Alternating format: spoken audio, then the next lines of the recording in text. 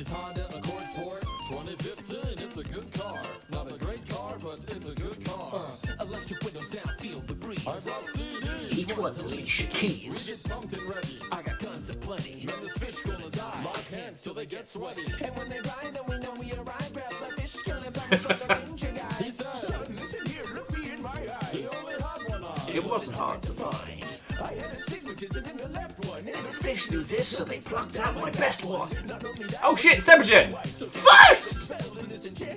Right, yeah. Fish hunt. These fish have legs and these fish can run. 7 foot tall and proficient at fencing and wrestling. Let me update the board.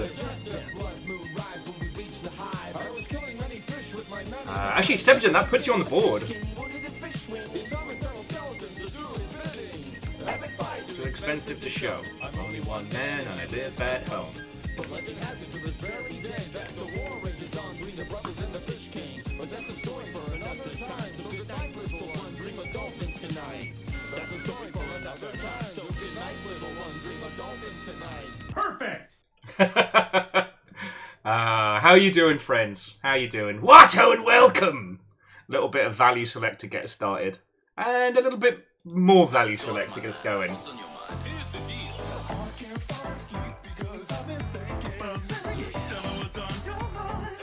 I don't know, I got the whimsy about me today. How you all doing, friends? Johnny, Fearless, Dustin, Stebgen, Watto and welcome!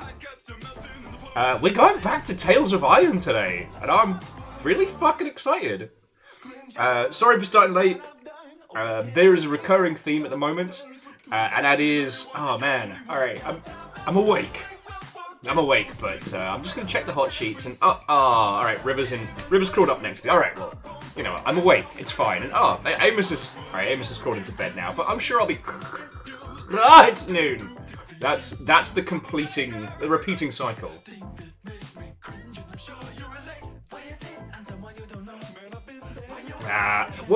Dustin, Watto, welcome. We need to take our wins where we can get them, but we can't say that Bobby Ballbag got booted. He's most likely done a take the money and run, but he's out. He's gone, so we can celebrate that.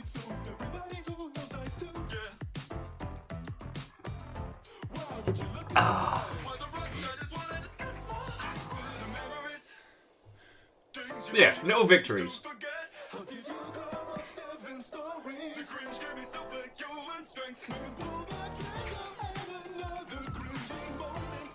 I mean, Fearless, right, he had stated that he was going to be leaving actor Blizz before the end of the year.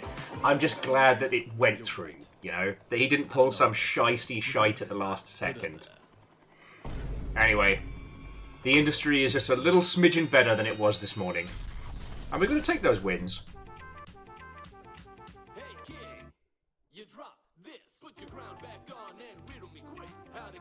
Sorry, like I said, I was feeling some upbeat value select today. And still the best live shows I've been to in a long time.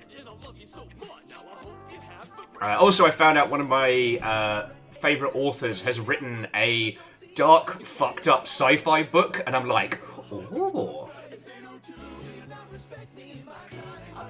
Which came out 2 days ago, so I'm feeling like, ooh. Once I have a little bit of cash, I might treat myself to a nice physical copy.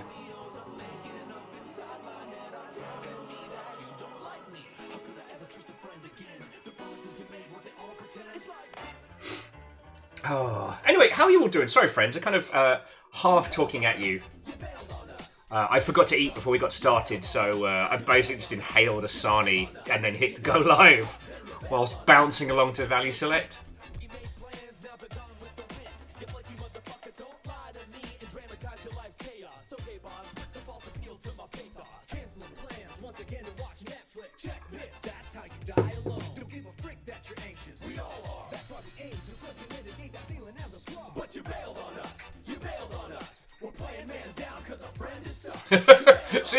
So you just get me bouncing in my seat.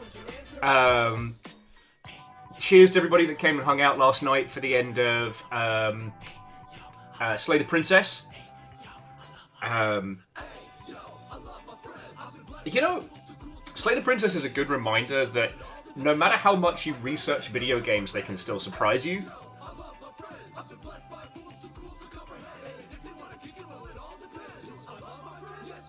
Oh, hey, Dustin! Double-fisted milkshakes. That's a good Wednesday. No, I mean, fucking yo. I've been rotating between things that I've been watching to fall asleep throughout the year. One of them has been Bob's Burgers, and let me tell you, love that show. It's a great example of a show that doesn't really start or end, it just is, and I appreciate that.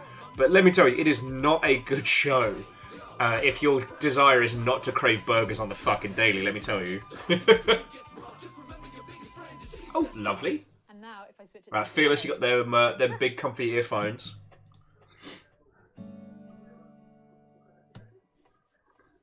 Hey there, pretty lady, won't you marry my dad? You're the perfect match. I think he'd make you laugh. Please do it, guys. I want a mom so bad. Mom so bad. I want a mom like that. So forgive me while I'm slowly getting up to speed.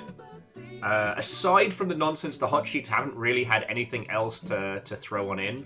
I'm proud of you. I'll take it from here.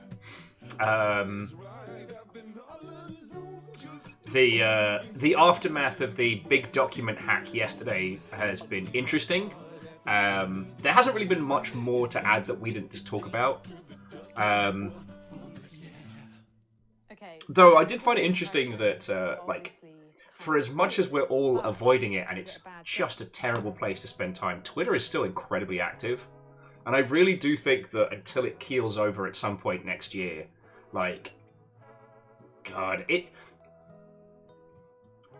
the only way I can describe being on Twitter these days is being on, Gaia Online, as it was on the Descent.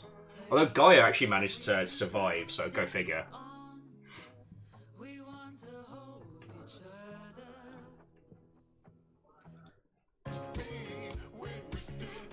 Oh, so Fearless, I don't know if you were around for the discussion of it yesterday, but Insomniac Games was the subject of a very targeted cyber attack, and they got a shit ton of data hacked and then subsequently posted on the internet.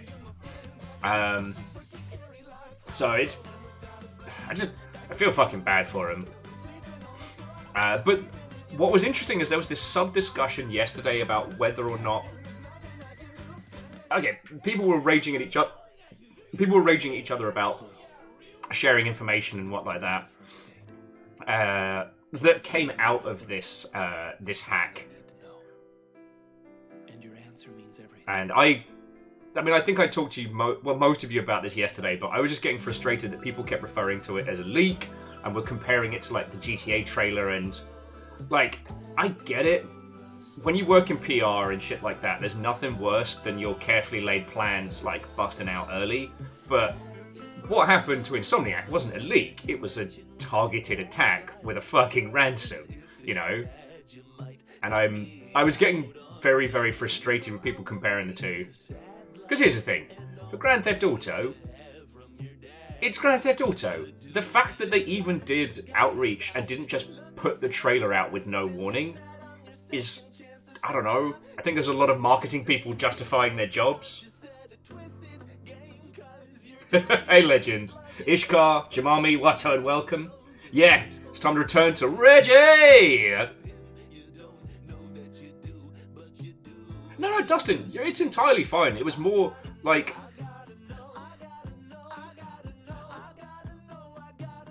when it comes to stuff like this, the language around it is pretty complex, but it's industry individuals.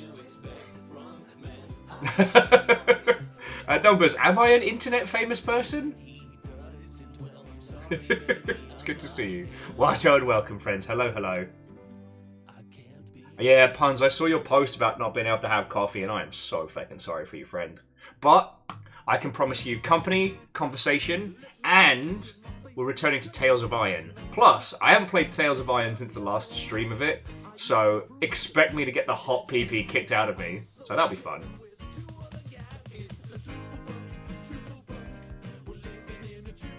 Yeah, no.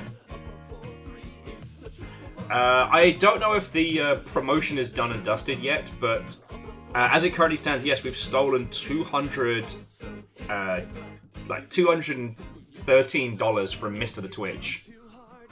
So, yeah, no, numbers. That's a fuckload of money. That's fucking brilliant. And Dave, I did see the Warframe forums have done it again. Like, test.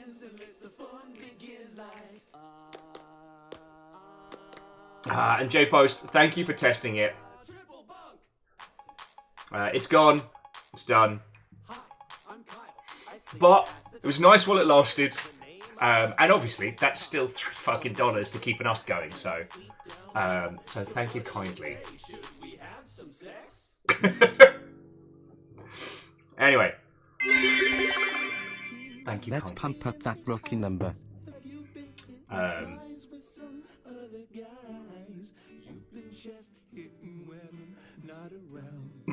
You're right, sorry. War Thunder, not Warframe.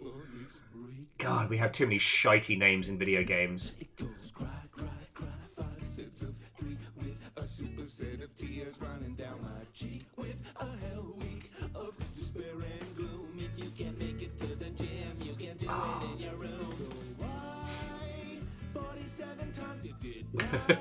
I mean, funny is one way of putting it, Fearless, if somebody leaked actual how to make a 10.0 frame. Fear would be the other one. Like, oh goody, I guess we're at biomechanics now. But yeah, yeah, Stephagen, I definitely need this coffee. However, yeah, it is... War Thunder becoming this, like, hub of leaked military documents. Now, I can't remember if this current one is another one that's technically not state secret, but is very, very in-depth or otherwise. Earthman Dave's hanging out in the XCOM forums. Fingers crossed. Dave, they told us aliens exist during lockdown, and we all just went, so? Like, we nearly bum-rushed Area 51 for shits and giggles.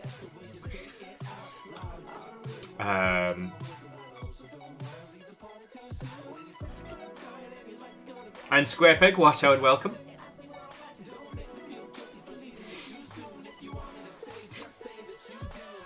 But yeah, so I haven't checked to see whether these current War Thunder leaks are another nonsense one or what have you, but it's very entertaining.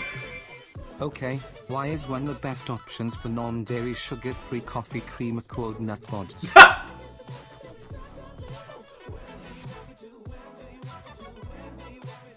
Please tell me their slogan is, not in your morning coffee. I'm not caffeinated enough for this.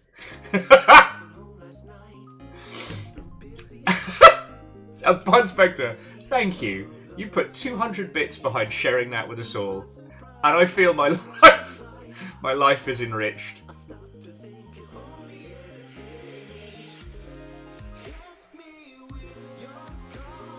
Dice Goddess, Navalis, Watto and welcome.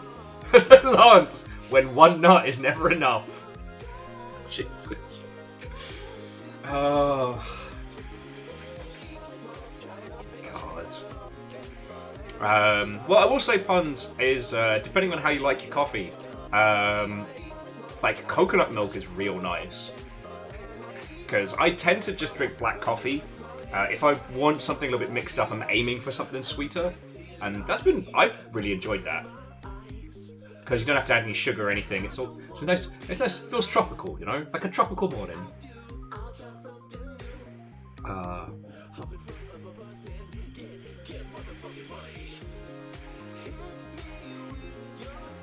Although I would say at the moment, like I'm still drinking the Double Dead, the Raven's Brew, which is basically like Death Wish, but a little bit tastier, a little bit cheaper.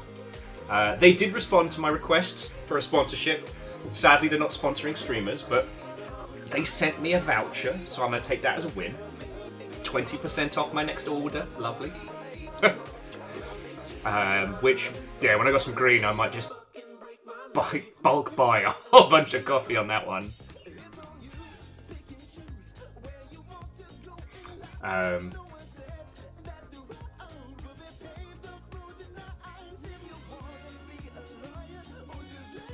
Legend, do you mean Death Wish or Raven's Brew? Because I know Death Wish do sponsor people, but they sponsor massive people. Same with Liquid Death, you know.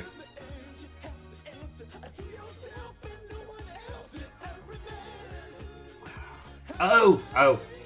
I apologise. As I said, I'm still getting caffeinated, so your pee-pee humour went right past me, and I apologise. But yeah, there isn't much Vichi Gamery news to talk about.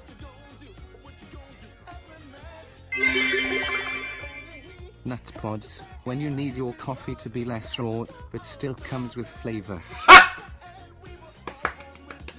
Honestly, this sells itself. Puns, I don't even know why you're complaining. This seems fine.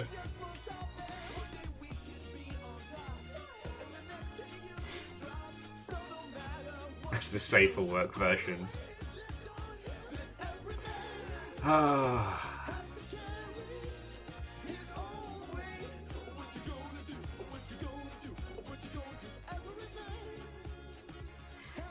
But yeah, so there isn't too much to really to talk about today, games-wise. The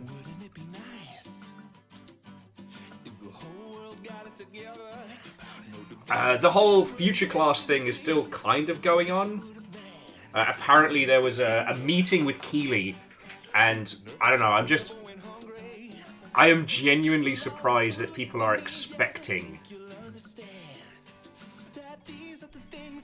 I'm genuinely surprised that people are expecting the Game Awards future class to be anything more than kind of like a promotional thing, you know. And I just, you know, I don't want to dismiss the potential good that a focal group of like diverse and interesting creatives could do, but it's like the Forbes, like the 30 under 30s and stuff like that, like. Those groups aren't put together to make a change, to make things better. It's a big old advert list to make everybody check the mags to see whether they made it or whether their friends made it.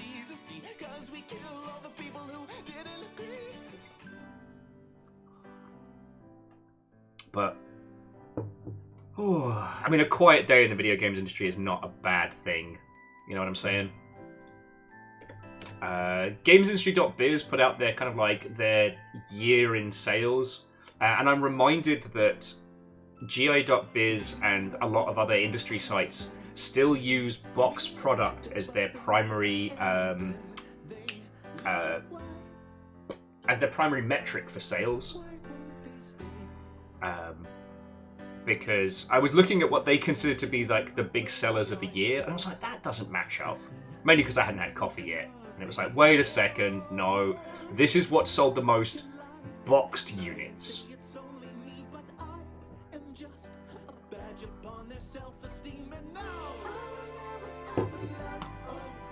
Favor 6, Watto, and welcome. It's kind of weird that GI.biz is still reporting on boxed, as if it's a big part of it, but alright.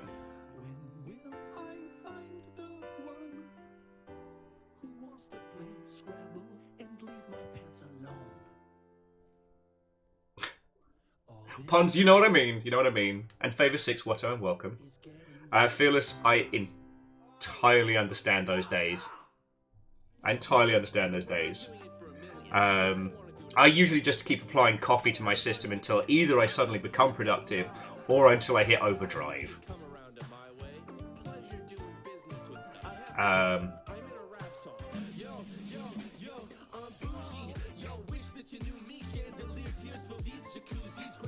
Yeah, one of the things I found really weird was, like, again, GI.biz reporting on box copies of video games, but in their same report they say that in total market revenues in the video games industry, it is 5% boxed, 95% digital.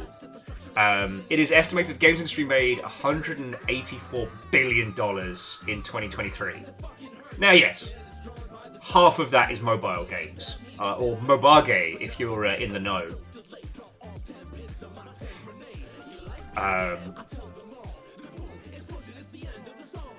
And Captain Stephanie Barnes, Watto, and welcome. Favorite Six, does anyone even buy a box of PC anymore? Short answer, no.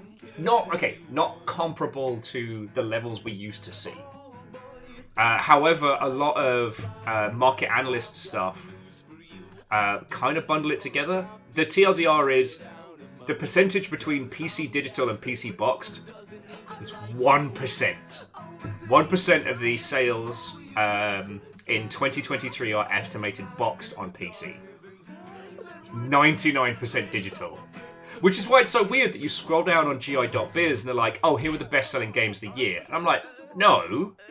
Here are the best-selling games of the year in boxed.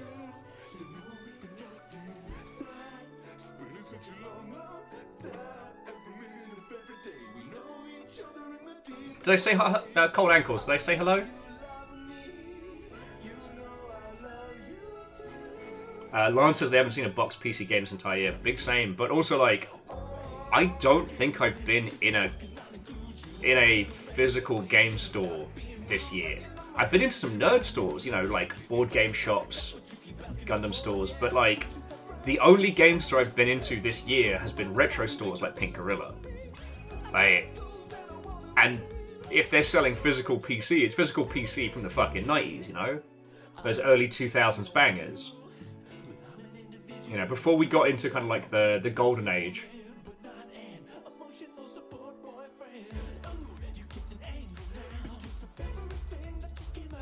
So Phyllis says, I wonder how much of that is profit from digital distribution pushing the secondary market to practical non-existence. Well, the thing is, retail always hated the secondary... retail loved the secondary market. Games companies hated the secondary market. So that doesn't surprise me. But it's a combination of like... I mean, there's so many factors, right? I love that word, factors. Like, convenience is a big one. Price is another. Like, physical cannot keep up with the rampant sales that digital can just bang out. And the more that you're into an ecosystem... Right, the more you're into an ecosystem, the less likely you are to step out of it. Like, I don't know about y'all, but when it comes to PC games, a game has to be something special for me to even consider a separate launcher, you know what I mean? And so if you're physically buying essentially a Steam key, and you know you're going to have to update it day one, like, why trudge into Target and go and buy a physical game when you can just be like, beep, boop, beep, boop, beep, game's mine now. We do have things like limited edition and things like that, like companies that specialize in producing physical editions of beloved games. So those individuals that are looking to collect and keep physical versions still can. Plus, also, people are weird. One of the other little stories today was, so the day before, the potential super rug pull of the video games world, CD keys for that, or I should say Steam keys for that, are now selling for like hundreds.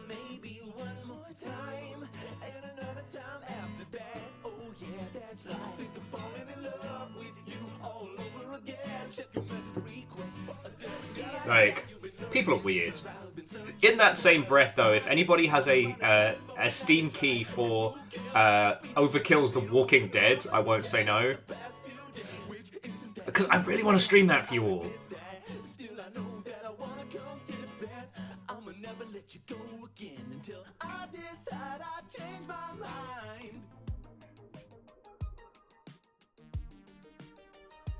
People are weird, and also a mistake. Yeah, but we're here now, so we might as well have some fun.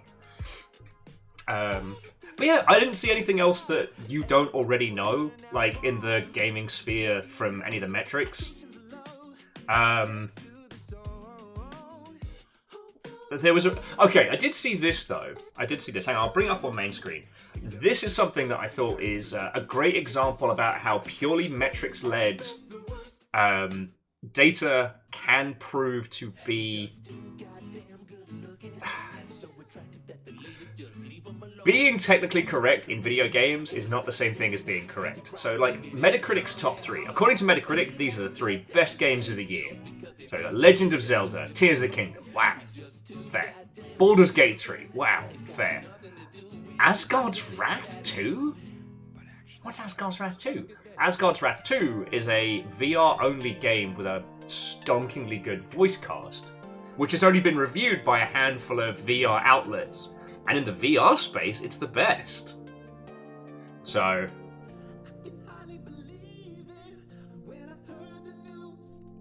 Now, I love that line, you are technically correct, the best kind of correct. However, in video games, it is not true.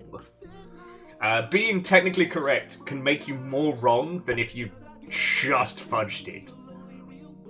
Because you can extrapolate the data into something they're absolutely not trying to say.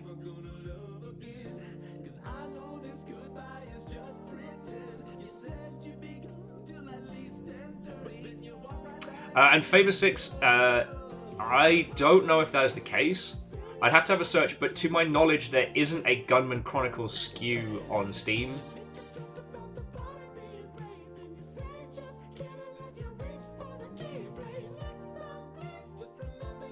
Yeah, so Earthman Dave, yeah, Asgard's Wrath got a sequel.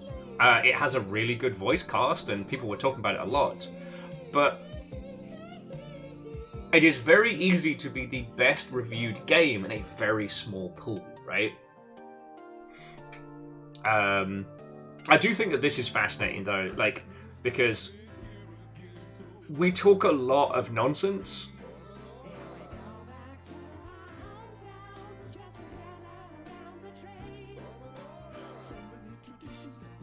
Oh, sorry, Earthman Dave. Apologies, that went straight over my head. But yeah, so this, I think, is a fascinating one to just remind ourselves of, like, who the big players are. So the US is still one of the biggest regions on the planet for spending, right? Honor of Kings, PUBG Mobile, and Genshin are the top 3. But look, like, the difference between Honor of Kings and PUBG Mobile, Honor of Kings is making let's round up, $2.5 billion a year. PUBG's making 1.6, 1.7. The difference between Tencent and ABK, so in terms of consumer spending, Activision Blizzard gets 2.4, 2.5 billion. Tencent gets 7. Right, that's just, like... And when you think, like, MiHoYo,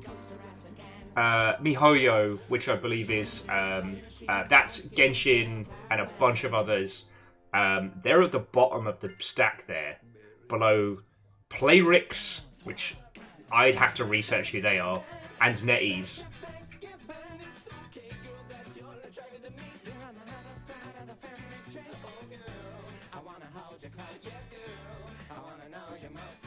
Interestingly, in terms of downloads, Embracer Group is on the top 5, which will change.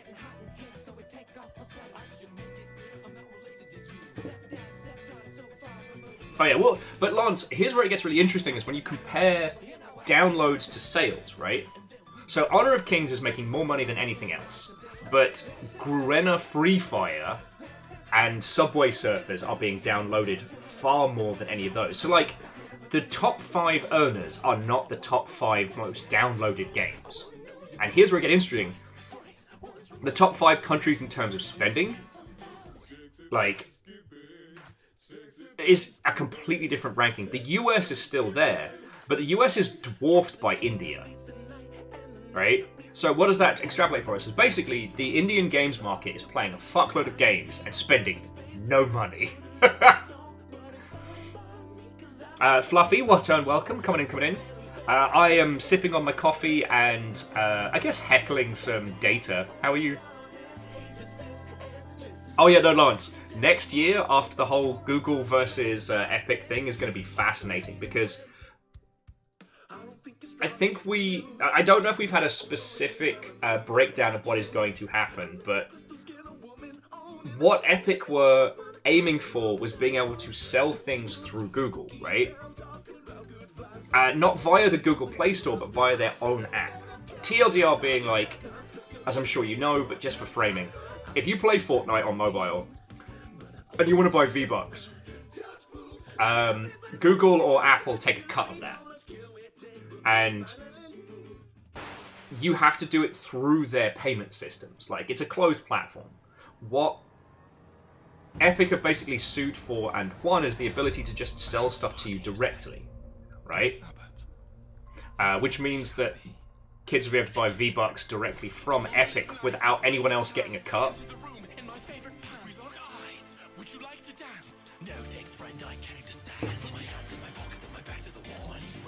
Okay. What is interesting, though, friends, is that in terms of just 2023, not global, Monster Hunter Now is in the top 5, along with Honkai Star Rail. So, yee! I've not played Monopoly Go. I'm already living in capitalism. I don't need an on-the-go reminder of my poverty. Thank you.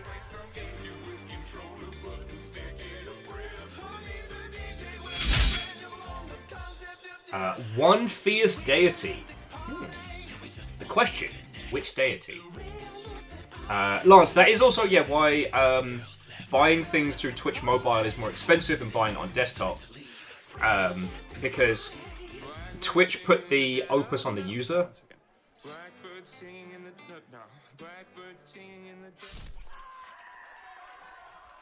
You gotta be clutch. The whole squad's let you down, but no, you're enough. Oh, lovely. Fluffy Robert and I haven't started doing Dave the Diver, but I did play through all of Dredge, and those elements being added to Dave the Diver is still one of the best announcements.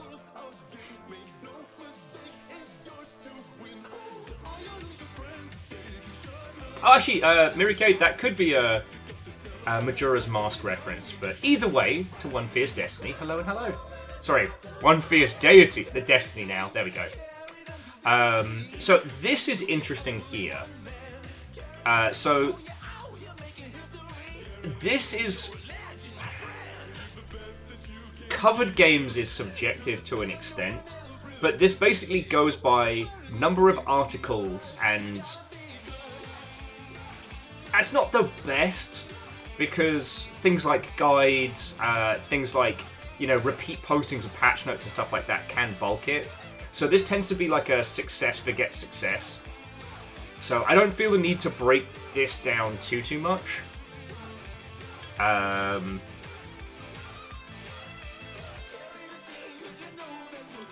see what we've got. Yeah, none of this is particularly useful. Also, this makes me feel very old, because it's like the top influencers on YouTube. I look at those, I don't recognize a single name there. I don't know if any of y'all do.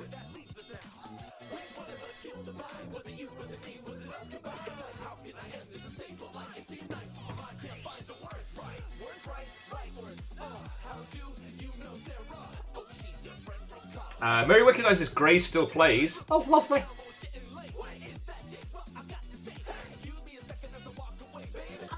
Okay, so there's one on there that we recognise. All right, that's fair. That's fair. Give me my smooth jam, because my brain is jello. And that's the long and short of it there. See, I love discussing these kinds of breakdowns, and sometimes the metrics companies will put out like free papers that you can read, and it is fascinating to find how in or out of date they are.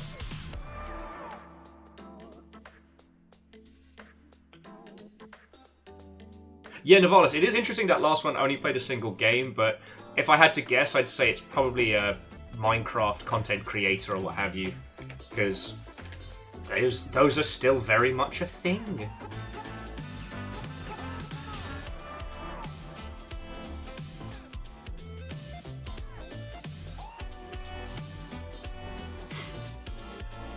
To those of you in the UK, it looks like there's going to be an Elden Ring live orchestra performance.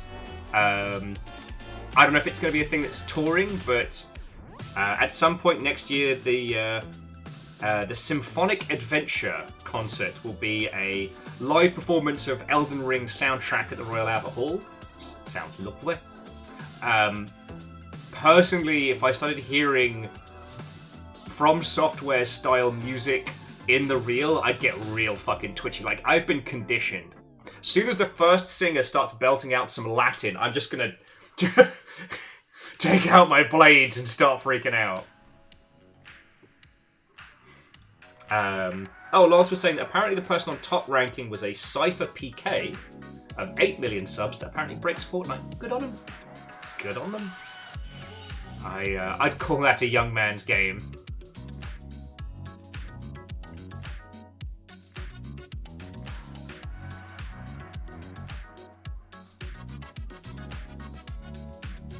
Yeah, I mean, Lance,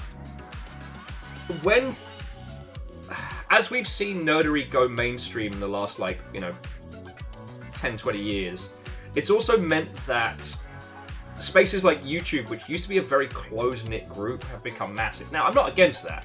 More voices, more ideas, Sometimes it's really tragic looking over at Hollywood and seeing the same 10 broken, haggard, 60-something white actors.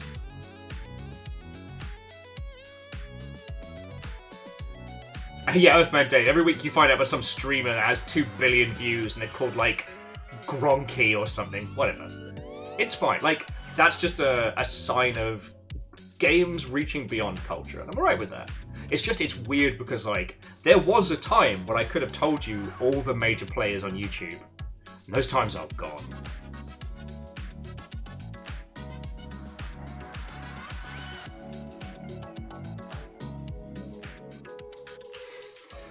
I'm trying to think what else has been going on. I mean, I might jump into Tales of Iron a little earlier than we usually do, just so that I can start shaking off the cobwebs. Because I remember the whole block parry avoid trio surprisingly difficult for my brain.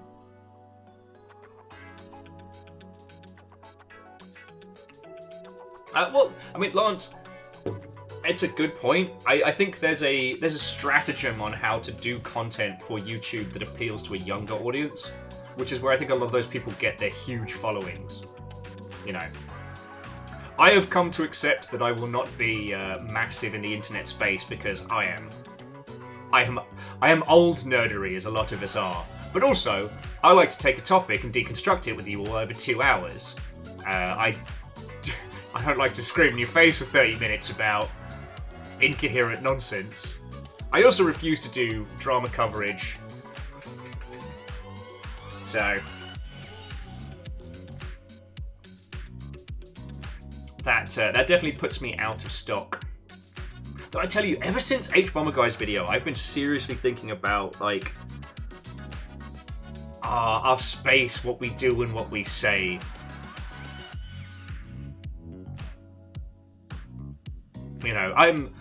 I'm trying to get much better at any time we're discussing content that comes from another place. I am letting you know where it came from, who did it, the through line, if you know what I mean. But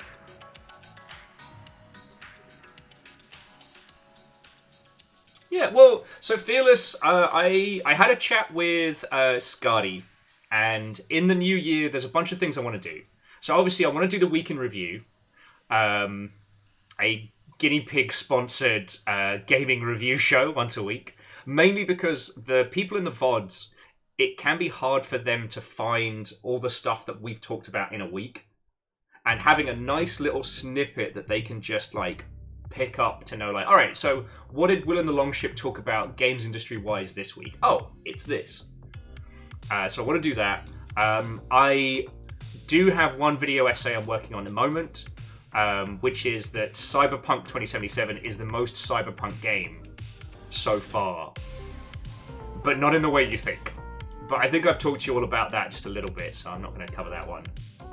Like I said, I was halfway through working on that Redfall video, and then they posted their apology, and they literally, Phil Spencer literally said what went wrong with Redfall out loud, and I was like, oh, I mean, yay, that's really cool of you, but now I don't need to make a detective video working it out.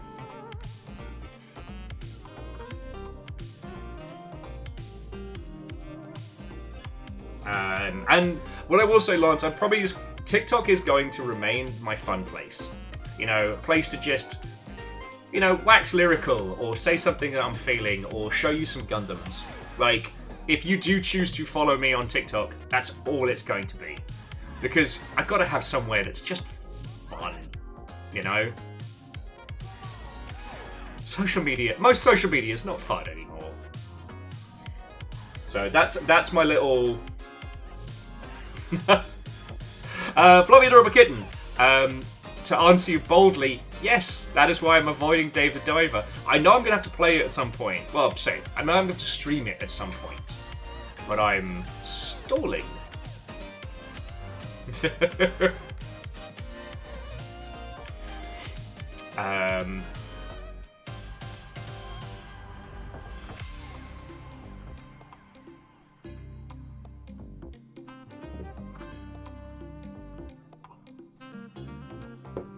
Can get an underwater sniper rifle. Oh, it's depth.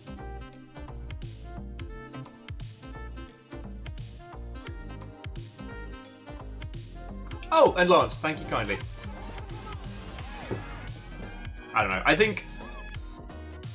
think especially in this day and age, it is very important, friends, to have at least one part of your online space just be for the fucking fun of it. I don't care if it's Gaia or AO3 or what have you. Like, we're now all like irreversibly connected to the internet. I'm okay with that, but you know, as someone who has done the dance for a long time, there can be this pressure, there's this feeling that you have to be involved in the discourse of the day, or that elements like well outside of your sphere can be pushing in and really affect you. So having a place digitally that you can go to as your happy place, I think is very important. Now, Legend's saying that there's this Final Fantasy 14 and Google Docs. That's great. Like, I ain't here to tell you where you should be, but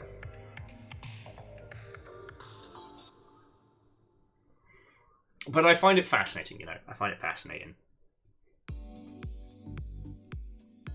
What else has been going down?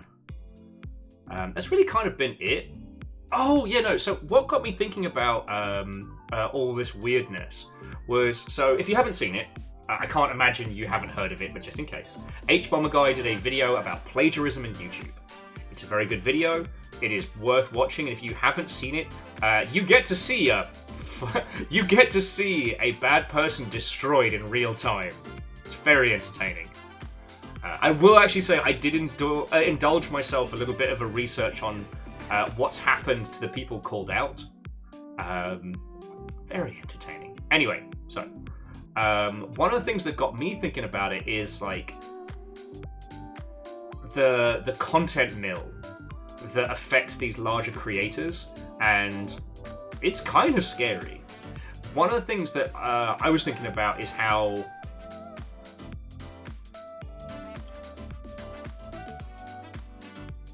the drama mill hits a different but very similar beat. As if you haven't seen, I've been on the drama mill a couple of times this year. Primarily earlier in the year when I was asking people not to play the wizard game, and I got shared around the houses.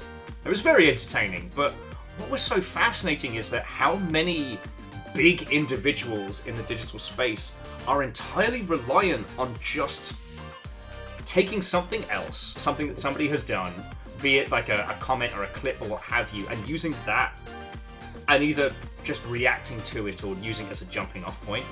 Like, so many of these huge entities are nothing but that kind of like reactionary nonsense. God, that's gotta feel bad. Like, I don't know, maybe the individuals in question don't like stop and think about it, but God, what a tragic place to be, you know? Like, okay, we spend all day either playing games or talking about the games industry.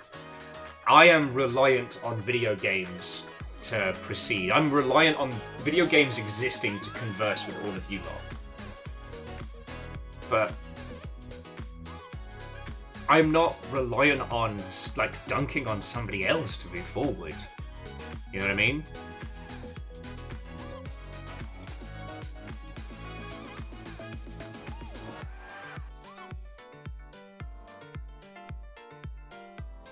Yeah, and Favor 6, like, that's the general vibe of it. It's just, you know, it's a cash-in game with a very, very, very strong corporate control. Like, the brand documents on that must be like fucking dictionary thick.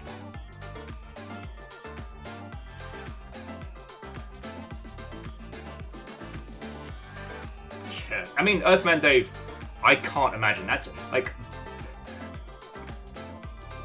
discussing internet drama sounds exhausting. And see, the thing is, like, the games industry is so fascinating for me is because there's the creativity, there's the interpersonal, and then there's the business of it. And they're each shifting and moving, and they can affect our art in such specific ways. And I'm not saying that other art mediums aren't, but I don't know. Video games is fascinating to me in this respect. And Favor 6, yeah, when a game is outsold by Atomic Heart, and it just, you know what? Jumping back very quickly, the more I've been thinking about Atomic Heart this year, Atomic Heart feels like when a musician's kid has an okay song, and due to their parents' influence, it gets boosted up into the rafters. Like, it's not awful, but you can see that they never really had the chance to grow. They got the oomph behind them before they were ready. Atomic Hearts isn't awful, although there are some worrying fucking undertones once you start looking into it. But if we just look at it on a surface level, it's lots of pieces that don't fit. You know, it's lots of you can tell they were trying to go for something that was pithy and sharp, but it just comes across as obnoxious. You know, great ideas that don't gel together, that feel like they were constructed in a vacuum and slapped together.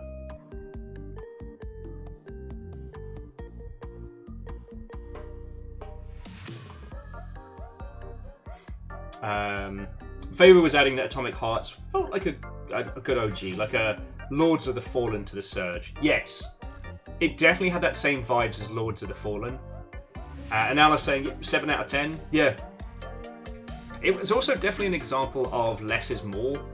You know, they didn't need a complex, like, interconnected security system. It did not need the long, drawn-out, ridiculous introduction. Like, it really felt like some people who just loved BioShock trying to make their own and missing all of the points. Lawrence says, all we know about Atomic Heart is they were faceless feminine robots. Yes, and they are weird. Like I said, like, if you want to go down the Atomic Hearts rabbit hole, it does it does take you to some fucking places. Oh yes, and Favor 6 Mighty Cow, there's also the Thirsty Fridge, which you can see again. I don't think the Thirsty Fridge was coming from a place of grossness, but yeah.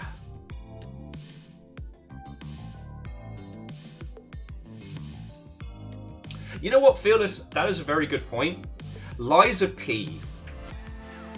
Oh, so Lance, there's an upgrade machine that you come to that looks like a refrigerator, and it is both psychotic and aggressively horny. And it doesn't pick a consistent tone on either, so it's just fucking weird. Although, Dustin, I do like Thirsty Fridge Lesbians as a subtitle for Atomic Heart.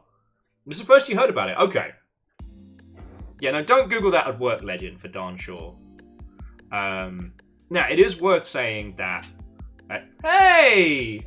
How you doing, DJ? We're just having a little natter about Atomic Heart and games that have come out this year. Oh, actually, very quickly, Dan, have you played Tales of Iron yet? Or is it on your radar? Because they just released... Hey! Feckin' House Carl, don't even hesitate. Okay, so, you might dig this one, Dan. So, Tales of Iron, not too dissimilar from, like, Salt and Sanctuary, being like a Soulsian 2D title. I'm just grabbing you the link now. But it's got a little bit more of a Arkham series combat system. But it is like Game of Thrones meets Redwall. You know, you play Reggie. I don't know if his name's actually Reggie or if we call him that. The son of the murdered king. Your family is slain by invading frogs, and it is up to you to repel this invading force and reclaim your throne. Art style, gorgeous. Gameplay, fucking great. And the way the story is told, it has the gentleman that played Geralt in the Witcher games doing VO, and the inter-character conversations are these cute little squeaking vignettes. It's so cute. It's so cute. Anyway, the post-credits content left things on a bit of a cliffhanger, and they just released a whole bunch of new stuff. So we're going to start that today. But it was just... It's not Hollow Knight, right? It is its own vibe and its own flavour. But to just look at it, you'd think, oh, it's another cartoony 2D Dark Souls. It's so much fun. Anyway, how are you doing, mate? Like... Whew, we are all moved in. This place is still a pile of boxes, but the rest of the flat's coming together.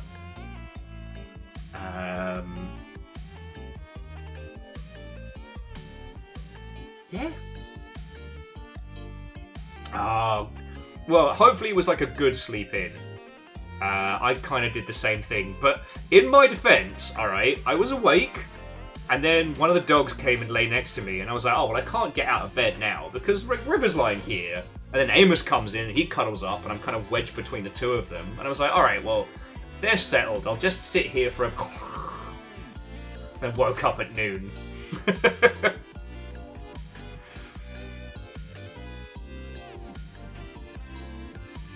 So, big mood, friend, big mood.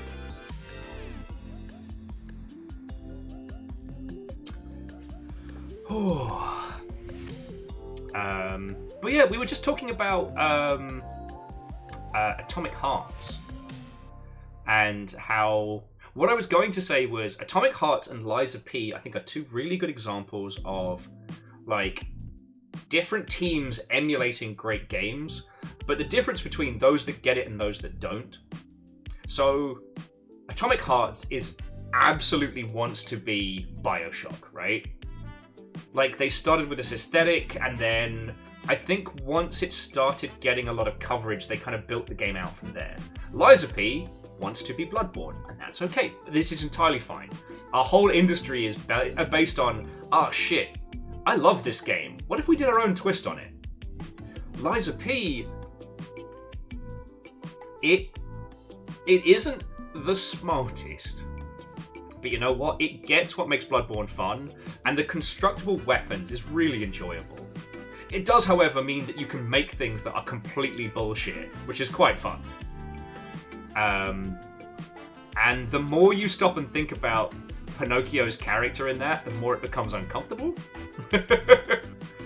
But with Atomic Hearts, they miss a lot of what makes BioShock so good. You know, they want to do the shock and awe of the BioShock Infinite reveal when you see the grandiose Sky City. But, and again, I do agree with Kyle when it comes to talking about BioShock Infinite. I don't like that game. I don't think it's badly made, but I hate what it says. Anyway. They miss the shock and awe of... they went for the big grandiose, and they missed the fact that, Floating Sky Island City is meant to look clean and wonderful and beautiful from above. but then as you come down, you're meant to see like the nasty underbelly of it, right? That's the juxtaposition.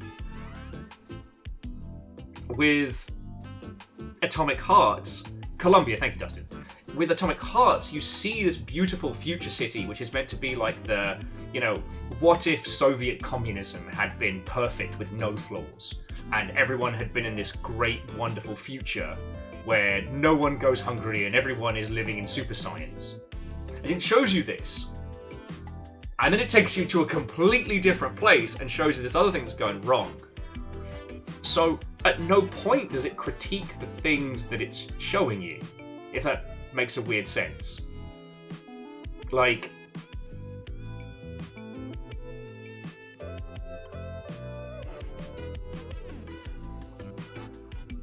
and that's just on a surface level, you know.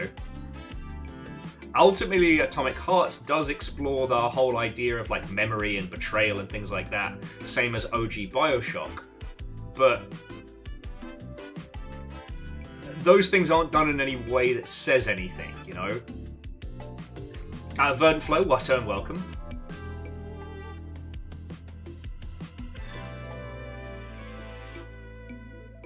But yeah.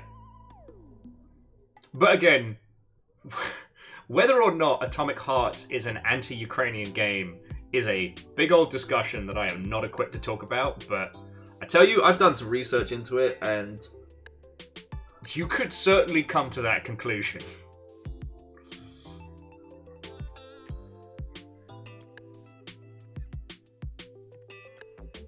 Yeah, Fluffy Adorable Kitten, that's a great way of putting it.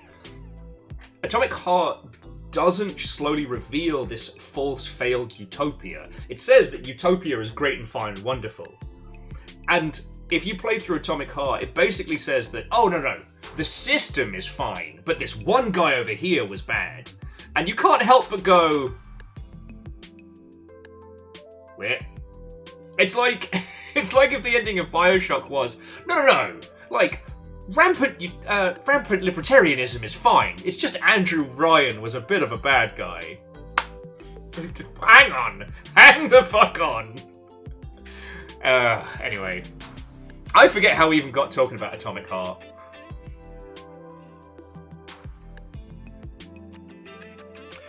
No, Fearless, Atomic Hearts. There's some discussion about whether or not certain elements have been put into that game specifically as anti-Ukrainian sentiment. And it's like, I feel woefully under-equipped to discuss it, but well, I guess it's not Atomic Heart versus BioShock, it's just interesting.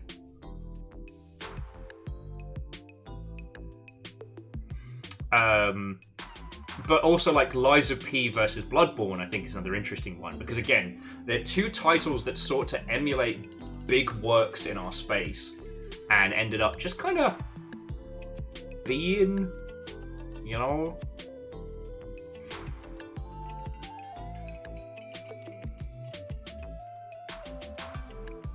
Well, so what does he need? I mean, it's one of the things I like about discussing BioShock is that it wasn't just Andrew Ryan that caused the collapse. It was a lot of the philosophies and ideas that he put in place. You know, the fact that it's like science with no oversight because, you know, the market will decide. You know, Ryan's philosophies were what allowed someone like Fontaine to move in. You know, the fact that despite all the things he was saying, he'd essentially created a caste system. You know, there's a huge gap between the haves and the have-nots of Rapture.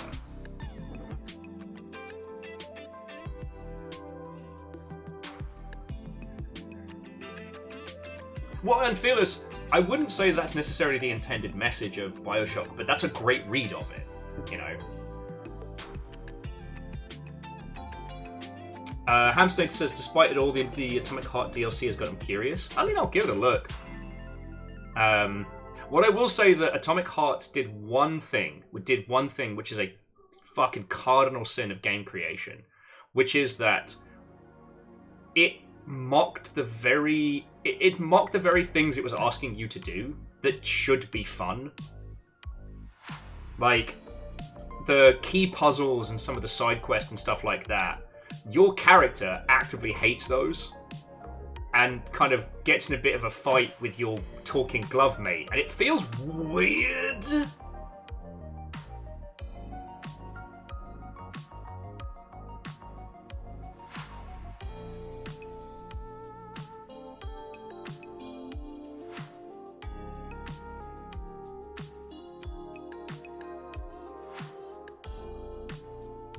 Yeah, Verdant Flow, the idea of saying, haha, our game is bad, isn't that funny? As a style of dialogue.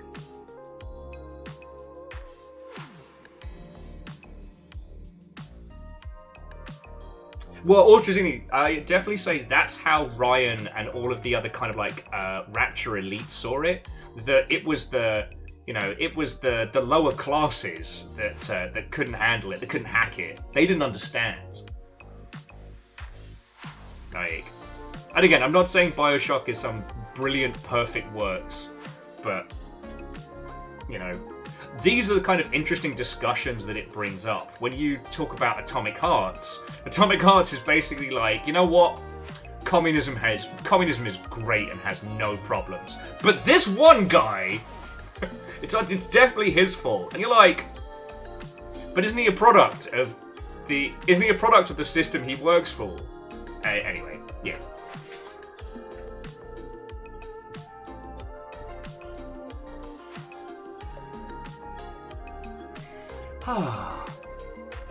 God, I'm trying to think. You know what? I mean, not doing like an official recap of the year or anything, because we'll do that closer to New Year's. But like, I'm trying to think of some other, like, you know, some other, I don't want to say moments of drama, some other art discussions that came out from this year.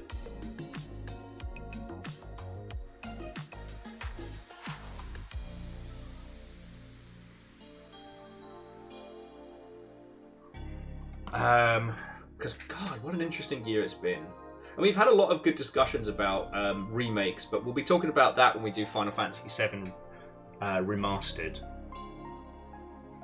It's so hard to remember this whole ass year. There's been so much gaming-wise. And as this is not a shocking statement to make by any means, but like, there have been so many games this year that had they come out the year prior would have been dominators of the scene, but we've just had so much, you know. There used to be this whole philosophy of like the essential games, and I don't think it is physically possible for someone to have played all the essential games this year. I think it's impossible.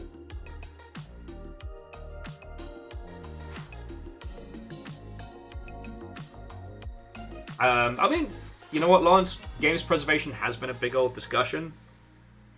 I'm more confident with games preservation in video games than I am in other mediums.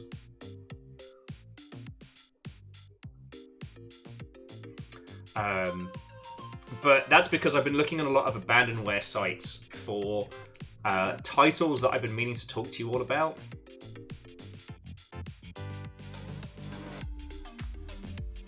Mario was saying Disco Elysium single-handedly raised the bar on political discussion via game narratives. Yup, and it destroyed everybody who worked on it. Yo, if you get the chance, the People Make Games documentary about the creation of Disco Elysium, holy shit, that is the realest. That is Mythic Quest levels real. Fluffy was asking, question about Sea of Thieves. Do you feel Safer Seas as a boon on the community or a burden? I think time will tell. I've been very worried about Safer Seas, and at this point, we can only see how it shakes out. I will say that High Seas have been a lot quieter, for good or for ill, and that the Siren Skull definitely did not become the grand, joyous chase that I think we were all hoping.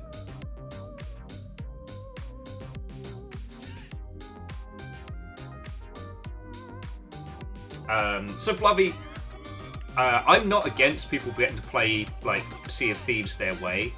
My worry is what I call the off-ramp. which happens in a lot of emergent narrative games. And this is one of those times where like our language of video games really falls down, because we refer to PvP as any game where players fight other players, but the manner in which that is done is so drastically different. So like emergent narrative games isn't about direct conflict, right? Like it's not about fighting somebody else and winning to progress, but other players are in the same space. And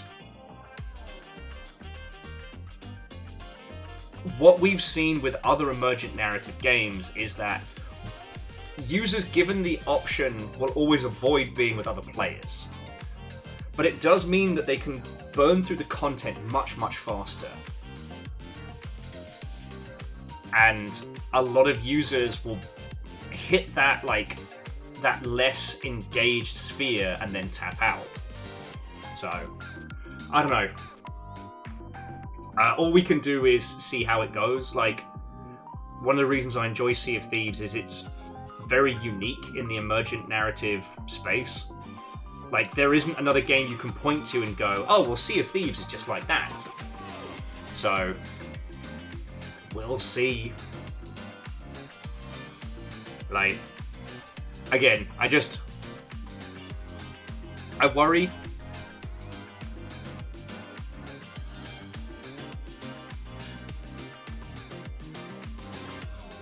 But I am the worrying sort.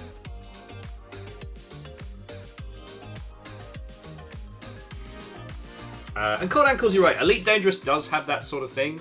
Elite Dangerous kind of exists in two spheres, like the interconnected world and the solo worlds.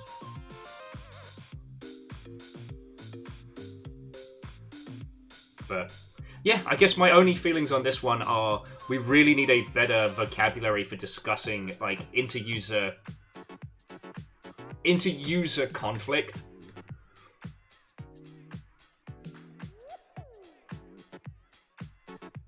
Fluffy, there's a few.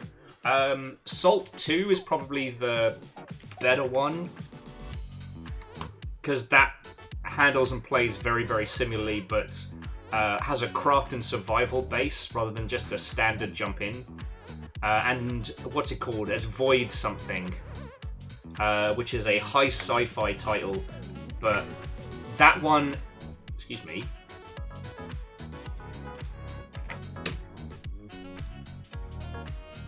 So Salt 2 Shores of Gold. I've played it, it's very good. It's just coming together. Void Crew. Thank you, Fluffy. That's the other one. I would not recommend anyone spend money on Skull and Bones. It seems... I mean, it's the ship movement from Assassin's Creed Black Flag, but with... So with that one, not only do you have multiplayer, but you also have leveled gear and equipment. It is entirely possible to get your shit wrecked just because someone else has better guns and armor. And I don't think that Ubisoft will be supporting Skull and Bones for very long, because one of the things we do know is... Okay, sorry. We don't know this, but we believe that Skull and Bones had to release. So with Skull and Bones being developed in Singapore, they got a bunch of tax breaks. However, the prevailing theory is that part of those tax breaks means the game had to release, which is why it didn't get cancelled despite apparently development being hell on earth. So I don't think Ubisoft will keep it going.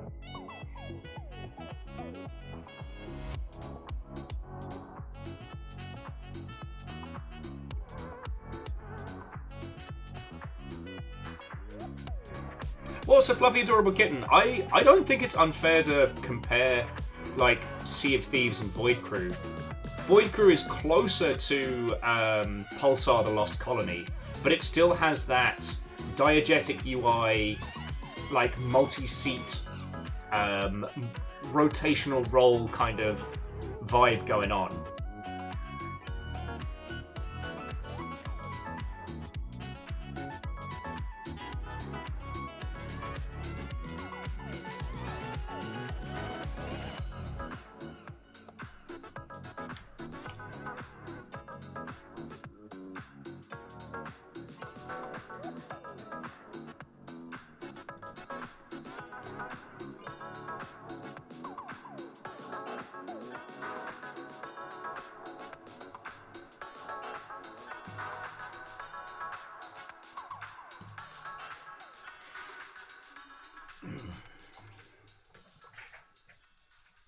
Sorry, Watto and welcome. Hello, hello.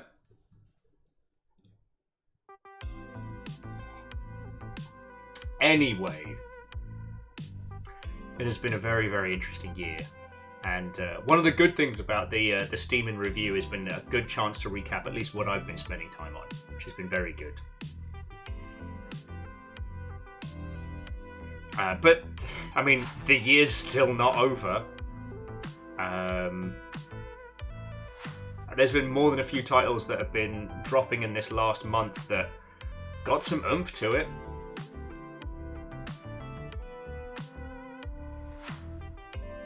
I mean, personally, I would not recommend people release their title around this time of year unless they already have a massive community. Because even before like years like this, getting coverage around like Christmas is nigh on impossible. And the Christmas reset is coming, so like you could put in a ton of effort to tell people about your game right now, and then it's gone. Just in case anyone's wondering what the hell I'm talking about, because I think I've told most of you about it before, but the Christmas reset is a weird phenomenon where between Christmas Day and New Year's, everyone forgets everything about video games, at least in terms of like PR and promotion. So you need to consider your game being essentially reset at January. So if you've been doing like a marketing campaign and stuff like that, you need to think of like January as the new go. But despite this, every year people forget about this, do a huge campaign, then don't say anything in January and February and wonder why come March no one knows their game exists.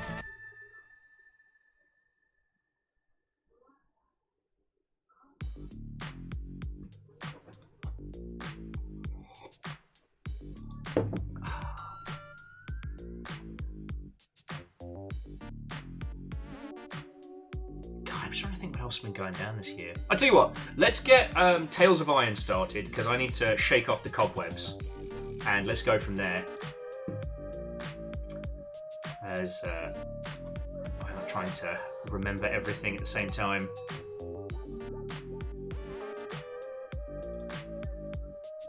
Because, at least according to the update, there is a buttload new quests, there's a buttload new armor, so we're going to be re-exploring a larger portion of the world, which I think will be pretty fun.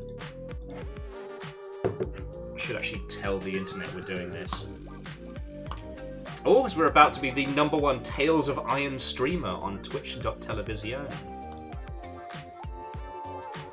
Yeah, Phyllis, I saw you were playing Kerbal again. I hope you're having a good time with it, friend. Apropos of nothing, though I do find it fascinating that the whole concept around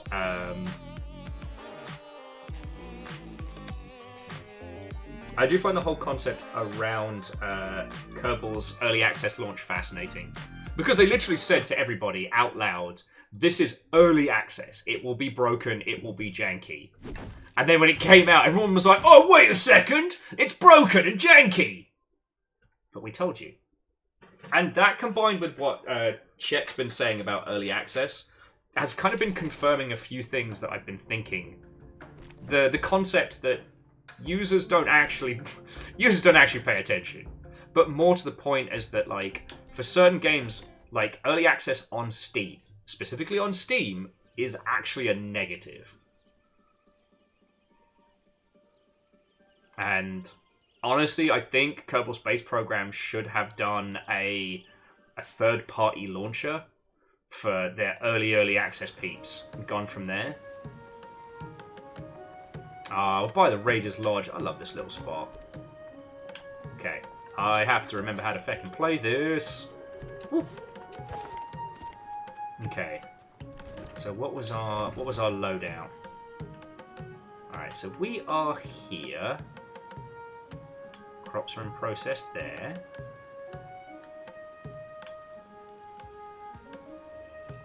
See if anything else has immediately popped up.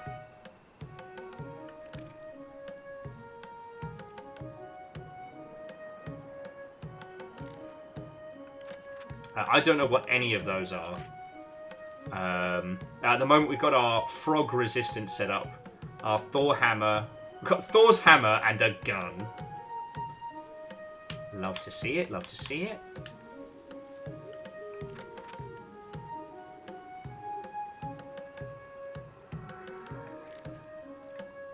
Yeah, you know what, Marike? I think that's another example of why video games are so lovely. Because when you encounter somebody who's working on a project similar to yours, you know what? We'll just walk back to the Crimson Fort. I need to get my my sea legs back anyway. When someone is working on a project like yours and succeeds, you don't feel... Okay. It doesn't feel bad. It feels like, I don't know, validation?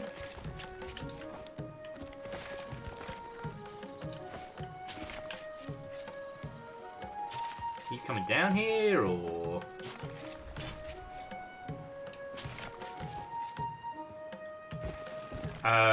And like, jeez. I've talked to you all a lot about, like, my personal feelings when it comes to Steam reviews and things like that, I wouldn't say it needs a drastic overhaul, but, like, the system feels like it's inherently against, like, early access titles.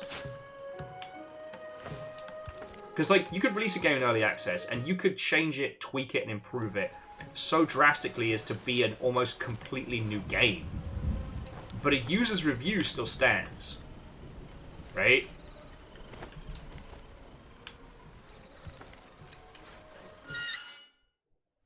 Oh, okay, this was the village sewers. Oh, though we can restock here. But yeah, so at some point, friends, I want to get Chet back on the show. Chet was actually suggesting that we do Anacrusis multiplayer with his team, and I'd really like to do that. But... Alright. But yeah, Chet's been talking a lot about, like, early access and how it has affected the Anacrusis. And he had this really annoying problem that TLDR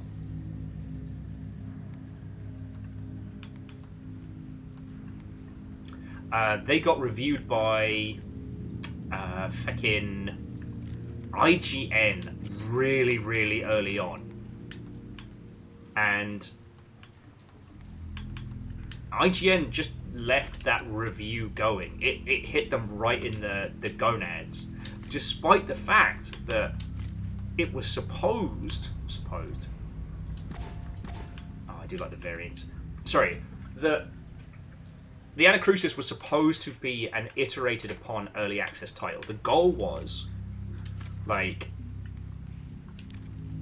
get it out to a bunch of users, have them help to find the fun, and go from there. That's a really smart way of doing it. IGN reviewed it as if it was, like... It was absolutely positively the only thing that the Anacrusis was ever going to be. And that really hurt them. And, you know, IGN don't give a shit. Like, again, no hate to Jono Friendos and things like that, but it was another very good reminder that games media and games, while they cover the same thing, they are still two different professions.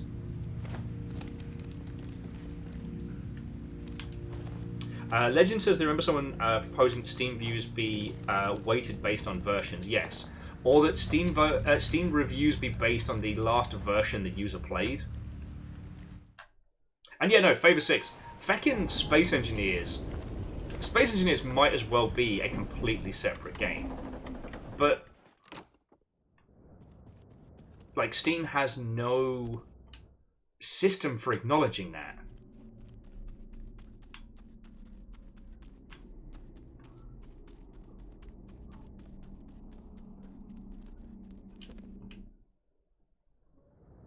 But yeah. I'd like to get Chet back on the show to talk about that. But the FYI on this is, if you have the opportunity to do early access on a platform that isn't Steam, you should. Like, because Steam users are merciless, and unfairly so.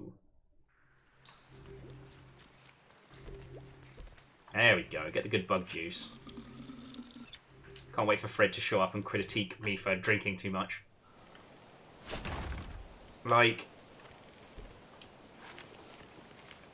I wholeheartedly believe that had Hades launched on early access on Steam, users would have torn it apart for being a roguelike, for being different, for not being complete, and it would not have received the drastically overwhelming success, but overwhelming praise. I think it still would have succeeded. You know, you can... A game like that doesn't stop being fucking brilliant. But it's a lot to work against, you know? The Anacrusis isn't Left 4 Dead. It is its own little beast, but it unfortunately bears the mark of having to... Oh, that's my gun. Reggie, how do you drink? Let's see your weapons. It's an item. Ah, darn it.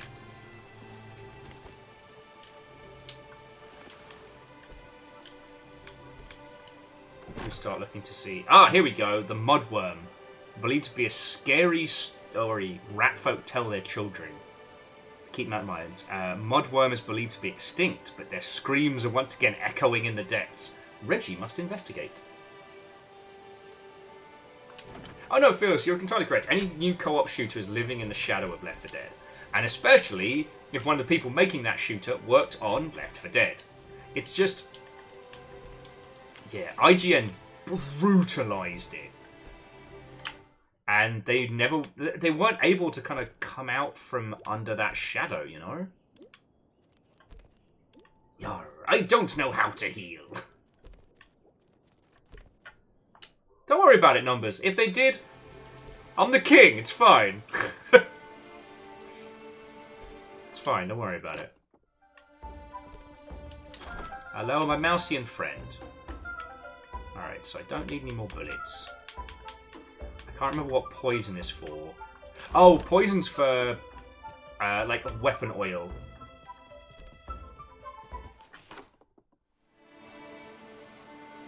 Well, yeah, no, so Cold Ankles, you know what? Dwarf Fortress is a great example. And it's an important one to not let people tell you, you know, good games sell themselves or anything like that. Heal with L1.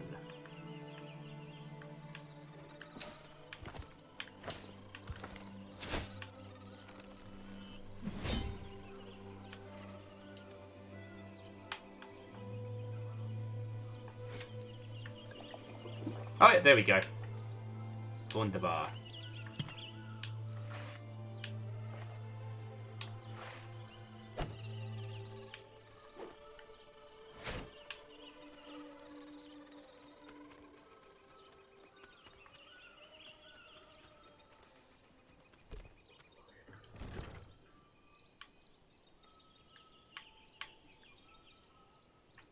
Oh, okay, so that was a flashing new quest. Alright.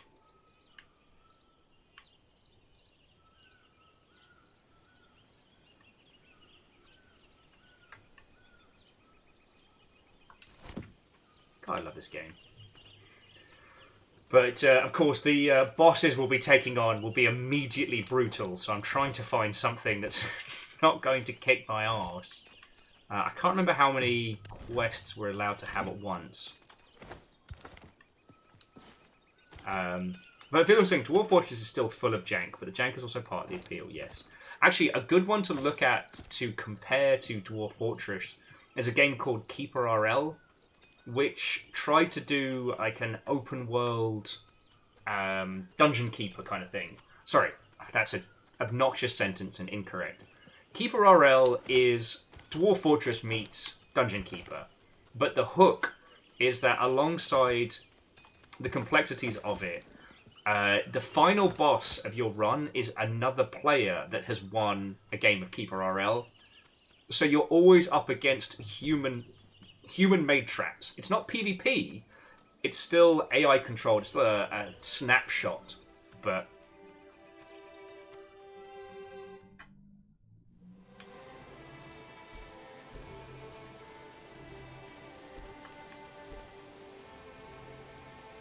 Ah, there we go.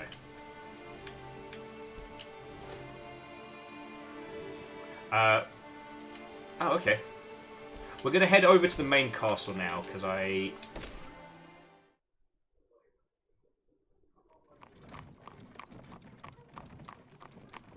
want to see what new things it's thrown at us, and if there's like a main path to follow. Okay. Ah! King Squirrel! The Crimson Keep was playing host to the traveling squirrel folk on their annual pilgrimage to the Bright Fir. They honored the young king with an invite to their Leaf's Fall Festival, the first outsider to be asked to this mysterious gathering in generations. Fuck yeah! Reggie was pleased to take some time away from battle to experience the wonder of the Great Golden Woods.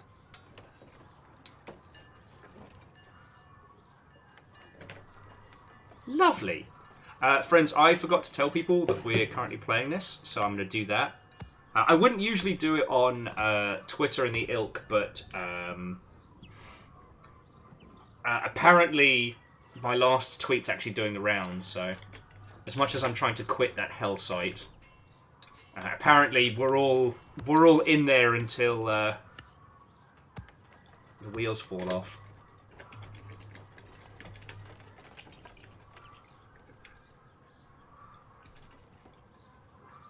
Now here's a question. Should we go to the squirrel event first? Or should we check around to see if there's any other like little side quests it's given us beforehand?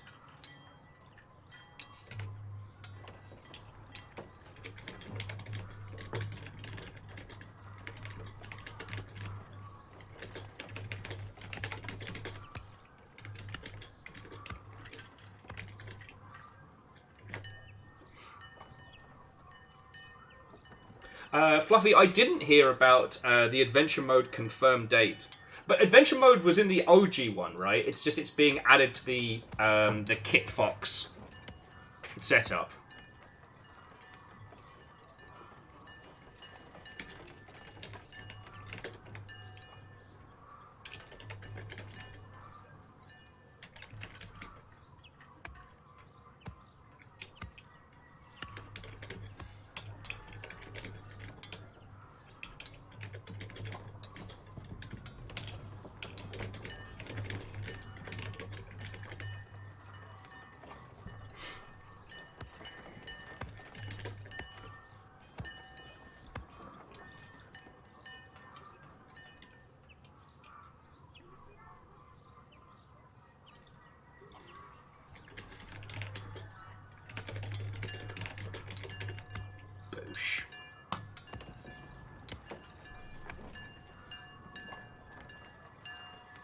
Okay, so yeah, Cold Ankles. The graphical updates are coming to version 0.5. Okay. Alright, well, let's have a little trundle around the castle, because there's also supposed to be a ton of new equipment that we can get. I want to see what that looks like. Gotta have a talk to our little blacksmith. Do some cool shit. What have you got for us? Notice on the quest board. A band of musicians have disappeared after a long night regaling the Crimson Keep with their drinking songs. Whether they wanted to be regaled or not. Friends. Rex, the band's front rat, would know more. Friends, we need to find the missing bard, Amy Squeakmouse. Famous for her big hair and bigger voice, the bard Amy Squeakmouse has gone missing in the crypts. Alright, well, we've got to take that job. So we'll find Amy Squeakhouse. That'll help me shake off the cobwebs before we go to the fair.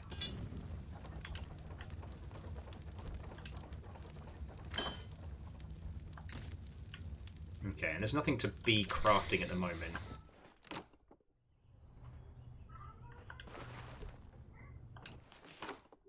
Got My royal setup. Oh, little baby! I forgot we had a little cutie mouse. Alright. Oh, actually, so before we continue, does anyone want like a little primer on the story so far? Because I don't know anybody else that's gone as deep into this.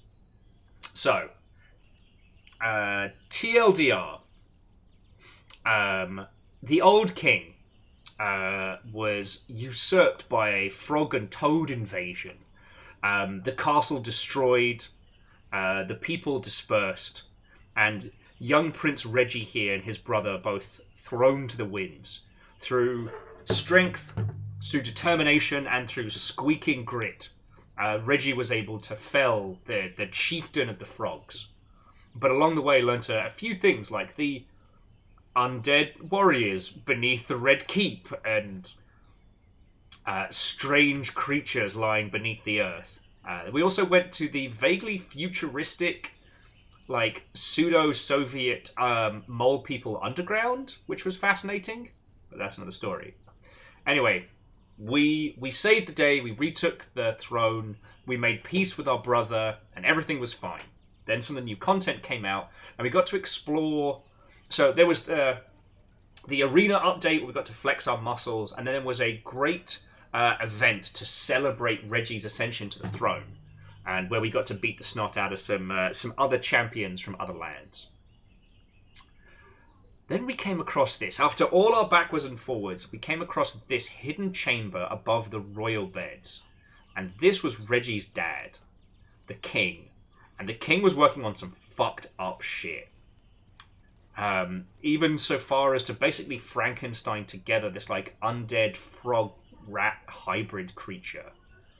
As Reggie's dad feared that which would come. Now, we don't know how Reggie's dad learned to do this, or what it was that Reggie's dad was afraid of, because that thing never got unleashed on the frogs. And that was kind of where things got left. That Reggie had found out that, you know, his dad, the beloved king, wasn't just a nice, upstanding king that kind of done some fucked up shit. And yeah, that was where we left stuff. Reactor online. Hey! Weapons online. All systems nominal. What ho, Vikings. I'm so happy for more Rat Kingdom shenanigans. Hey, Lyris, you and me both. Sorry, Lyris Dragon, thank you for 35 months. I hope you're doing splendid. But, yeah, we're back. There's new quests, new storyline. And here's our little bard friend! I still love how they talk. This was Reggie's old room, which we gave to our little bard friend. Hey! You know what? I hoped, but fucking yo. So, friends, Vikings, legends and miscreants. So, Oddbug Studio in chat is the account behind this game. To Oddbug Studio, I just want to start by saying fucking thank you. We played this, I think, on something of a whim last year. Oh, maybe not a whim, but definitely just with a hint of intrigue. And this quickly became one of our great games. Stop that incessant clicking. Favor 6, thank you kindly for gifting a sub. Honestly, Oddbug Studio, if I had a graphic to offer you, we have a thing we call the Great Hall, which is a collection of games that we think are quintessentially us. And Tales of Iron is absolutely in that, you know, I guess our highest honor our small corner of the internet can bestow. We love this. We played through not only the core game, but also all of the post-launch DLC. And I really enjoyed it, but I felt that the last round of DLC left us on like a cliffhanger, like a to be continued. Like, wait a second, what shit was Reggie's dad into? What was going on? Because so far as we know, Reggie's dad wasn't preparing for a big frog attack. So, what was he doing? And... oh, an Oddbug. Thank you very kindly. I had left this. I'd left this installed since then on the off chance there was another like sneaky little update. I didn't think we'd be getting this much content, so I'm real happy. Oh yeah, as Lyris is saying to the odd bug, okay. I threw myself against the Thor fight, well, the undead Thor fight, and got Thor's hammer really early on. So that was my achievement. Now, I'd love to tell you that I did that because I wanted to challenge or because I wanted, to test the limits of my skills. No, I did it because I was stubborn and I didn't want to give up.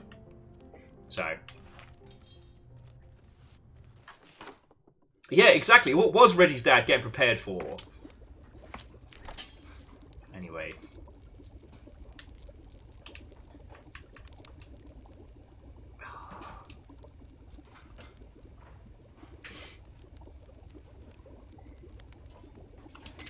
Yeah, no, it was very me being me. If I had to make one feature request to the Oddbug Studio, if I had to make one feature request, I would like to be able to eat the chef's cooking again. Without any bonuses, but just to play that little cute anim again, because Reggie deserves a little meal.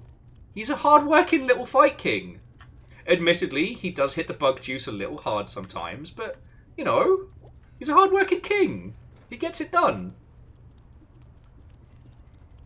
Yeah, so that is my selfish streamer feature request. Anyway, so, yeah. Thank you, and please pass on my compliments to the team. I adore the way in which characters communicate. I love the way in which this game tells its story. I often talk about economy of art and how indie titles are always at a disadvantage, and so the ways that indie teams overcome those disadvantages often adds like this charm, this credence, this beautiful art style. Oh, Oddbug says I might have someone new to rest. Okay. But give Reggie a little sit down before we continue. But we got to find Amy Mouse House first. Oh, wow! So, friends, the Oddbug Studio, the team behind this, is only 5 people large. But, like, okay. Obviously, getting the gentleman that played Geralt to do the narrator was an inspired move. But the thing that I keep talking about in this game is how all of the rats communicate with this cute little, like, squeaking, whistling kind of language. But that all the intercommunication is all through these little... I keep saying vignettes, I need a better descriptor. These little tableaus, these little images between each other. With meaning, you only have to translate the UI and, like, the quest text. The actual dialogue remains consistent throughout, saving you 1,000 fucking hours of work. Fucking genius! Like, you have to understand, I've pointed to this in discussions with, like, you know, game devs and peeps I've consulted with and stuff like that. Actually, sorry, I don't know if Reggie can get married. Honestly, Reggie should think about, like... on the bridge. Hey! I hope you like your Mises cute and drunk, Firestrager, because here we are! Firestrager, thank you kindly for 61 months at a tier 3. You feckin' legend. We are off to go and try and find Amy Squeak House, who is... Amy's in the crypt. So... I mean, we do have our gas mask, so we can go through that area. So yeah, I'm just going to shake off the cobwebs before we start doing any of, like, the fights. And yeah, Oddbug, getting married would be fun. He does need a lineage. But more importantly... Rex the Bard looked nervous. He'd found the crypt gates open. No amount of fermented bug juice would see him go in, but his bandmates were not always so wise. The young king didn't hesitate. See, I love that. Sorry, the dialogue. I just think... I think by the end of this, Reggie's done a lot of fighting. Reggie deserves some cuddles and a fucking lie down, you know? And yeah, Lyrus, we're on a rescue mission. But one of the things that somebody pointed out in Moss was the idea that the reason why the main character in Moss uses sign language is because mice don't have complex vocal cords. That even if they had the intelligence for language, they wouldn't be able to speak it. They just don't physically have the pieces to make the kinds of noises that we do. Alright? So that makes sense. What I love about this is the idea that in this land, and I know I'm looking way further into it than anyone else, but you know, as the mice and rats have grown into these like large, you know, sentient bipedal citizens of this world, that their vocal cords may not have become more complex, but their communication through like body language, sniffles, smells, whiskers, what have you has. And so those little communication blips, that is a shorthand for how they communicate. I love that. Sorry, I know I'm saying things that are really obvious, but...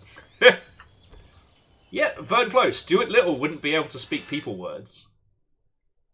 Like, sorry, Stuart. I mean to dunk on your parade there.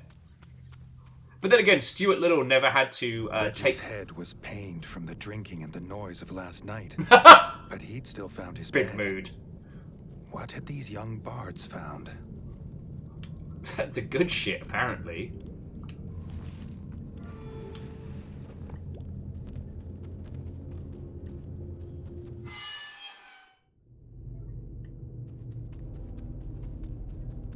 I forget what we found in here, or if this was just a... Is that new?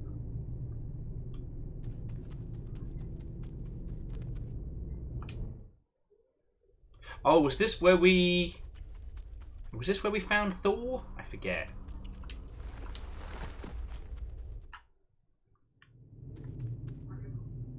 Oddbug also makes a good point that most people wouldn't understand ye olde English. Yeah, it's a mess.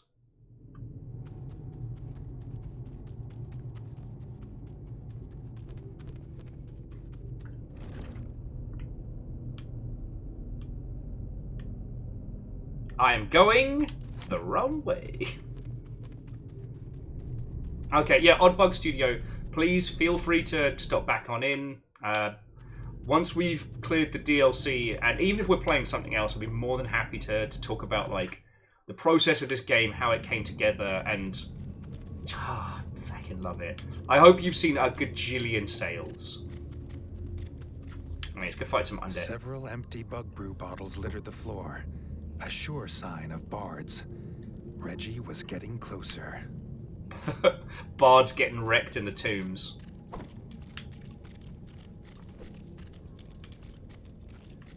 Undead? Undead. Hadouken! Oh.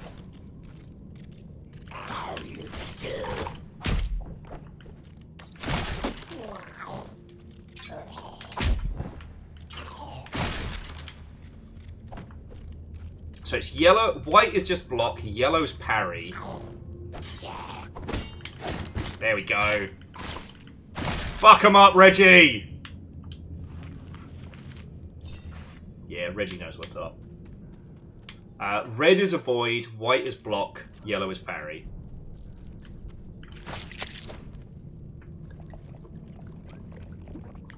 And also, the reason why Reggie made it to bed last night, even after the rawest party, is because Reggie's a seasoned drinker by this point. You know, when you talk to people in the Dark Soulsian universe, they're drinking Estus. Reggie's just been drinking straight up bug whiskey. That's why he doesn't feel anything.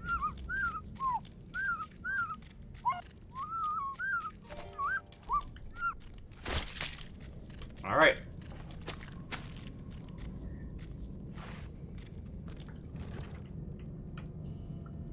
Interesting.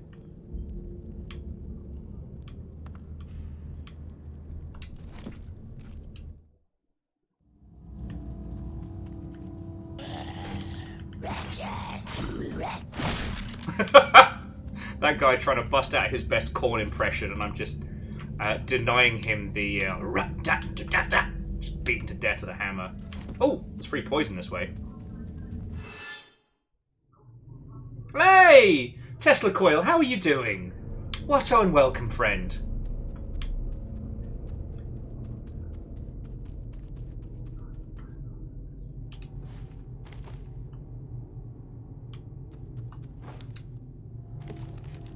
We're playing Tales of Iron today. They just dropped new DLC. And it's really good.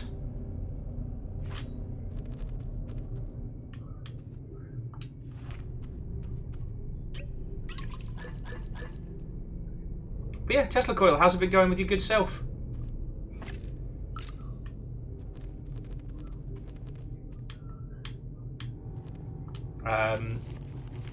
I'm trying to make excuses to be able to play more Rain World on stream, but I think the only thing I've got left is what's his face, the Invisible.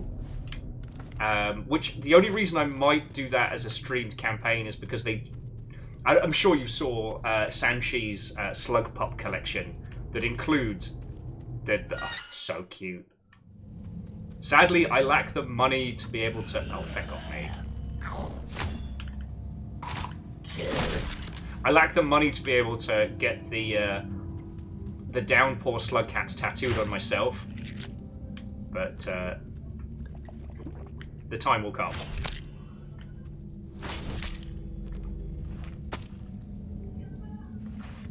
Yeah, you know what? The Slug Cats. No other reason is needed, Lyrus.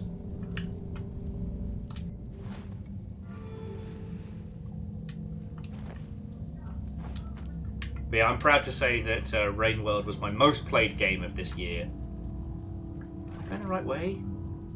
No! Man, Reggie's been hitting the source a little too hard. He keeps getting lost.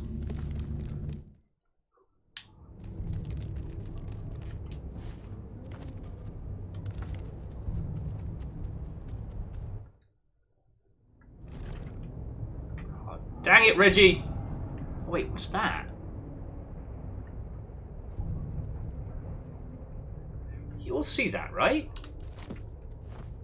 What is that?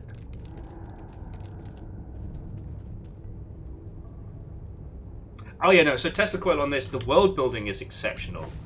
Oh,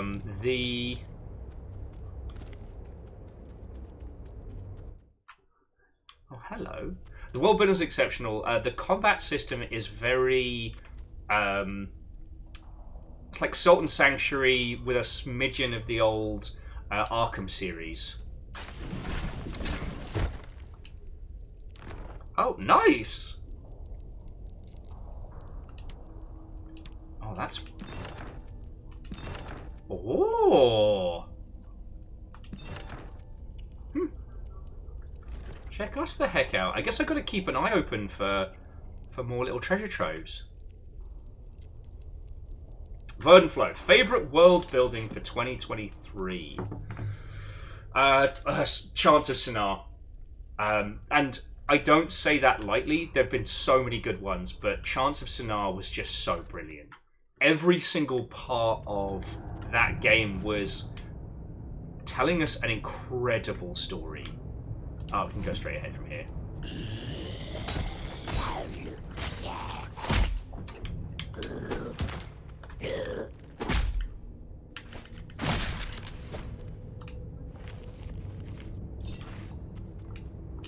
Yeah, I really have to find my sea legs again, friends. Oh yeah, Phyllis, you were saying, and like, as a game to play with your parents, Chance of Sinar was so good. If you didn't see, like for Tesla Coil, so Chance of Sinar is a puzzle game about deciphering language. I won't say any more if you haven't played through it, but just every part of that leads into the world, like the UI, the interactions, the everything. Oh yeah, no, Firestrager, you're going to have the best time. It's not the same as Heaven's Vault. It has its own flavour. And let me tell you, it doesn't beat you over the head with what it's trying to say. It trusts you to understand it, and I love that. Amy had taken refuge by an old statue and was getting some much-needed shut-eye. Reggie only meant to wake the bard, but his shout awoke the zombified remains of Mausamoto Musashi. Mausamoto Musashi! Very sword master. Reggie hoped to get one more lesson before putting him to rest.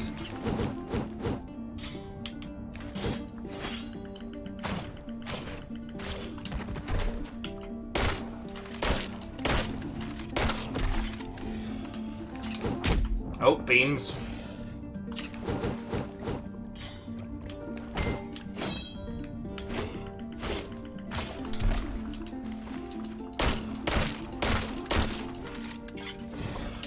Dodge this.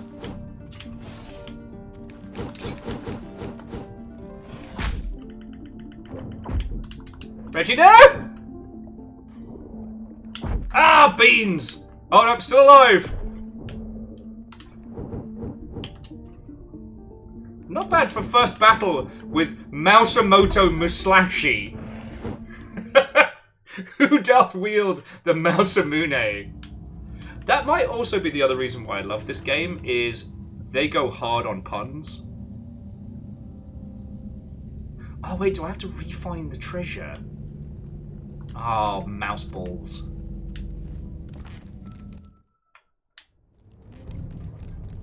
Jemima, yes, this game is trying to out-pun us. Oh yeah, so the other thing to remember in this... is that sitting down at a bench is a save point. It's not a return to. So if you pick up items and stuff like that, you do need to head back to bank them.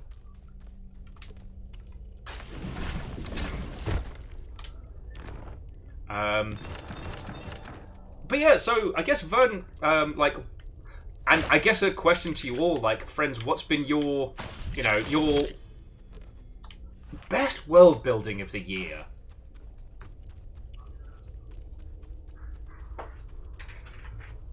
Hello, Amos. What's up, buddy? What's up, buddy?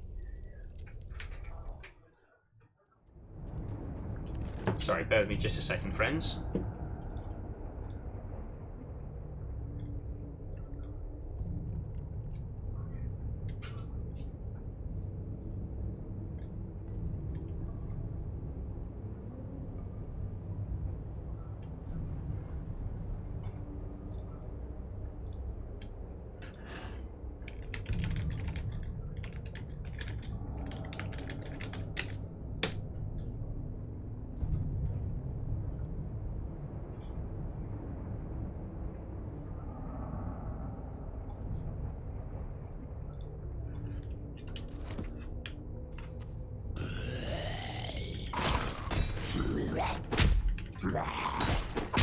Oh, I'm just getting arse kicked now. Damn it! That's what I get for,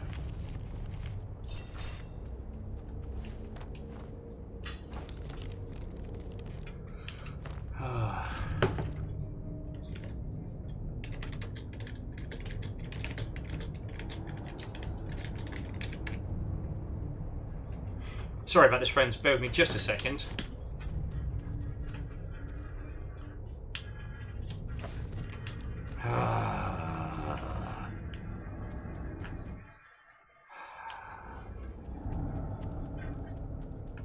Hang on, let me get to a save point. Friends, I do apologise. I'm just going to have to take a quick break. Unfortunately, the wee baby Amos is causing problems.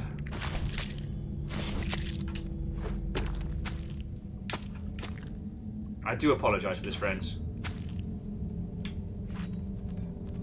I'll be back with you all in just a second, so please, please, please, don't go anywhere. I do apologise for this.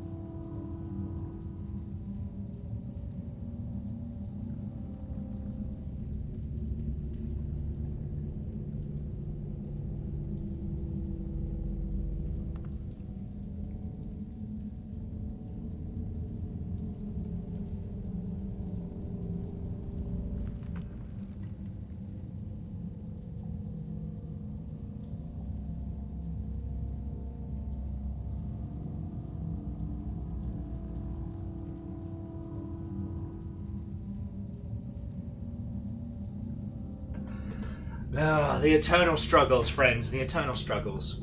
I really appreciate your waiting. Finally drag you all out here for a bit of mischief, and then... But everything is clean and sorted. Now let's go fight Miyamauso Musashi. Which, again, might be one of my favourite names to date.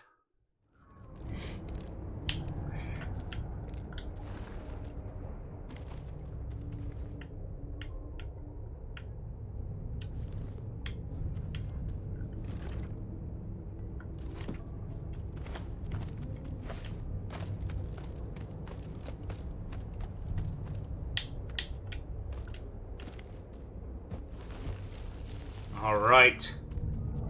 Musashi!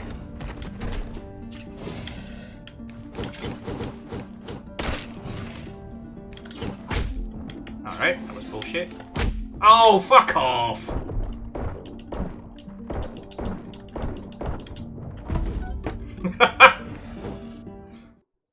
All that wind up! Stab, stab, dead. Alright. Let's try that again, shall we, Reggie? Like I said, I knew it was going to take me a little while to get back into the swing of this. Like, the combat system slaps, but it's got a... Yeah, don't bring a gun to a sword fight, especially against an undead master.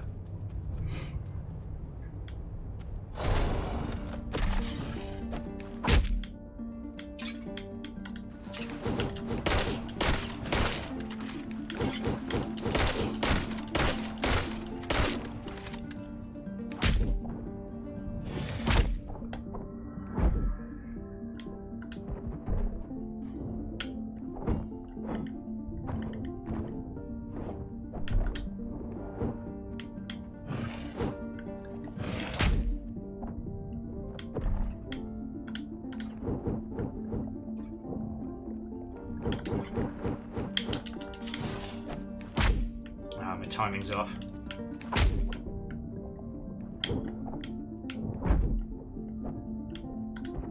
Oh, also, I've got anti-frog armor, right?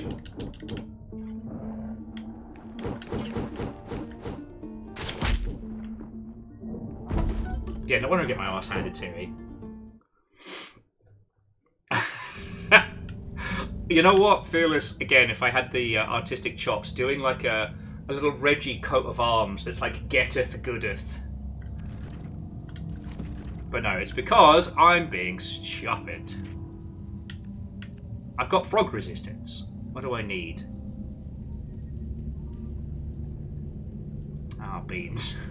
There's no undead resistance.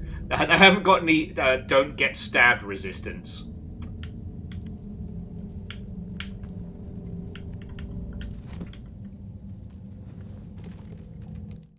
So jumping back, so Vernflow says Pikmin 4 is their favourite world building of the year. Okay. I mean, so Vern, I've not had a chance to really spend time with Pikmin 4. Like, what stood out for you?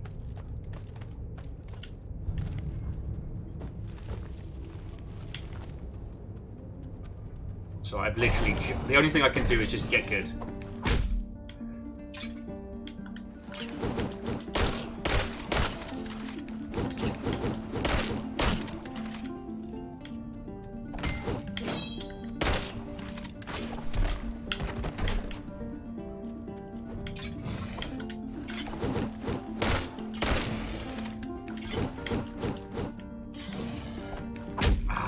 Get those timings down. Oh, you cheeky bad word!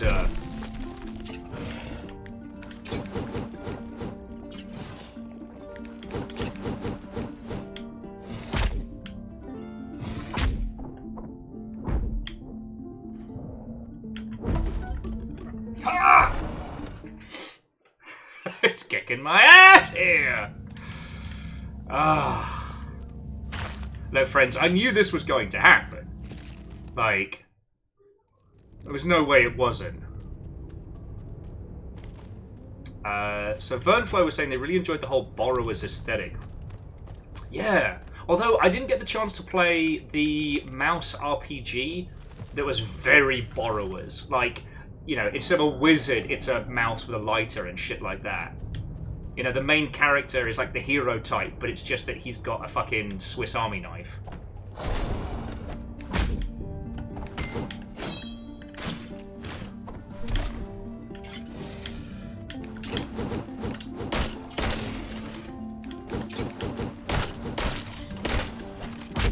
Ah, almost.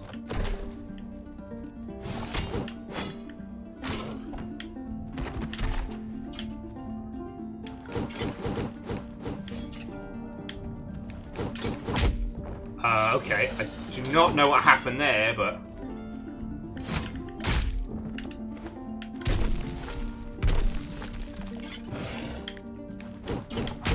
Oh, balls.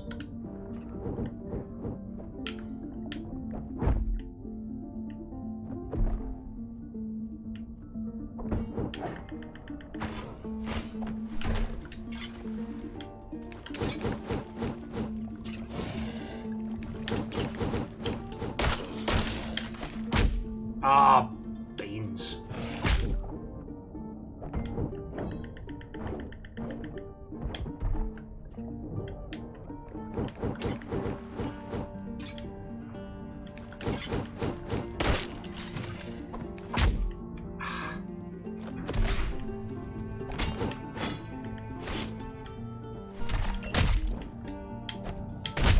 Oh, eat mouse farts, you bastard!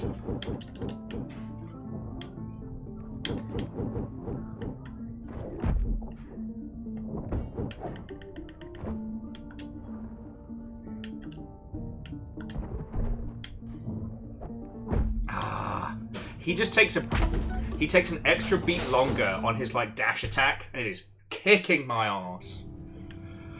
Oh, on the plus side, at least we know we'll be playing a lot of this.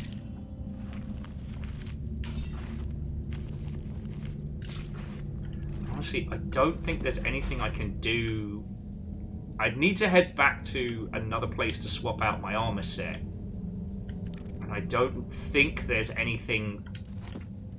I don't think there's anything better. Not without going for a heavier build.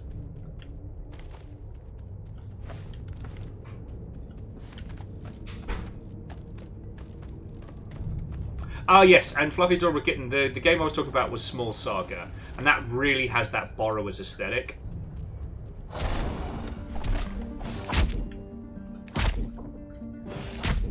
Come on! Reggie, you're killing me here, buddy.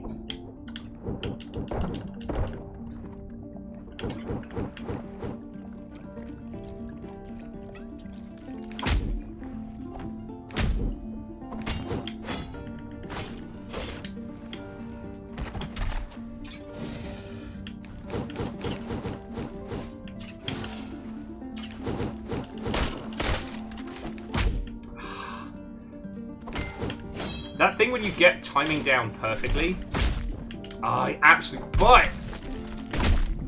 What? What? More like me and mouse over my bullshit. I know, I'm the epitome of wit and banter today.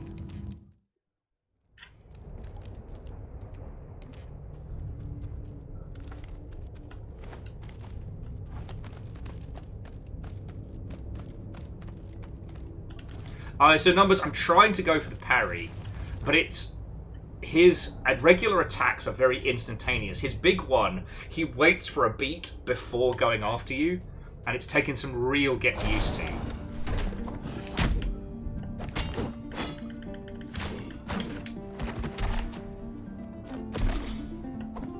Yeah, see that one, he hesitates. Well, perhaps it's better to say that his timing.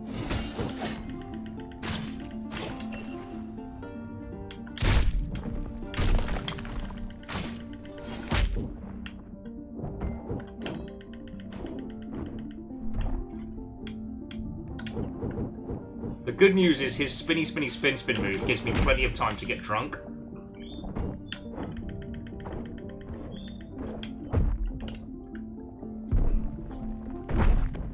Such a prick!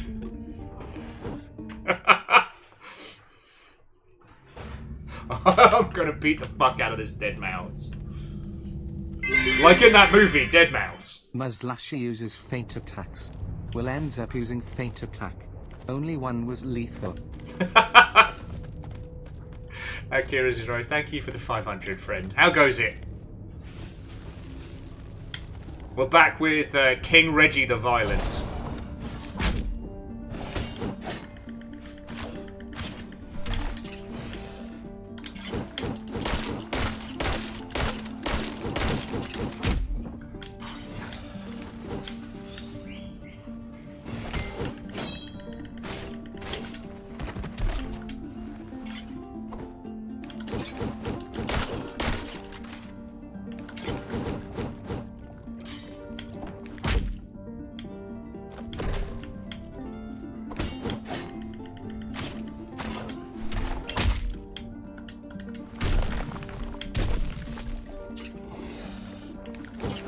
King Reggie the Drunk.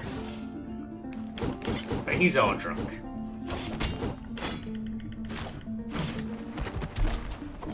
Ah. That's the one that keeps wrecking me. Is his it's really hard to press the advantage with Miyamoto Musashi. Because if you get too close to him, that's when he does his leaping attack.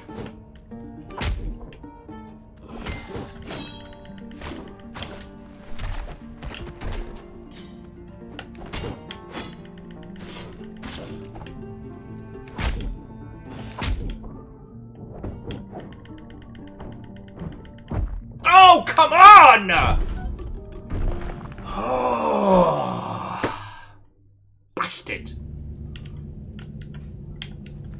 Man, I need to get like a little meme screen that comes up with these games that's just Zalavir's "You Keep Going." Wasted.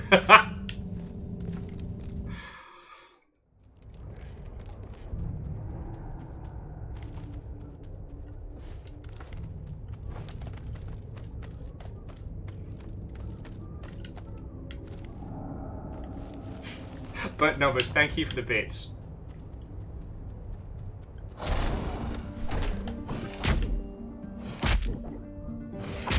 Oh, come on! Work with me here, Reggie.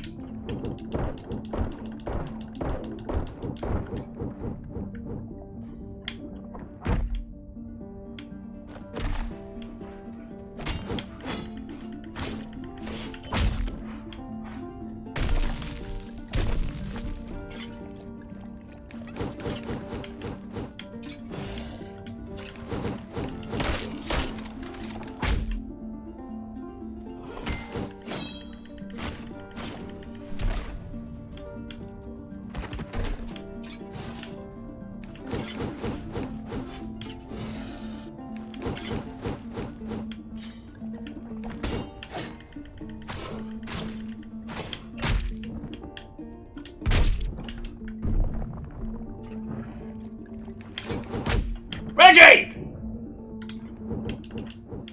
For fuck's sake.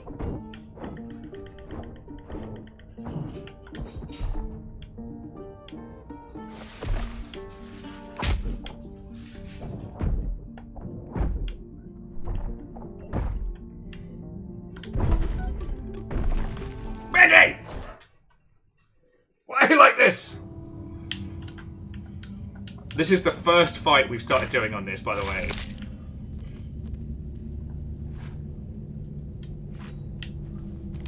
We have to get Reggie some more potent bug juice, so that tolerance.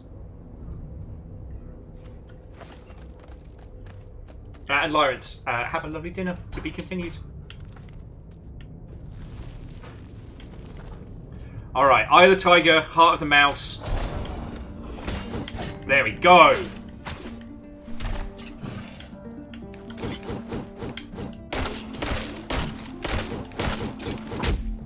Are you kidding me?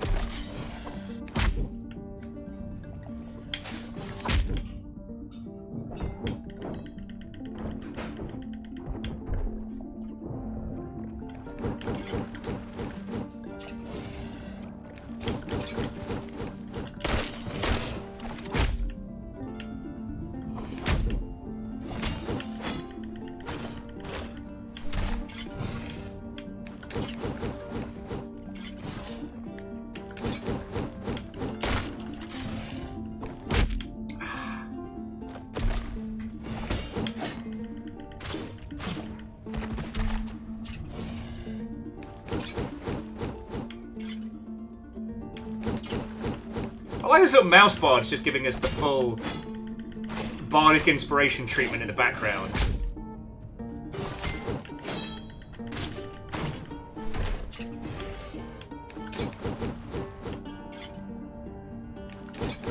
Miyamoto Maslashi here is trying to teach me how to be not shit at this game.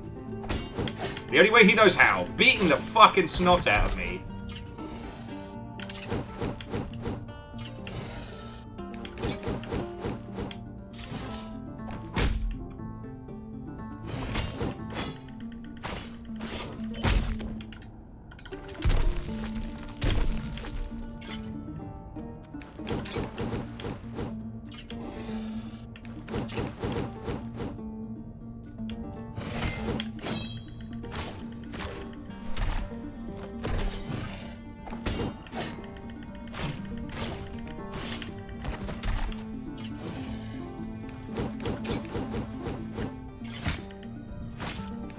There we go! Reggie wished he could have learned from Yes! Matsumoto when he was alive. But now, his dual blades had fallen silent forever. Reggie directed Amy to the Crimson Keep, glad to have found her safe. Ooh.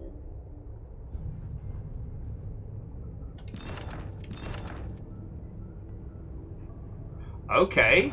Love that.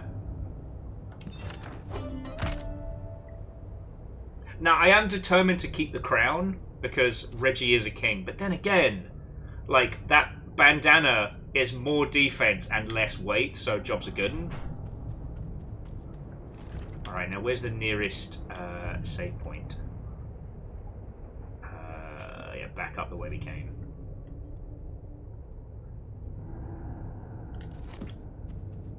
Because let me tell you, friends, there is nothing worse than this than beating one of those bosses and then fucking flubbing it against like one of those rats or something. Reggie!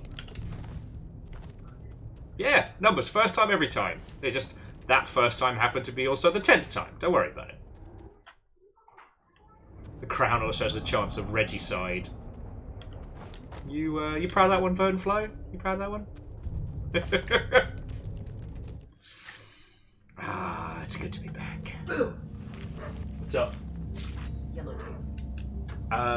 The thing tape?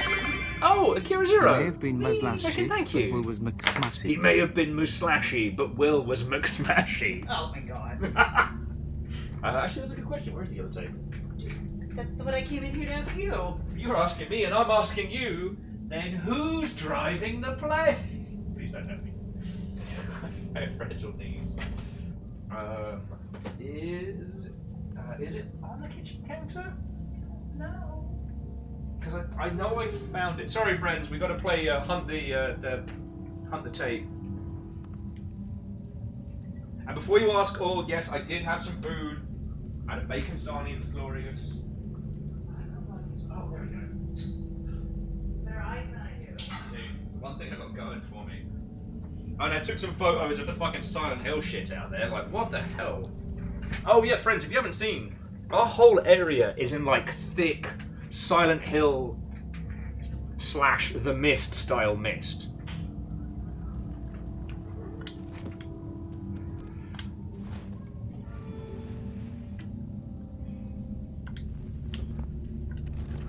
Okay, so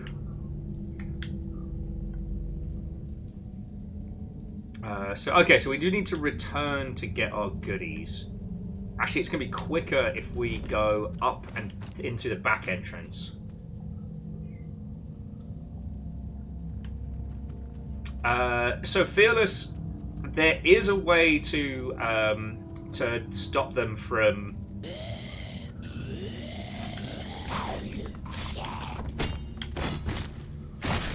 Sadly, it does involve going to their page. You have to block them personally, and then I think after blocking them, add like a don't recommend this channel.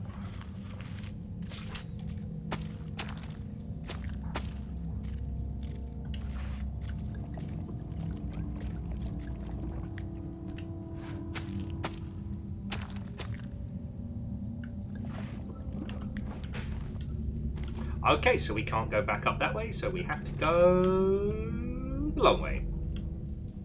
It's alright, we'll pick up some extra poison vials. Be good for us.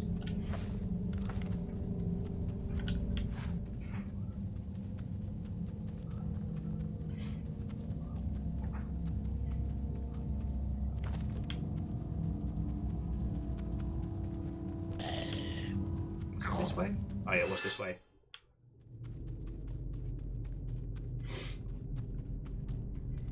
Because I didn't want to use poison vials in that last fight because I need to learn how to fight again, but...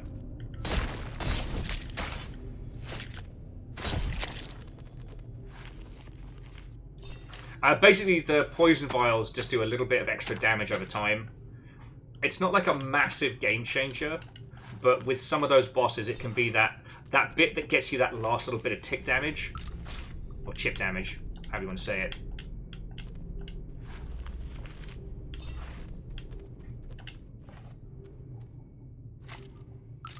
Oh, it's also worth noting that the arrow barrels also refill guns.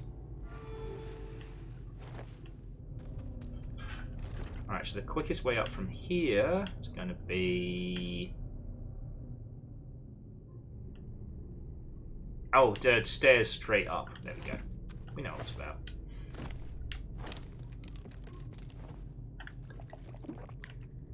Lyris, I did make it. I managed to best Mausamoto Musashi. The pun game has been already on point. And again, it's worth noting, friends, that this isn't paid DLC. They just added this to the game.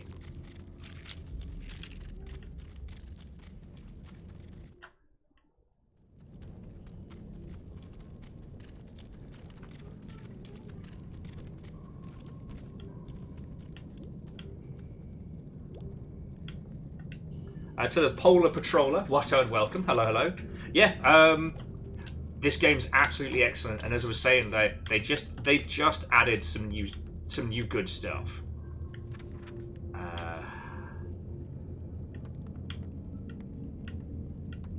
See, Heavy is the head that wears the crown.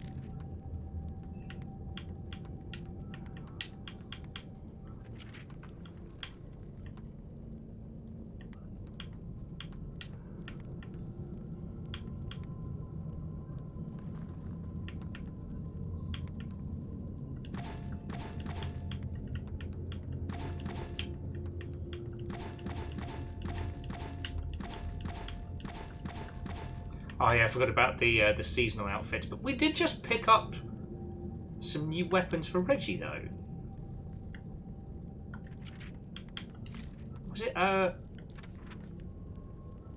okay. So that headband is massive defense and super lightweight. Like, I can't say fairer than that. How about the armor? Okay, so that one gives us new, like, grub resistance. And some cool setups.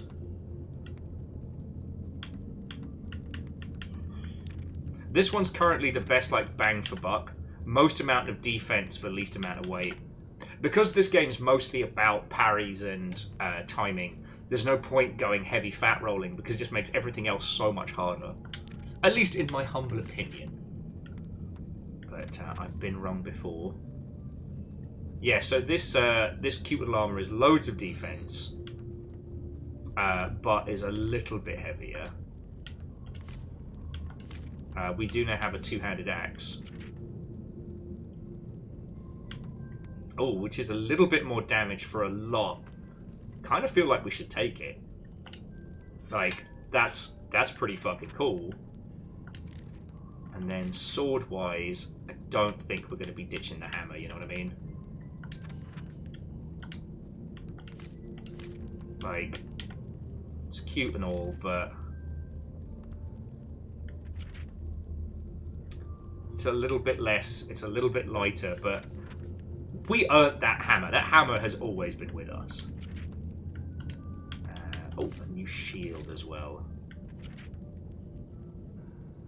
So, that one's a little bit heavier. A little bit more defense. If we're going to beef out our if we're going to beef out our shield, we're going to do it for a bloody good reason.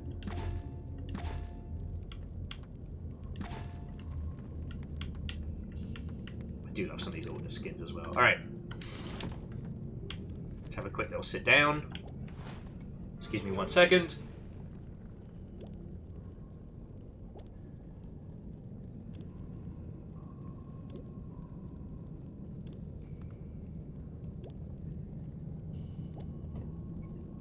Alright. Onward! Oh, fun! Alright, next time we get to an armor set, we'll have a look, see what the goggles look like. Okay.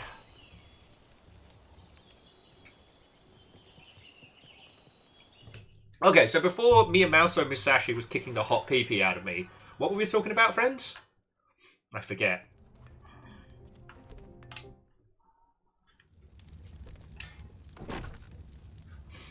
Missing Bard. Cheddy Mercury. I want to break free. Fiona. What? How's this for a mouse name? Cheddy Mercury.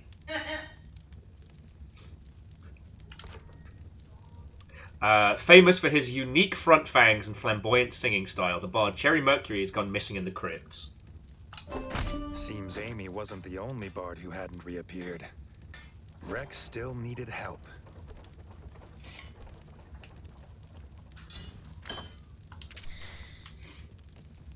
And to Pixel Paradiso, hello. It's so good. And again, if you haven't seen it, they just dropped new DLC.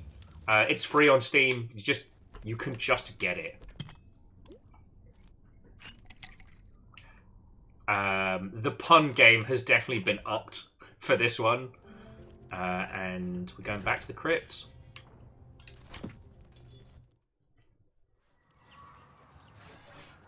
Oh, yes. So, Polar Patroller, the narrator is played by the same gentleman that does the voice of Geralt of Rivia in the Witcher game. Amy was waiting with Rex. She'd remembered what they'd been looking for in the crypts. The Book of Immortal Song. Maybe Cheddy Mercury was still searching the Hall of Book. The dream of music that lasts forever was worth the risk to these talented young bards. It's just the sheet music for I Know a Song that'll get in your head. But then again, this is why I have so much respect for professional, voice actors, because I wouldn't be able to deliver the line Cheddy Mercury without giggling. Sit down. I want to break free. Pages from music books littered the ground, perhaps dropped in a hurry. Cheddy must be near. But what had made this brave bard run?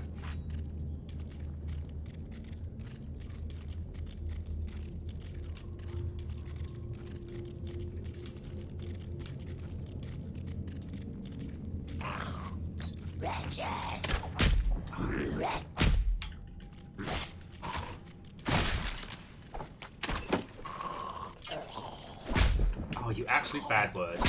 Oh, I forgot about that.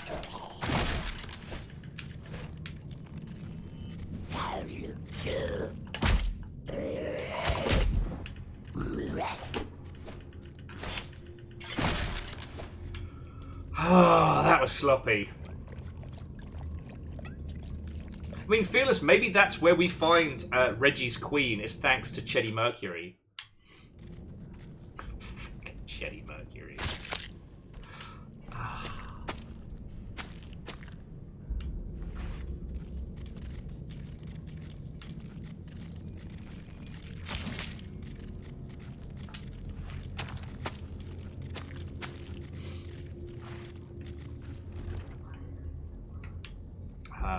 Okay, yeah, so we're heading forward this way.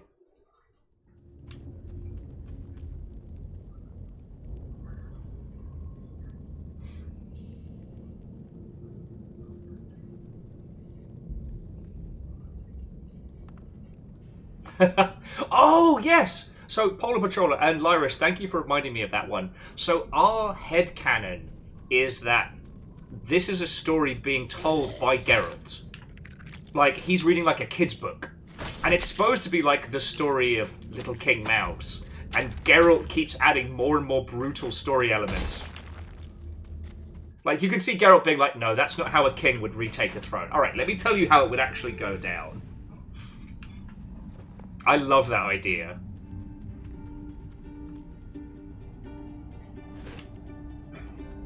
Freddy!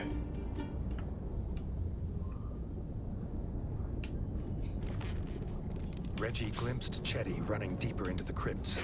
Something had scared him. Something lurking in the shadows.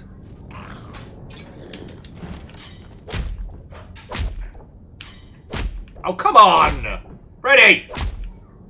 Oh god, this guy isn't even a real fight. Alright. Shields up!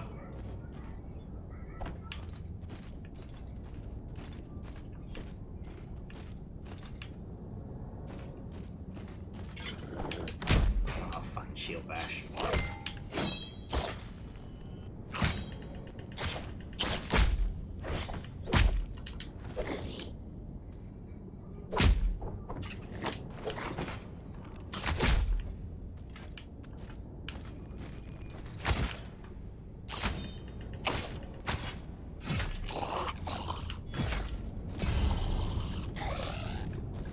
Not my finest work there, friends.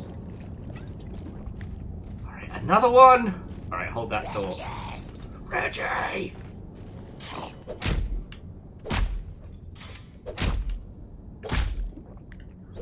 Oh, for... Enough with the poking!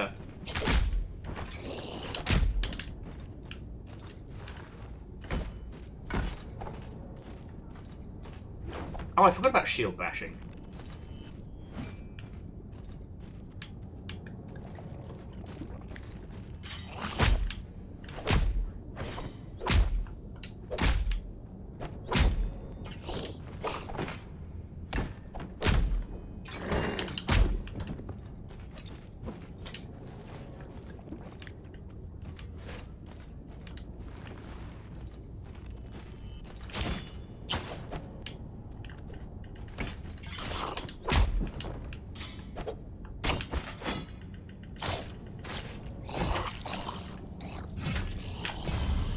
Fucking hell.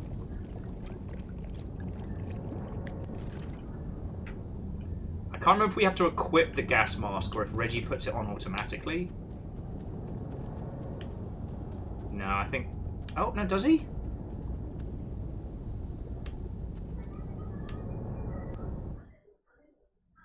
Yeah, no, alright. Reggie puts the gas mask on automatically. Alright, cool.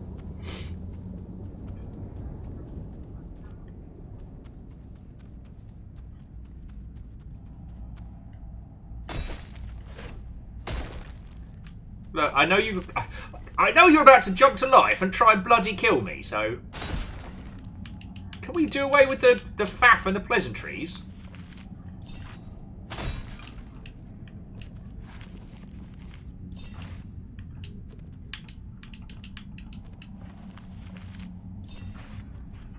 Yeah, and Marty Cade, that was me. Caught up with the lost musician, but Chetty wasn't leaving without the Book of Immortal Song.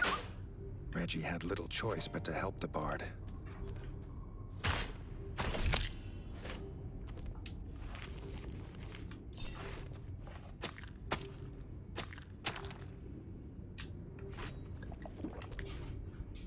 Dear Tiny Bugs, I'm sorry. It's not my fault that Reggie's a raging alcoholic.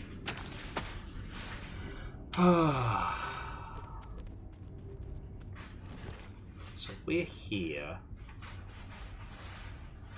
Oh, if I make a straight cut across, I can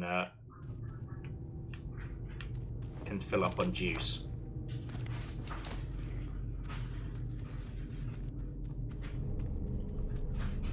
Yeah, those yummy, yummy bugs. Well, so Polar, they actually say fermented, so I'm not being contrite when I'm like, Reggie's just getting shit-faced. We actually know he is. Except for... I shouldn't have gone this way. I have fucked up.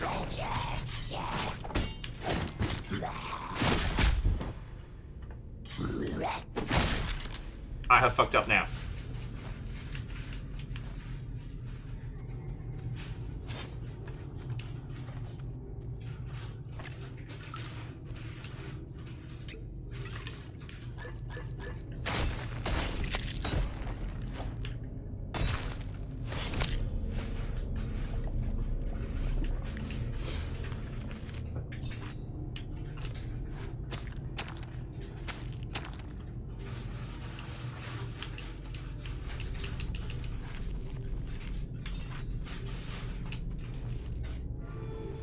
Should not have sat here, but here we are. The reason I fecked up is because to head to where I need to go, I've got to go back through that same area, but I can't go up and above.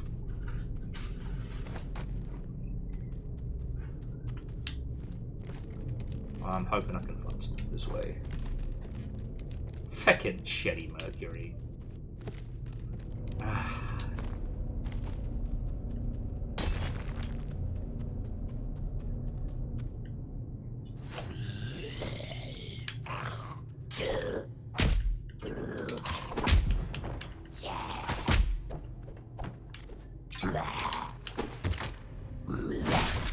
There we go. I'm burning through more healing than I'm acquiring. We call this the good work dingus I maneuver. hear this game is full of bugs. Well played, Fearless, well played. And thank you for the bits, friend. And thank you, I hope I mentioned this earlier on, but thank you everybody that that chucked in during the Twitch promotion.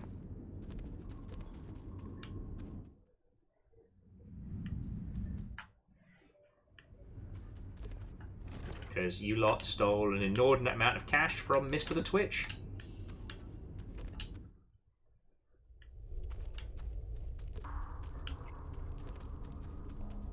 I just gotta hope that there's more bugs on the way, or that there's a save point slightly closer. Otherwise, it's gonna be a fucking challenge.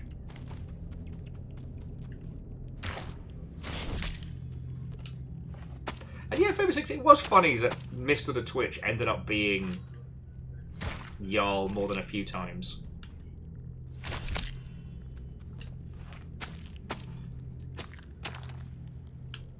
Alright, that'll have to do. As soon as Reggie set paw in the Hall of Books, Ah, he knew beans. something was wrong. Fang Something in Boo. the shadows, quieter than a mouse. It was Fang Boo, an infamous warlord known for his brutality with a halberd.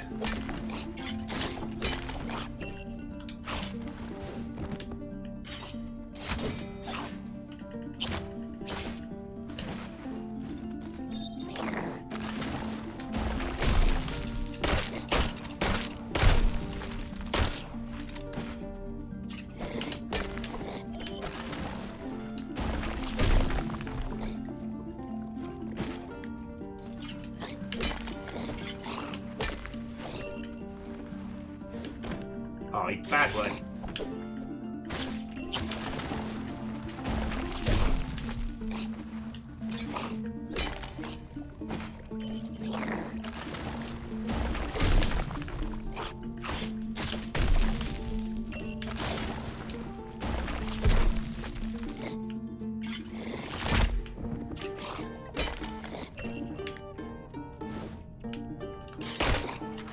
Ah, balls!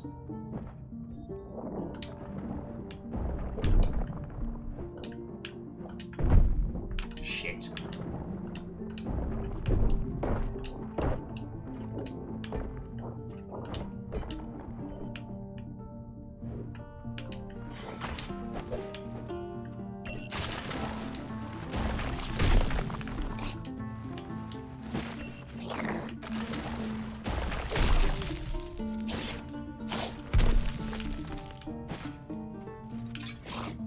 Oh no! Oh yeah, and Judicus, thank you for pointing that out. Yeah, so TLDR, they just dropped this DLC, so this is all brand spanking new.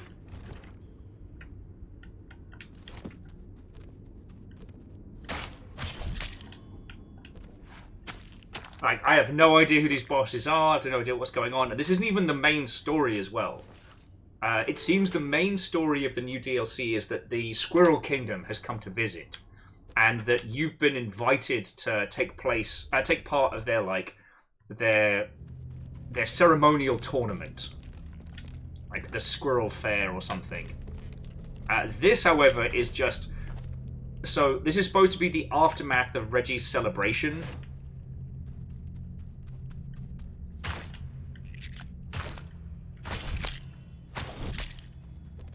The bards got fucking destroyed the night before and have gone down to the crypts to try and find the book of never-ending music. As soon as Reggie set paw in the Hall of Books, he knew something was wrong. Something in the shadows, quieter than a mouse. It was Bamboo, an infamous warlord known for his brutality to the Helper.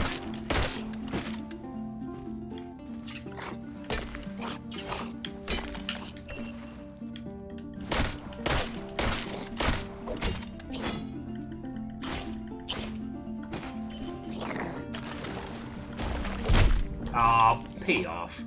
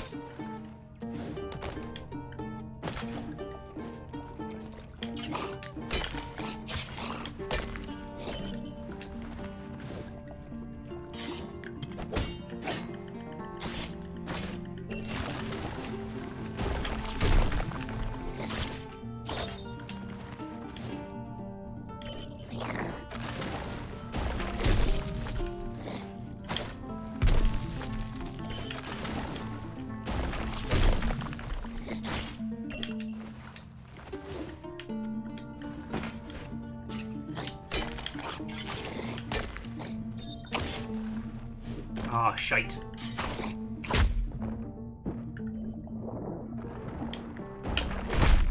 No!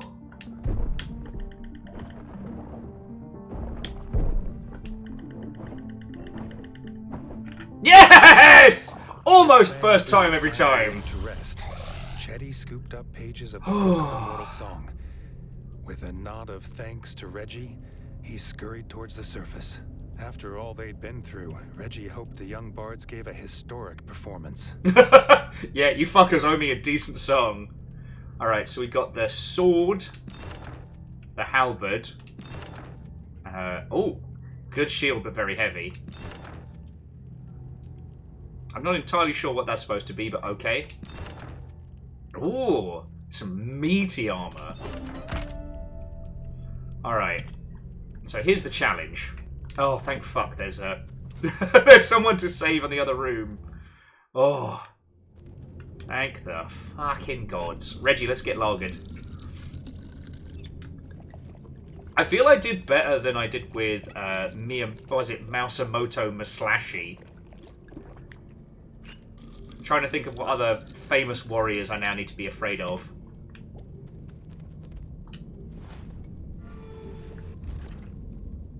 Alright, so we are here.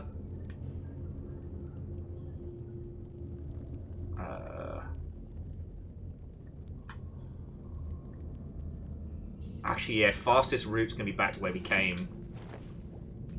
I cannot wait for them to be like, oh, by the way, there's another member of our... Alright, you know what? You lot can fuck right off. You know what, frogs? Fuck off. I might be king, but I'm not getting paid enough for that.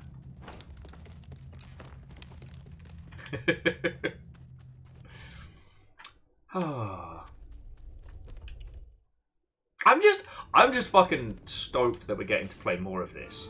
Like, I honestly thought that they were done with development, and I am so happy to be wrong, you know?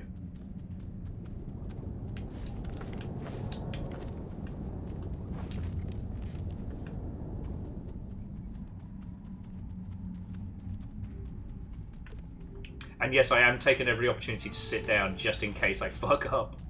So much faith I have in my skills. Oh, shish.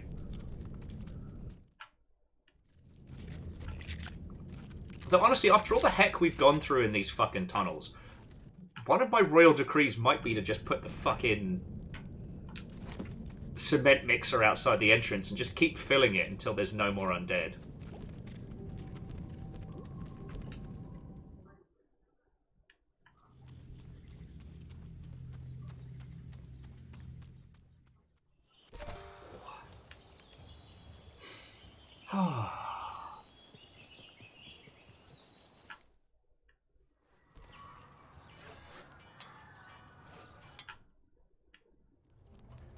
Alright, so let's see what else is going on.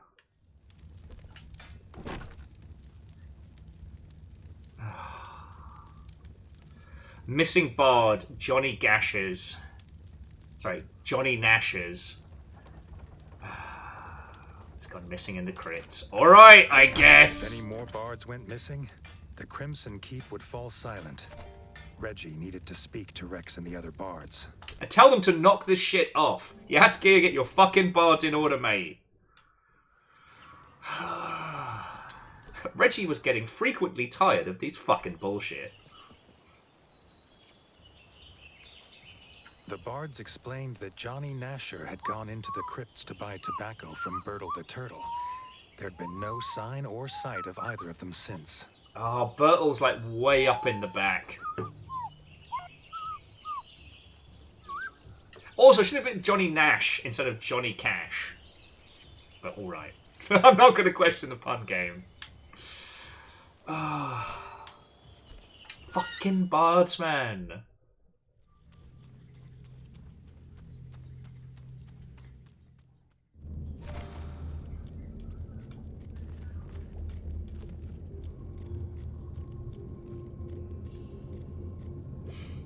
Alright.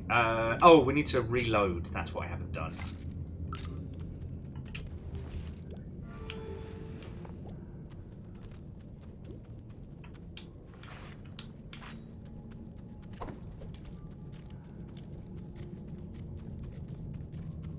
Yeah, sorry, that's a very bloody good point. Where are my knights?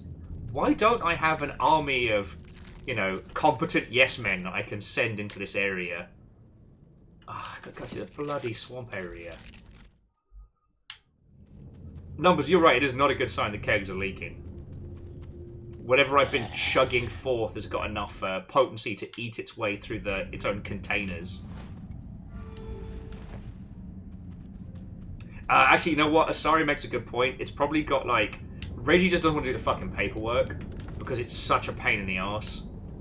Like, if Reggie just rushes forward and does it himself, he doesn't have to do all the administrative nonsense. Tobacco pouch. Johnny would never have left them on purpose. Also, as an FYI, we had to go down into the underground to get a gas mask. Like, gas masks aren't common. So, Johnny is just breathing this fucking air in. Oh,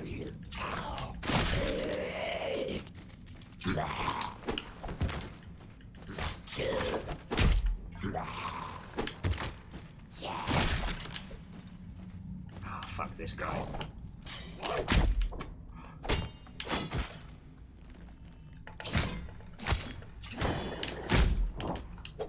Doesn't even hurt me that much. It's just an asshole.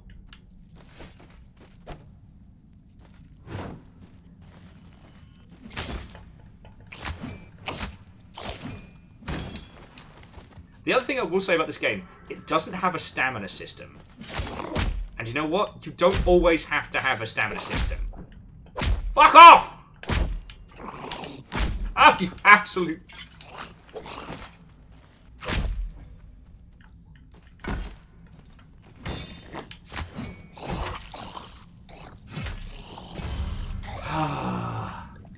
jokes. You don't always have to have a stamina system in your games.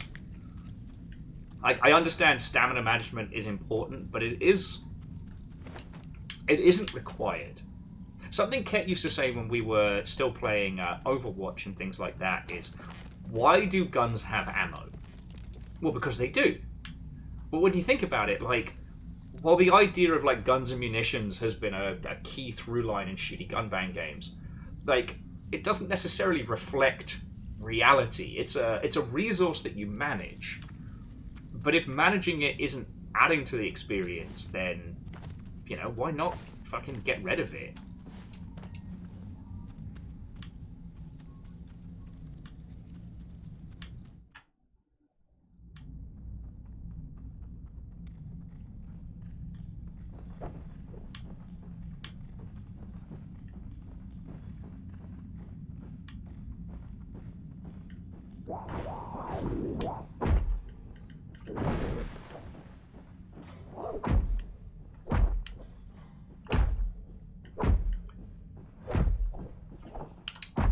Okay. Okay! Okay! Reggie needs to get the fuck out of there. Alright? Alright. Let's do this proper.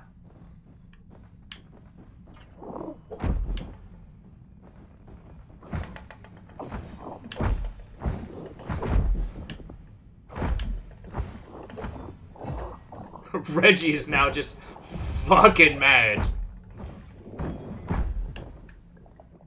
Health be damned. Reggie's pissed.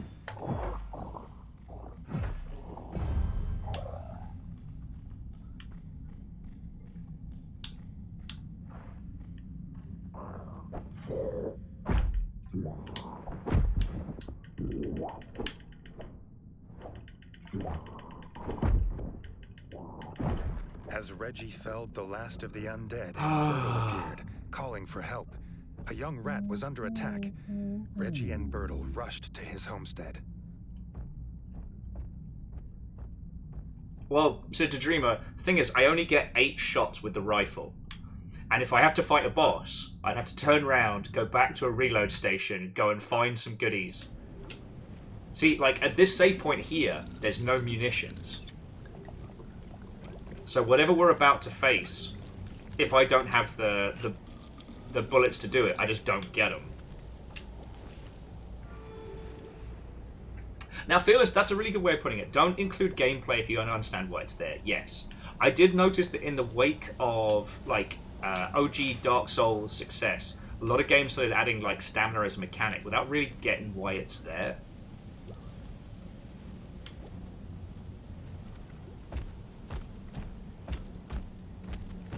Oh, what did you do? Oh, what the fuck? This fearsome Toad King rode his lizard steed into many a battle. This will be his last.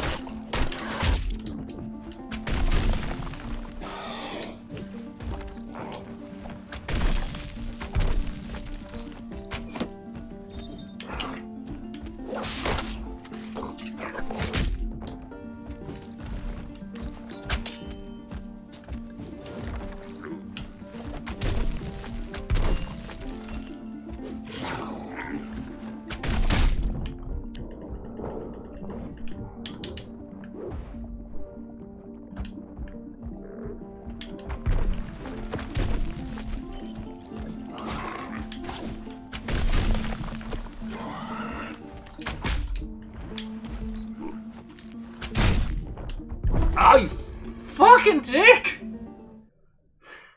Genghis Khan as a frog. I hate this guy. Alright. Shields up! Clack, clack! Let's do this. Not a horde, but Crocus Khan. This fearsome Toad King rode his lizard steed into many a battle, but this will be his last.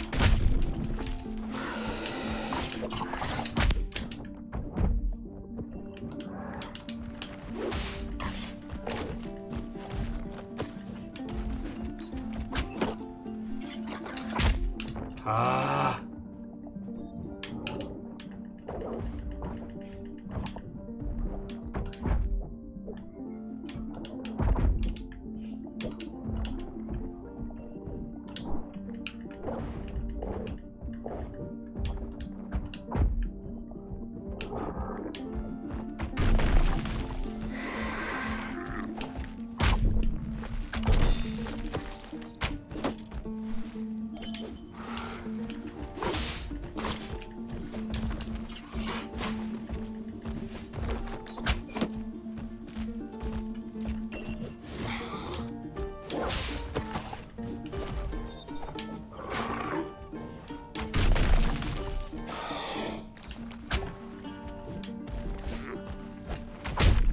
Ah, I keep forgetting. Like,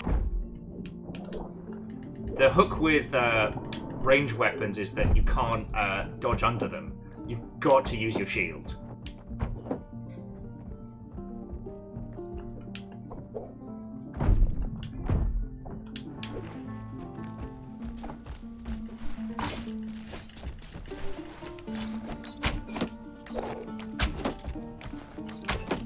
My turtle friend could keep helping, that would be great! Didn't get the parry on that, but...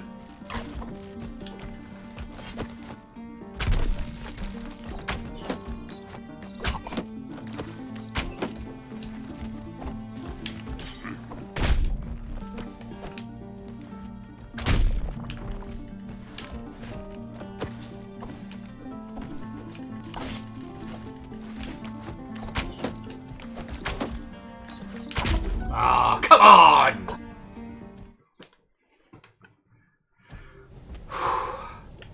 Alright, we can do this. Slow and steady. Slow and steady and beat the fuck out of this guy. Not a horde, Crocus Khan. This fearsome Toad King rode the lizard seed into many a battle, but this would be his last.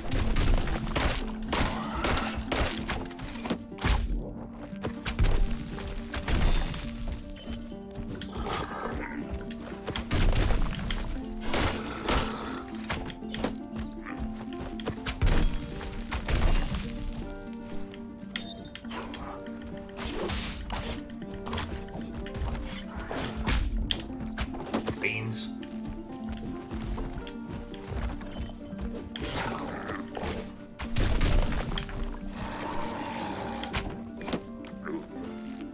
Ranged attacks aren't that vicious, but they just make it so hard to heal.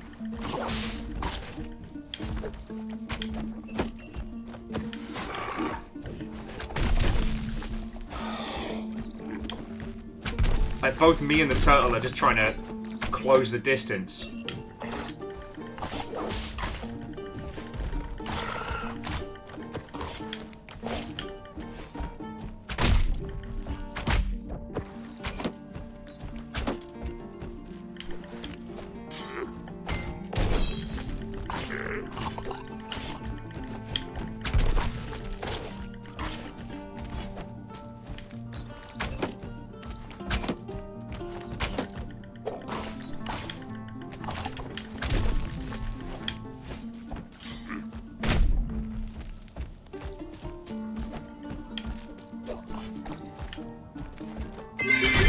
Hey! Oh yes, 62.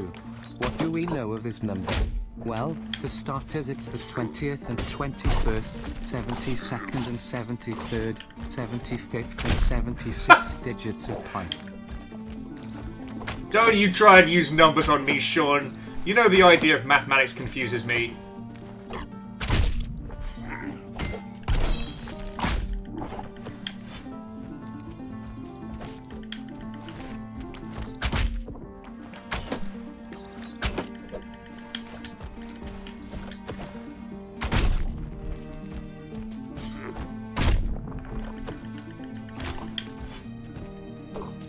Darn it, why won't you die? There we go. Rumored that 1 in 8 frogs can trace their lineage to the great Crocus. But this old toad would sire no more. With Crocus defeated, Johnny and Bertle thanked Reggie for his help. Reggie hoped in the future they would find safer and less pungent places to trade. But Sean, how are you doing? Thank you for, I mean, the full complement of 62 months and at a tier 2. How are you doing, friend? To bring you up to speed, so they just dropped new DLC for Tales of Iron. We're currently working through the Bard quest line. There's a ton of new free stuff, and I'm severely hoping we get to find out the all the stuff that the king has been hiding. What's up, turtle friend?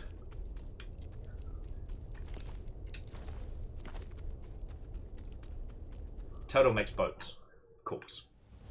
Just got back from Calgary. Oh, how was it? I hate that any time that Calgary is mentioned, my brain immediately goes to the Boots the Head skit. Oh, lovely.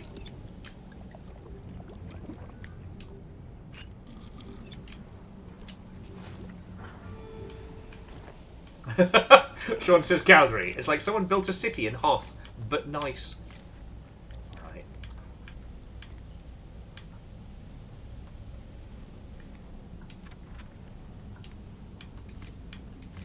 Seeing what we're getting armor-wise.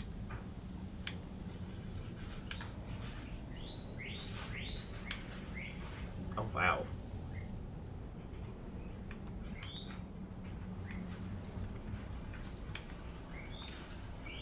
There we go. That beefs us up a little bit. It doesn't put us into the heavy space. The guinea pigs have very strong opinions about this, by the way, just so you all are aware. Okie dokie. So, we got... Okay, still none of these are as good as the hammer, which makes me feel better. And this is exactly the same, but ever so slightly lighter, so I'll take it. You know, we gotta take our wins where we can, friends. You know.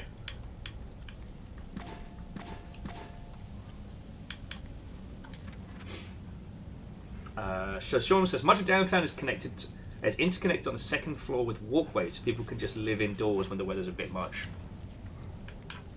I mean, that seems kind of rad, but. Favour 6, you're right. It does seem like the guinea pigs are questioning King Reggie's right to rule.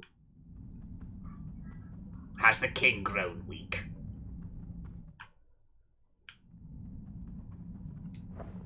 Or perhaps they're just happy to see more rodent representation in action games. Maybe the Tales of Iron team will consider some guinea pig content later on. Only time will tell. Okay, so which mouse-themed musician will we have to save next?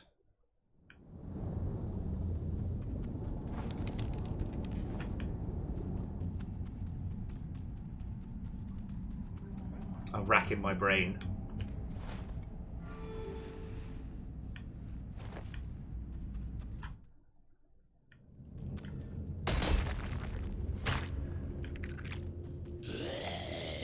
Oh, shit, you. And I am desperately racking my brain to try and think of some mouse musician puns. Because for those who just joined us, we've so far saved, what is it? It was like Amy Meow... Was it Amy Meow's house?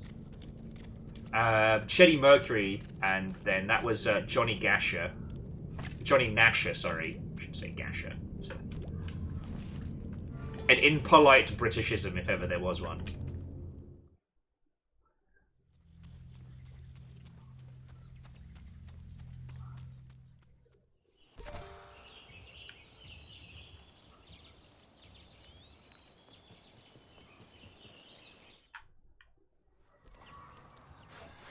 I can't think of a single mouse pun. I might need another cup of coffee.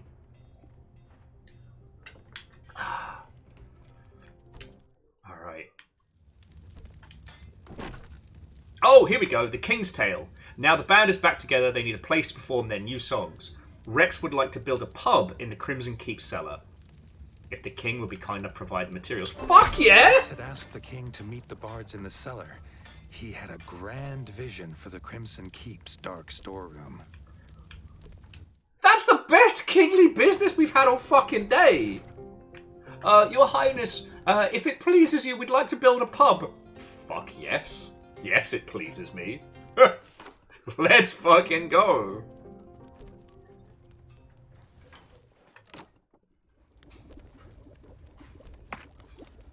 We're gonna have our own underground speakeasy inside our own castle. Sign me up. Alright, what do you kids need? Rex's plan was to convert the dank cellar into a bustling pub, if some rat could gather the materials. Reggie was happy to find what they needed. If for no other reason, then it may stop so many bards disappearing into the crypts. That's an excellent point. Like, I'll do it if you fuckos just stop going into the underground. So hammer, nails, and alcohol. Let's fucking go. Hey, no, Jumami, go get some sleep.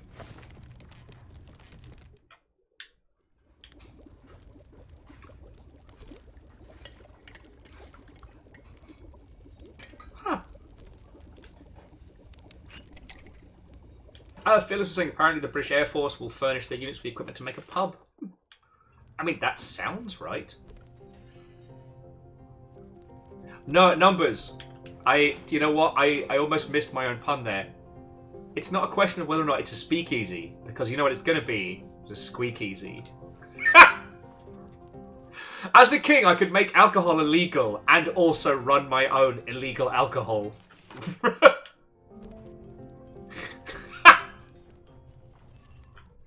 Sorry, I'm going to be chuffed with squeakeasy for quite some time.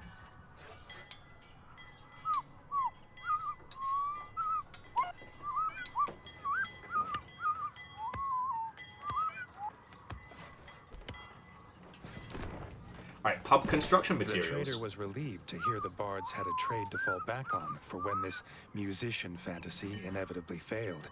So he offered a good price.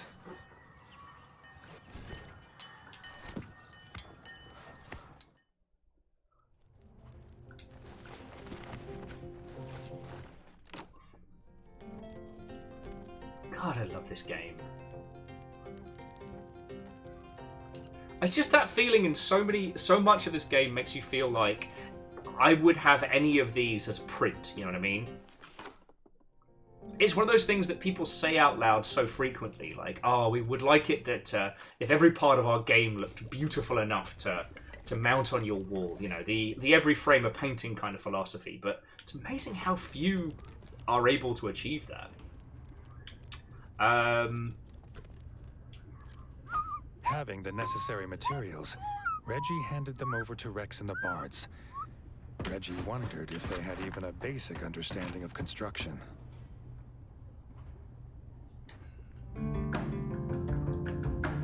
Yeah! Himself spending many a night in the King's Tale, basking in the music, sipping red berry wine, and regaling the rat folk with tales of his battles, whether they wanted to be regaled or not. I love that, implying that in future years, Reggie's just going to get shit-faced down here and tell people.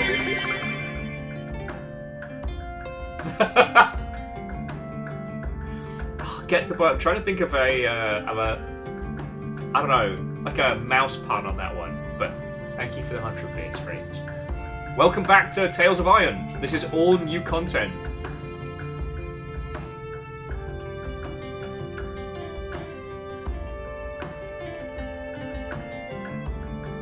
We've got our own little bardic supergroup, banging out some tunes, just sit here and get drunk. That's the life. That's the life.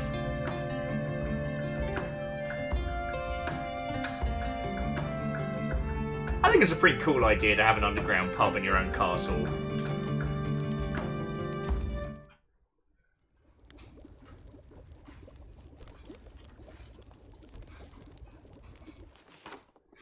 Okay, so let's have a look. Alright. So this is all there is for quests in the Crimson Fort for now. We need to start... Well, we don't have to, but I want to start following the Festival of Leaf's Fall, which I believe takes us to a new area.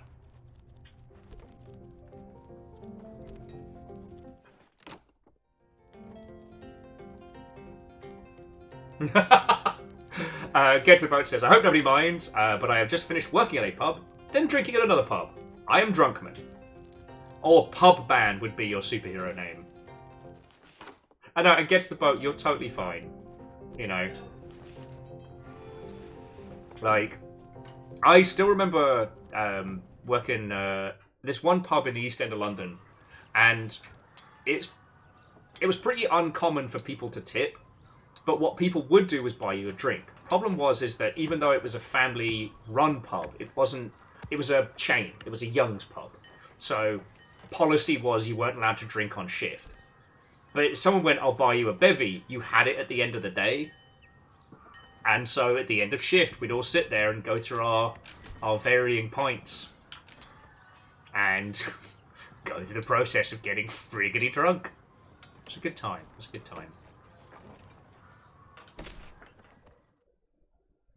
Zua, I didn't. It was called The Rat's Tail. Because Reggie would get drunk and tell people stories there. But that's a good one. Okay, so friends, welcome to Bright Fir Forest. This is a brand new area for us, so...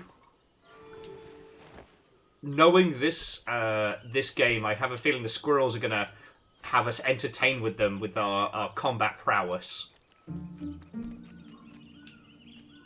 Reggie was greeted by the squirrel guide Zazu at the forest edge. She'd been sent to show the king the way to the festival, a secret path known only by squirrel folk.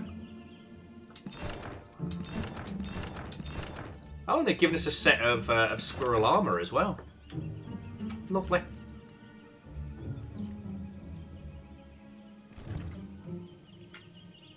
Secret tunnel! So Gets the Boat says they live in a fairly small town in the west of England, and tonight was not only almost Christmas, but we had a big horse racing event in town. The customers were... Yeah. I'm so sorry. The forest was not at all what the young king expected. He'd heard the bright fir's golden leaves bathed the entire forest in light. There'd been no mention of these giant mushrooms that made the air heavy with spores. That sounds bad.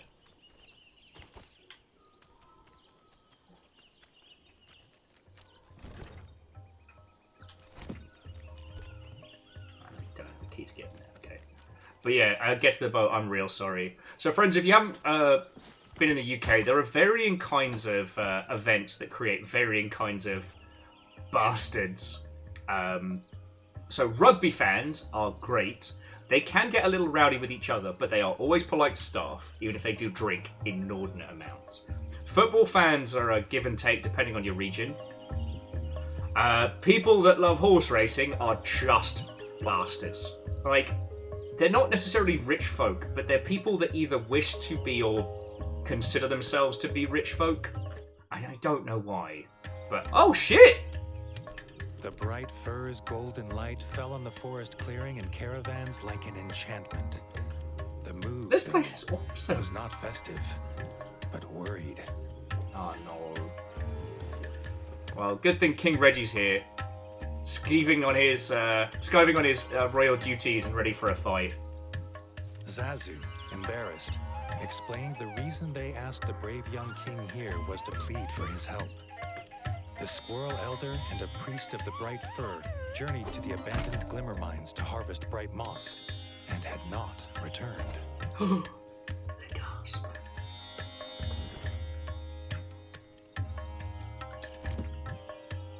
All right. Well, I guess let's go save the day.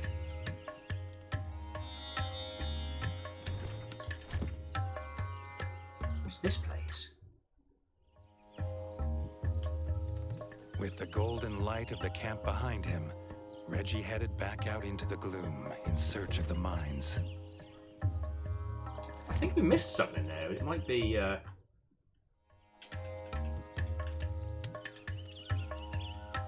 I guess once we've saved people, then we get some cool stuff over here. So cool.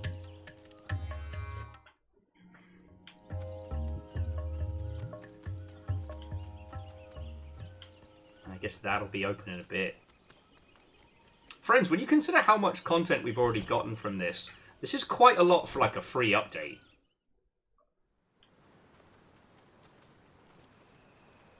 When I have the cash, I might have to pick up the...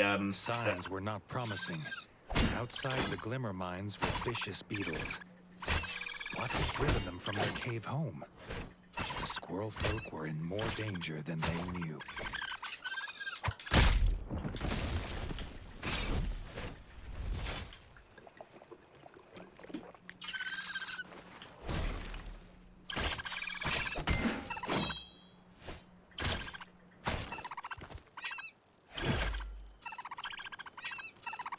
I forgot Reggie can do that.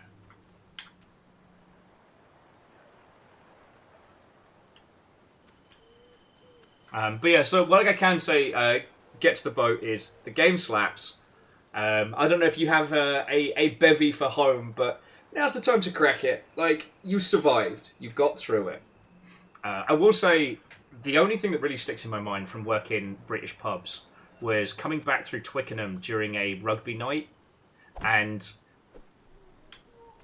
like, chucking out time in the UK is a special flavour of fuckery, alright? And stadium chuck out time is doubly so.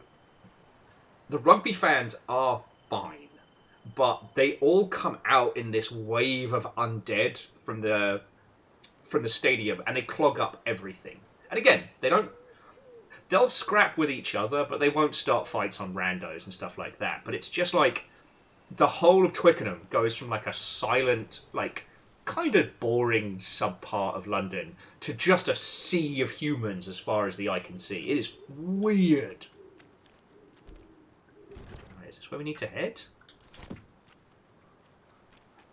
Yes, so we can explore a little bit. Oh, good base to get our groove on. No key though.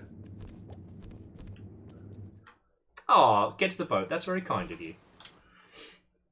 I'm cutting back on drinking this week, actually, and my goal is to make it to Friday evening, which will be a good solid run through. Oh yes, Lars, you're right. I do have to top up my bug juice.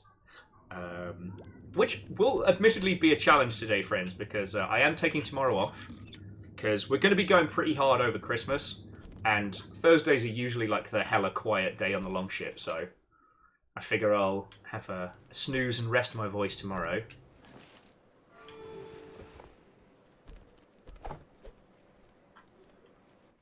Sorry, I will be. So my goal is to, I don't know, to try and get my sorry ass in gear. The problem I've really been suffering throughout 2023 was I started using alcohol as both a stress management tool and to help me sleep. And now we're at that last place and we're getting through that move. Like, I really need to not be drinking to sleep. Because, you know, I've been doing the math and, like, I'm drunk, like, 5 nights out of 7 most weeks. Sometimes 6. And that's not healthy. So, I need to sort that out. And I'm hoping that it will help with getting my sleep pattern under control. Because I don't want to be starting late every day. You know, like Asari and Get to the Boat, and those of you like based in the UK and Europe and stuff that, you know, you're naturally night owls. I get to see you. But there's a bunch of Longshippian locals who aren't. And whenever I start... Squirrel Elder's walking cane lying abandoned. If he didn't have it, Reggie wondered, how did he carry himself from this place? Yeah, he's not doing well.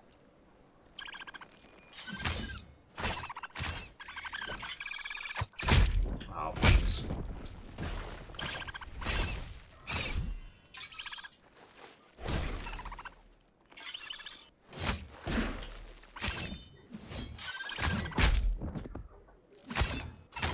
I need to change up my armor after this fight because guess who brought his anti-frog armor to a bug fight?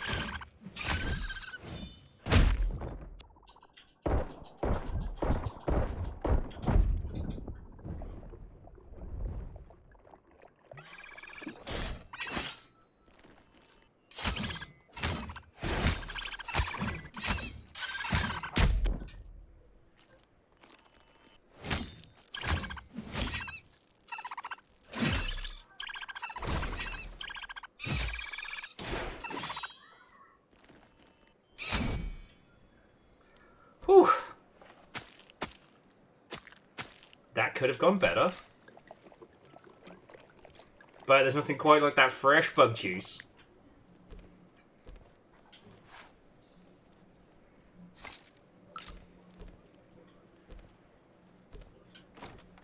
Okay, so I just need so much new kit. Okay, so armor. We want the lightest anti-bug we can.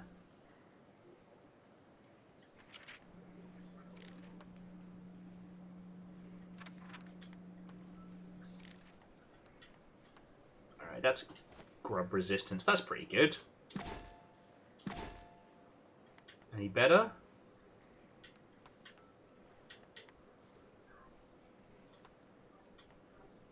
It's interesting that the three element types are frog, grub, mole, and mosquito. That does make me laugh.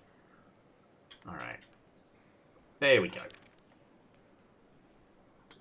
You got this, Reggie.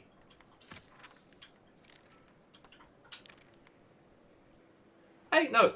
Get to the boat. It's entirely fine. It's entirely fine. But yeah, so aside from work, I hope we've been doing good. Verdant Flow was asking us earlier, like, games that have really been standing out this year in terms of, like, world building. And that's such a wonderful thing to think of. Because, like, a big open world game doesn't necessarily mean great world building, you know? There have been so many games this year that have been, you know, wide as a puddle but deep as a trench, and I cannot love those kinds of games enough.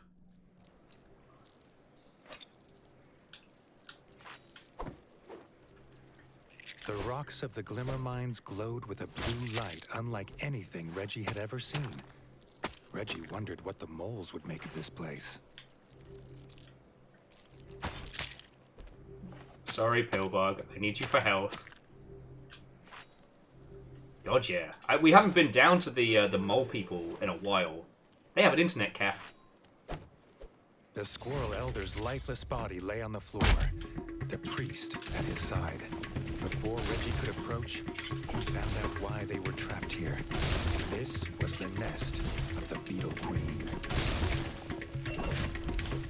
Just remember, if you say Beetle Queen fast enough, you can summon it.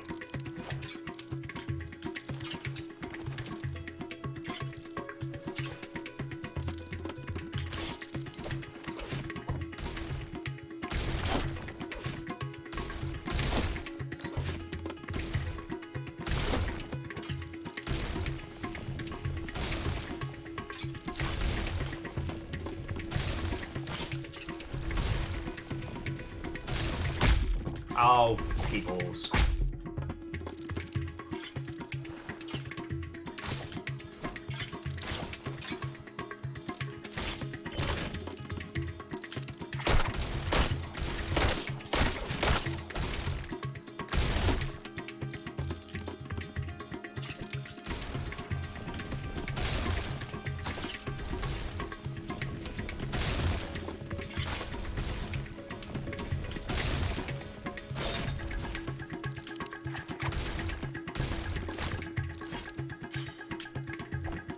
Ah, mistimed it.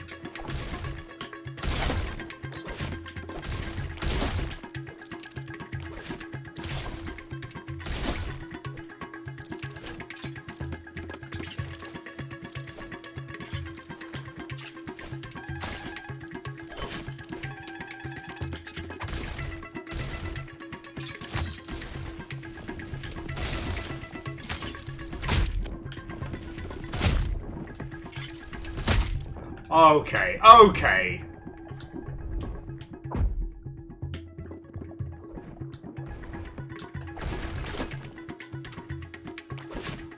That's what I get for losing focus.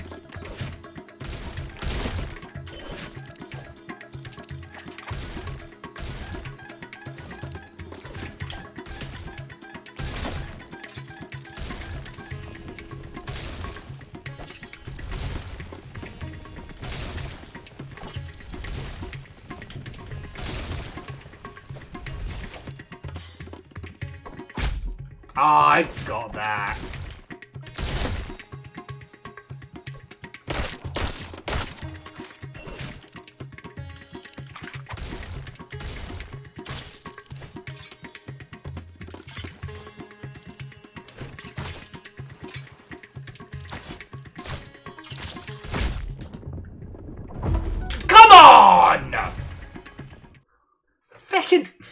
soon as I got the big axe out, got my ass handed to me.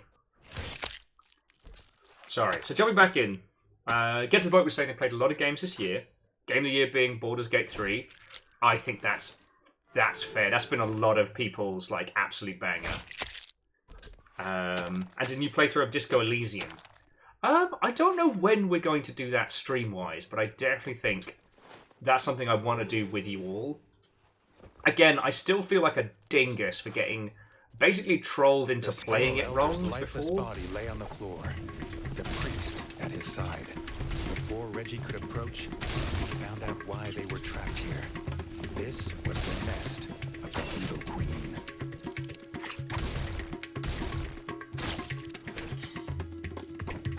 Ah.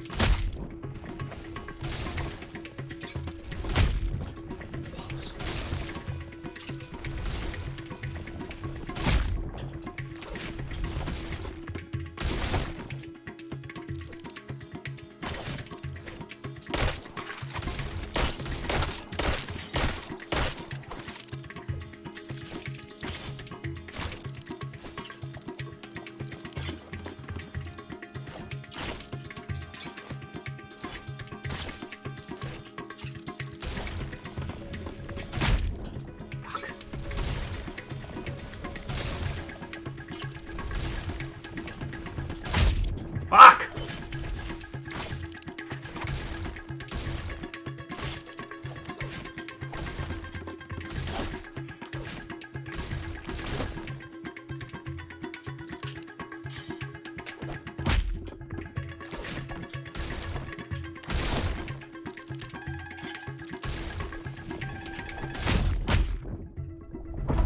Ah, fuck sticks.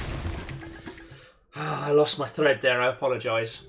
But no, so when I say I played Disco Elysium wrong, so what happened is we had a couple of people in chat, and they caught me off guard because they were trying to make it seem as if they were really big fans of the game, and they were like, "Oh, well, you know, are you gonna play this? Are you gonna play this game sensibly? You know, loads of people play this as just like a meme game." And I was like, "Oh, okay," because the only playthrough I'd seen even snippets of was, you know, the one shoe detective.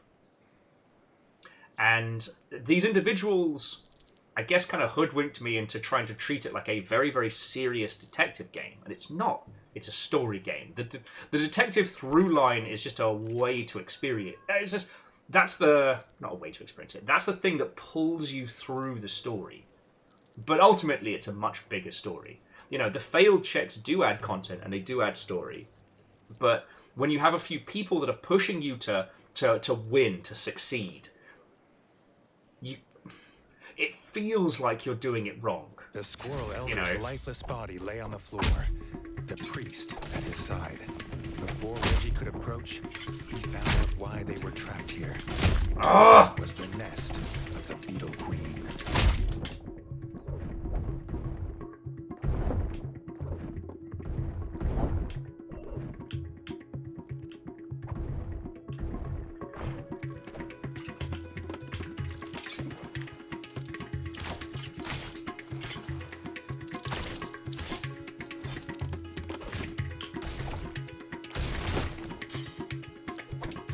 Ah! It's the borrow combos that keep throwing me off. And there isn't a lot of a window. But I do want to touch on what Greybeard was saying, how one of the things that's been really great about this game, like before and now, is how there's just such an attention to detail. For example, there's only boss music if there is someone to play it. So, like, the bard here is jamming out this fight. In the previous ones, it was one of the bards in the background playing songs. But in the main game, it's like, you know, the frog who's captured a bunch of bards and has them, like, play his battle music while you're fighting him.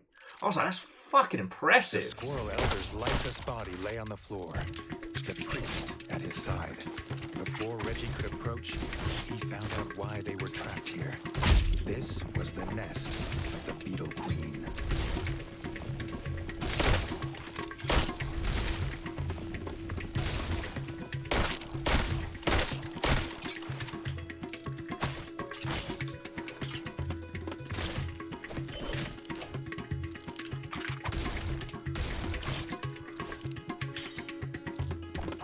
Ah, almost.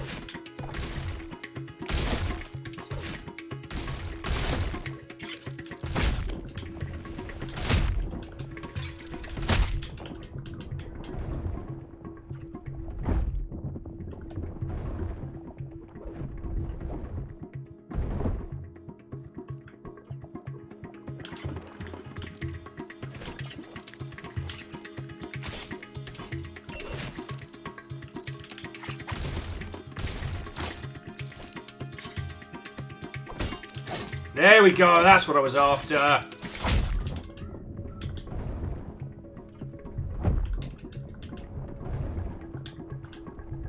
Come on! Fucking bug spray this whole fucking place.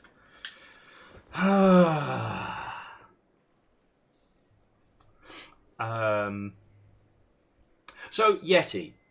There is a very, very... Actually, you know what? I've mentioned it twice today, which I think means legally I need to show you the video on this one. So, there is a wonderful, wonderful YouTube series called People Make Games. If you're not following it already... Wait, why am I not subscribed? What the fucking bullshit? Then you need to.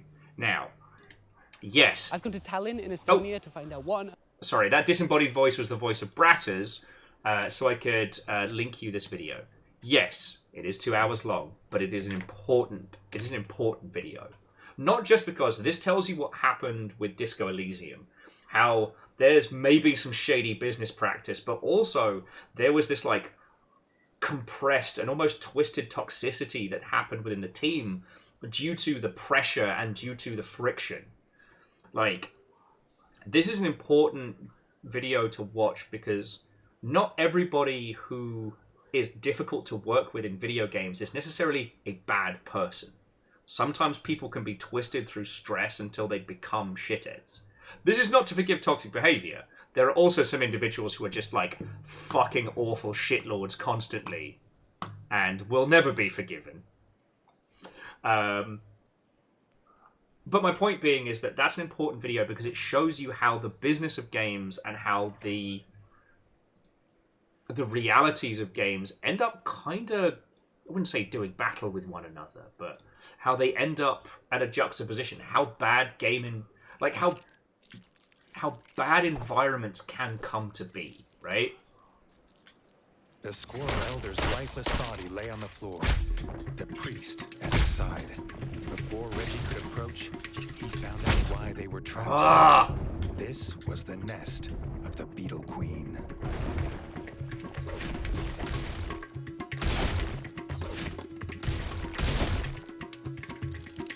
You're about to see some ruler on ruler violence here.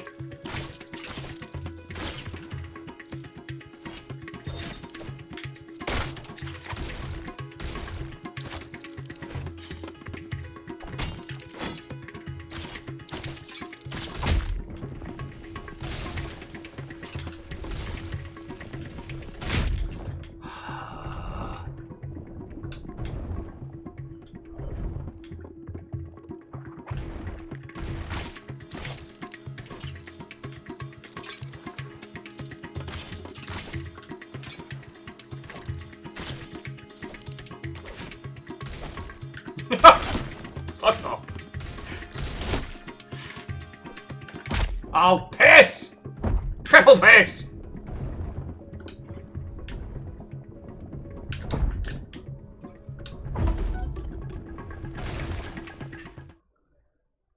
I am going to annihilate this fucking bug. But yeah, so Yeti, I don't know what to say. I don't know if you should fiscally support Disco Elysium or not. I can only say that, you know, The squirrel elder's lifeless body lay on the floor. The priest at his side. Before Reggie could approach, he found out why. All I can say is that it's one of the great games of our time. The Beetle Queen.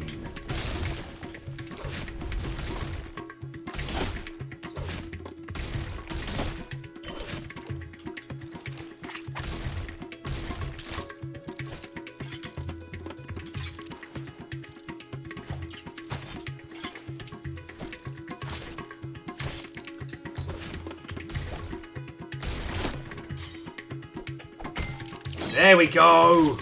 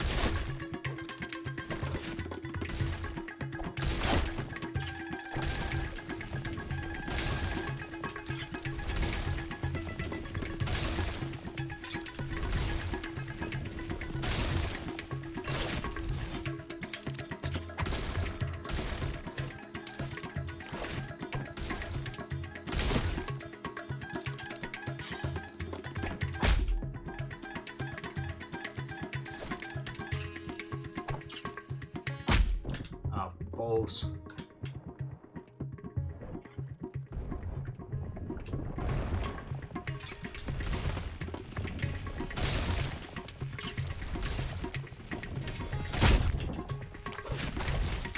Oh, there we fucking go! Regicide! Reggie style! With the Beetle Queen in her Reggie approached the still body of the Squirrel Elder. The Squirrel Elder rose with a yelp. He'd been entranced from the ritual smoking of extra potent bright moss. Unaware, he almost became the Beetle Queen's snack. Thanking Reggie for the rescue, they headed back to begin the festival. So to recap, the Grand High Priest got too fucking high in the fucking caves and he got eaten by a giant bug.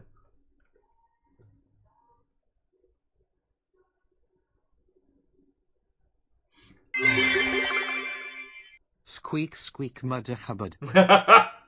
Fucking yes! And Bacon, thank you kindly.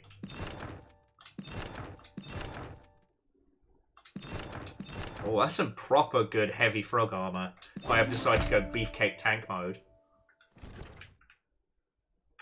Alrighty.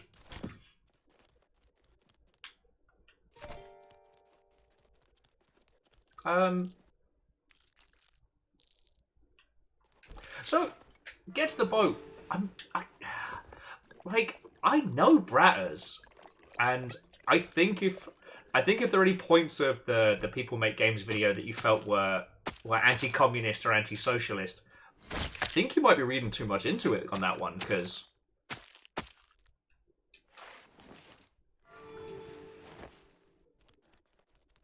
like, if anything, that video shows the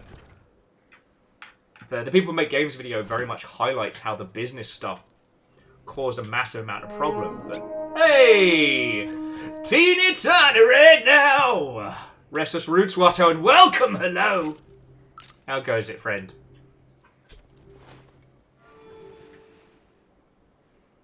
How was your stream? What were you up to?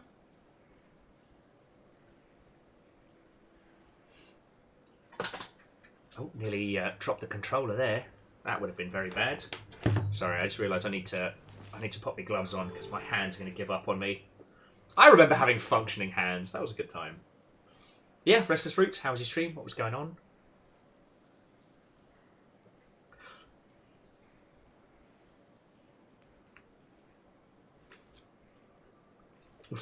No, to Dreamer. Actually, my hands recovered from the stop sign.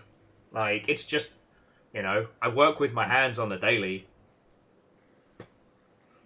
You know, and time is a merciless force. But compression gloves have been helping, so it's good. See what extra goodies we've been given. Man, Reggie has a lot of crowns and... Oh, that was what the goggles look like. I think Verdant Flow was asking. They're all right. But we'll be going back to the...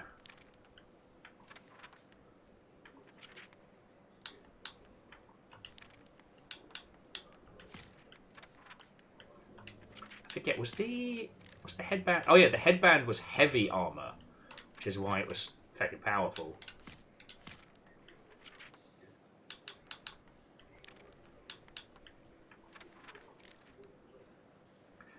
And get to the boat, like, I'd have to have a look at it as well, because I'm not dismissing anything outright. It's just, you know when it's like, yeah, you hear something and you're like, wait a second, that data doesn't fit, you know?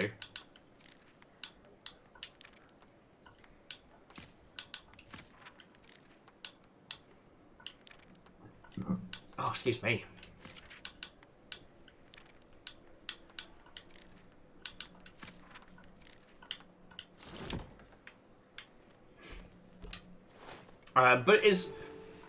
I do know that the two creative gentlemen who are no longer working at the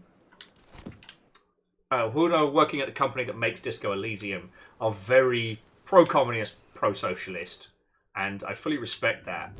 But like, I think that's why that video is so important, because like, they created something artistically that's very in keeping with their ideals. That is a fascinating game and totally worth your exploration.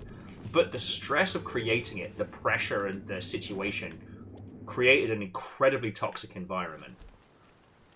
And ultimately, that friction led to some real bad times. And again, I'm not excusing how those two individuals treated their teammates, but boy, I can fucking empathize.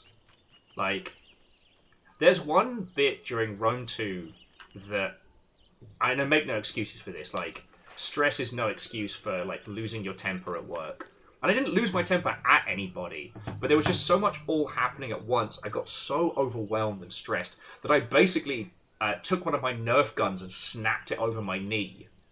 Because I was just so frustrated and angry. And, like, that's not cool behavior. Like, that's not okay. You know?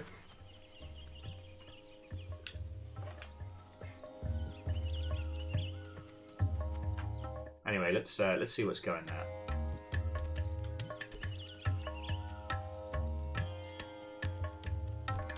With the Squirrel Elder back at the Bright Fir, with a tankard of bright sap in his paw, the festival of Leaf's Fall could finally begin. No sooner had the Elder raised his cup into the air to begin his opening speech, came the clattering of wood and smashing of glass. To everyone's horror, a drunken squirrel had knocked over the table with the bright sap. The festival of Leaf's Fall could not continue without the rare and sacred drink. The Squirrel Elder turned to Reggie, asking if the brave young king would again save their festival and venture into... Yo, you'll want to get high on bright sap? Because I know I do. More bright sap. Fucking drunken squirrels, am I right? This market stall sells all sorts of quality goods. A few coins spent here would spruce up the Crimson Keep nicely. Thankfully, we got buttloads of coins, so yeah.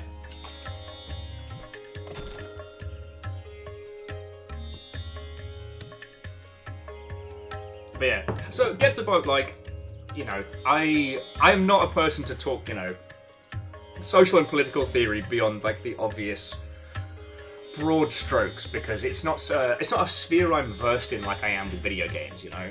But like I said, that's why I find that video to be so important. Because it goes into detail about how these creative teams can end up having so much friction, even when it's a great game. Sometimes because it's a great game, you know? There's something that I encountered when discussing a different project 1,000 years ago that talked about how sometimes people don't want to... People don't want to go in depth when talking about like the friction of a team or the problems had, because even though no one wants to paint a game's development as easy or simple, sometimes people don't want the drama to detract from the creation. And like, again, naming no names, but there is one project that I've been in proximity to where the people making it had a fucking shit of a time. Like, management was fucking awful. But they don't want to unpack all of that in the public domain because they don't want that to be the story. And Ludo, Watto, Gear Graphic, hello. And Restless Roots, congratulations on killing that Ender Dragon. Sorry, apologies for nattering all over the place.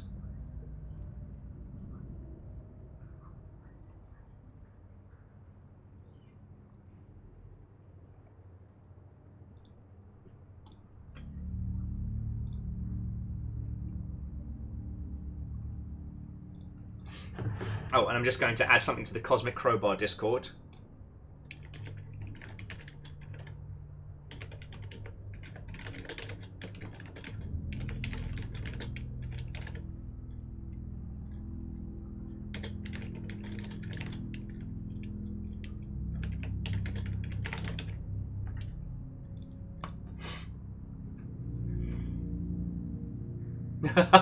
Well then, Gear Graphic, congratulations. And no, we shouldn't... In the maze of bright fir roots, the spores were so thick Reggie had to wear his gas mask. Was this infestation the reason the bright firs were dying? Oh! Okay, those bugs can't take a lot of punishment, but that guy just ate half of my health.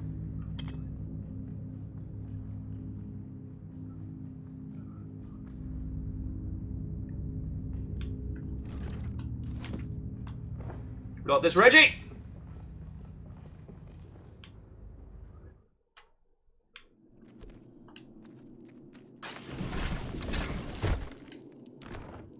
Ooh. Nice fancy weapons. Fancy weapons for a fancy prince.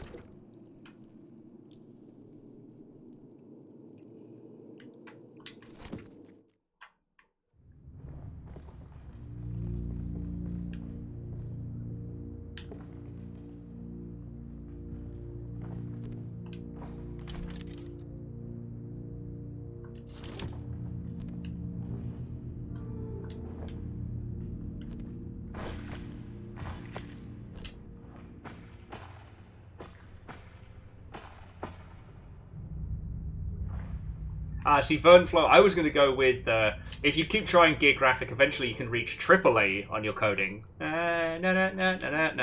I think I'm funny.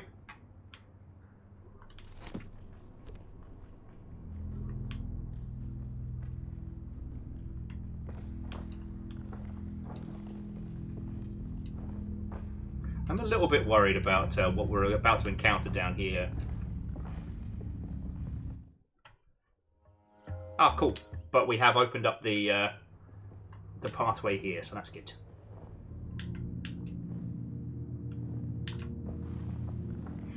But yeah, so Gear Graphic, you haven't missed too much. I've done a few duels. I fought against, was it Miyamauso Muslashi? That was pretty funny. And we had to find Chedi Mercury, the bard. Ooh, the Shrine of the Tapped Root. The Shrine of the Tapped Root stood before him, but the root looked damaged. Before Reggie could wonder what had done this, answer. A root worm, bloated and enraged by bright sap.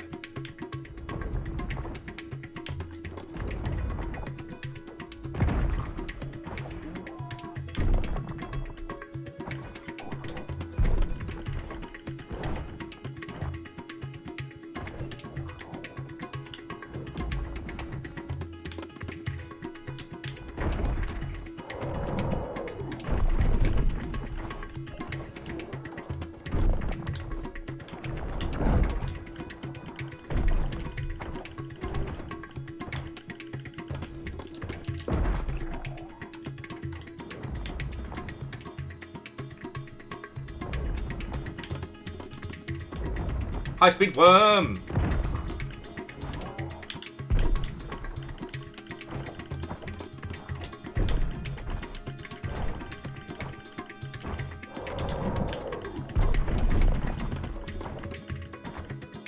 God, I love this hammer.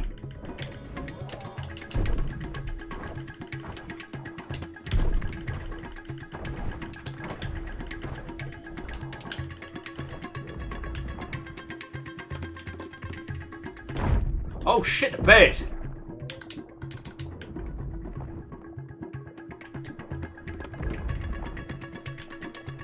I see you mixing up your attack patterns.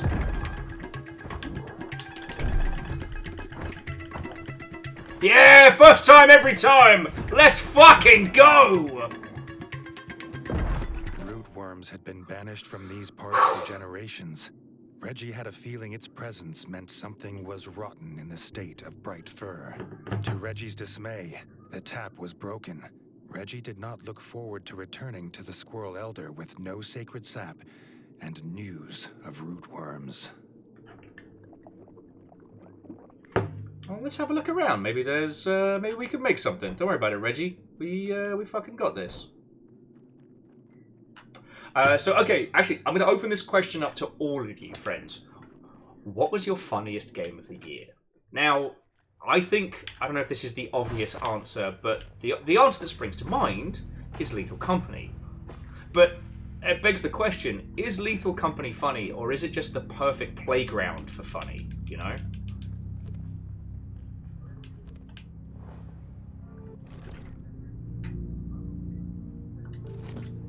You know, High on Life was a weird one. Because it wasn't necessarily hilarious, but when it was funny, like, it had this weird improv quality to it. I mean, we've talked about this a lot, like, being funny in a video game is fucking hard. Because if comedy is all about timing, what do you do when the player chooses the timing? Though shocked at the news, the Squirrel Elder had an idea. The tap was one of several made in the basement woodsmith workshop of Castle Dre. Perhaps Reggie could look there. Actually, you know what, Ludo? That's a very good point. When they added the... Ooh, that's nice. So that's a frog armor that's lighter and better than what we're packing. Love it. But we currently need bug armor, but that's not the point. Sorry, Ludo was saying that the arachnophobia mode in Lethal Company shows intent for humor. And if you haven't seen it, it replaces the in-game spiders with the word spider. Which, I mean, that's just fucking inspired. Alright, so we're travelling this way, so you can go get a brand new tap.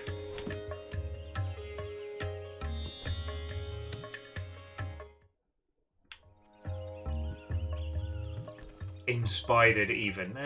See what you did there. Approaching the ruins of Castle Dre, Reggie's whiskers twitched at the familiar stench on the breeze. He refused to believe it, after all he'd done to be rid of them. Frogs.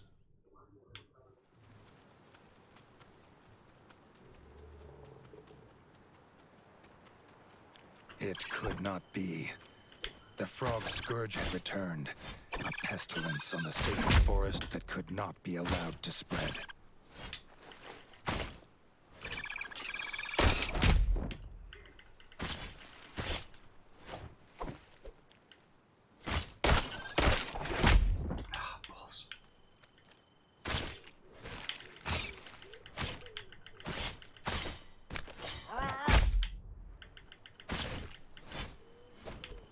Fucking little shites.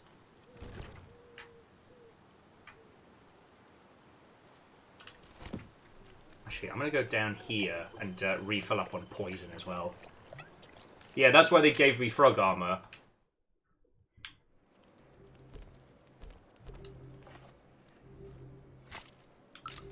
You know what? That is a good point, Dreamer, is that IRL, frogs are a sign of a healthy environment. But, again, this is either being told from the perspective of Geralt of Rivia regaling a bunch of children, or this is being told from the perspective of... What was the new armor? There we go. Look at that fucking frog resistance. Love to see it. All this is being told from the perspective of the rat historians. And, you know... You get to be the you get to be the hero of your own story.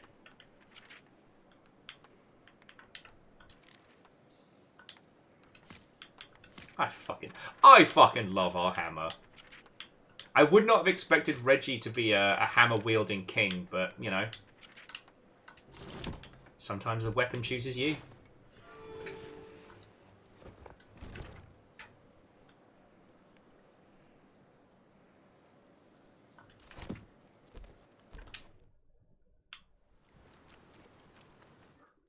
A slapping of webbed feet from the basement. More pond filth waited below, and would soon feel his blade. But what about your good sales friends? Is there any games that have stood out to you this year as just being exceptionally funny? Was the Looker this year or last year? The frog squatter was none other than General Hackhack, no better than a common thief looting supplies. The only thing he'd be taking today was his last breath.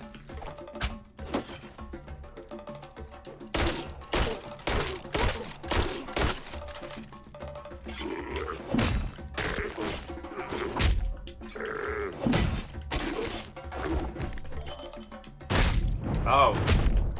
That's how you want to play. Oh, that is some bullshit! Dreamer was saying Hi-Fi Rush. You know what? Hi-Fi Rush was exceptionally funny.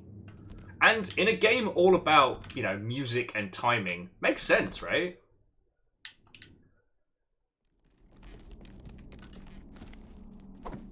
Shields up! Clap, clap! Was none other than General Hackhack, no better than a common thief looting supplies. The only thing he'd be taking today was his last breath.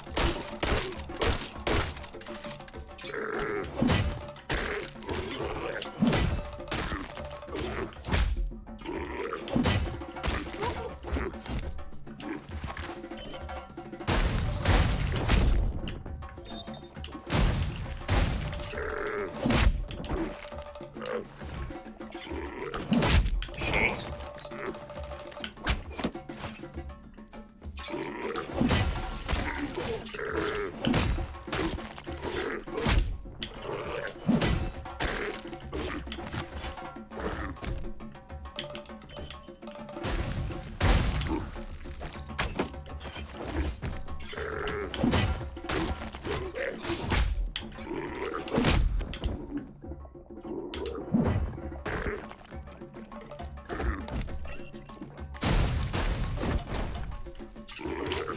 I do like how at this point, Reggie's basically just a fucking drunken master.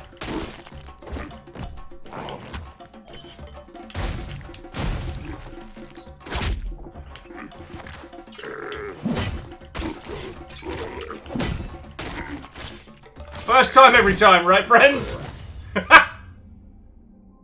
And the little frog bard's like, oh, cheese it, he's fucking dead! Right, there's the root The tap. satisfaction of the frog general dead at his paws, Reggie found the replacement tap. The squirrels would have their sacred sap. Replacement squirrel wagon wheel. Someone's gonna need that. Oh. Who is ready to desecrate a grave? Reggie is!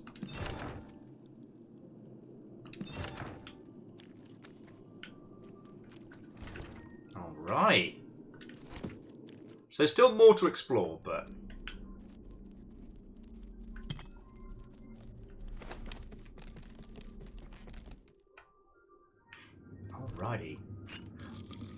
The Dreamer says Ghost Trick Remaster came out this year, and this definitely had humor. You know what? I think considering that Ghost Trick was such a... Ghost Trick definitely sits in that whole, like, game that everyone knows and very few people have played kind of space. So I think that's a fair one. Edwin says Bone Razor Minions. Filled to the brim with masturbation jokes. You know what? If you want to make a game that's got bone in the title, I feel you get a free pass for the knob gags. Hey, mole friend!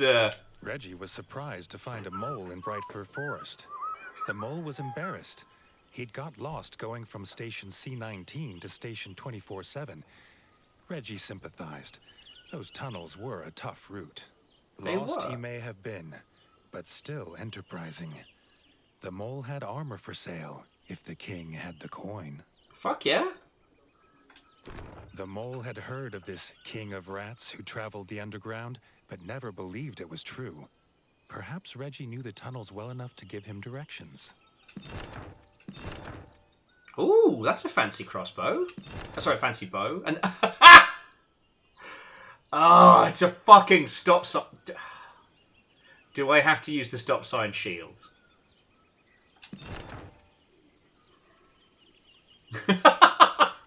Unholy glee. Like, I don't know if you're impressed or surprised or what.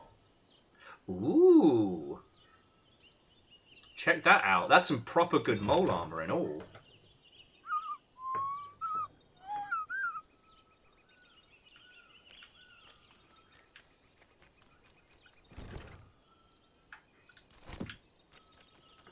You know, I answered it. The king barely noticed the journey back to the Bright Fur, dwelling as he was on the return of frog spawn to the ratdom.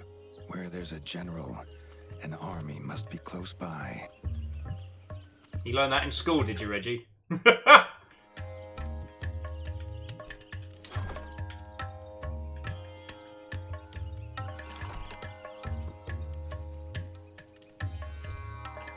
Reggie handed over the tap, but wished he could spare the old squirrel the pain of hearing frogs were in Castle Dray.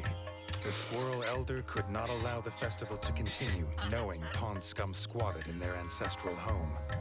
Reggie did not need to be asked. He knew what needed to be done.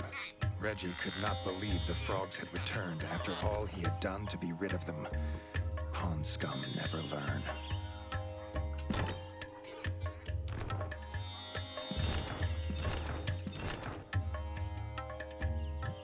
Ooh, slightly heavier headband and a lighter anti-frog armor. Love to see it. All right, dear friends, I'm just going to quickly nip to the loo because I just realised we hit the 4-hour mark. I feel like I'm doing rather well. And you know what, Verdant Flow? I was getting the same vibe. Like, the term pond scum was making me a little uncomfortable.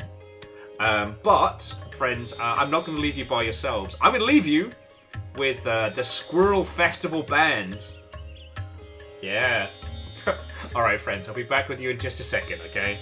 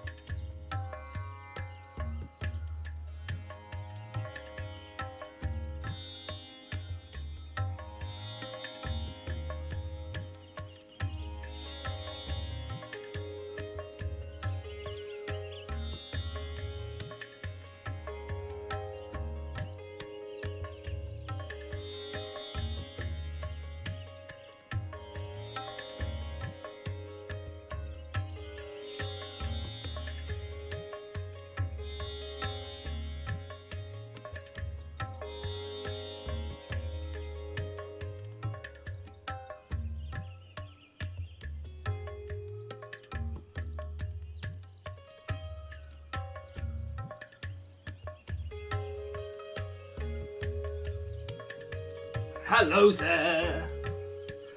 Right. So yeah, something tells me we're heading off to the the uncharted sections here. Be a lot of frog smashing. So where was that armor chest?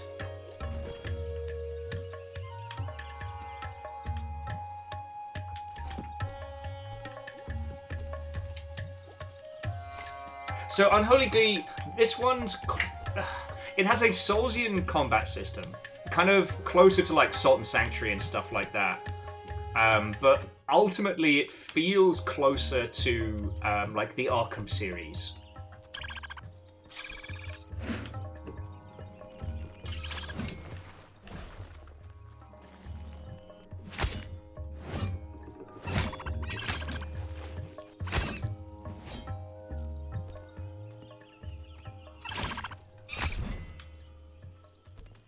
So that's definitely the vibe you end up getting from playing it.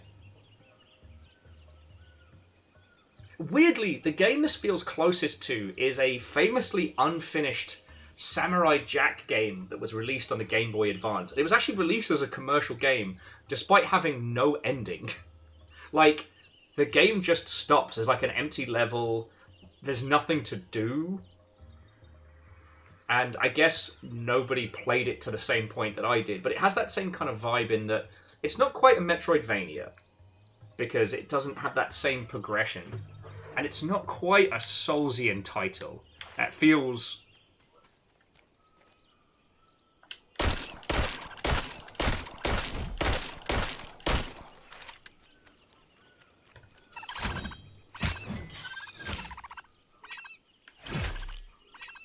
Sorry. I decided I just didn't want to fuck around with these bugs.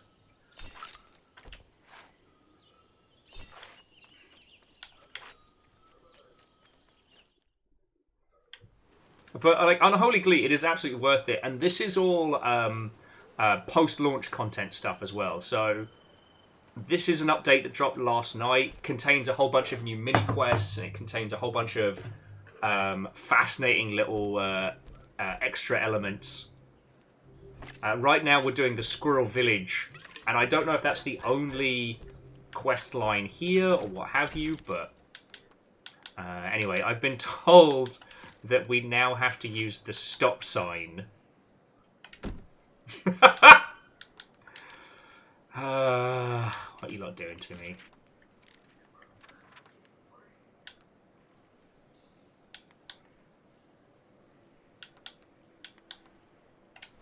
And we have this anti-frog gladiatorial armor.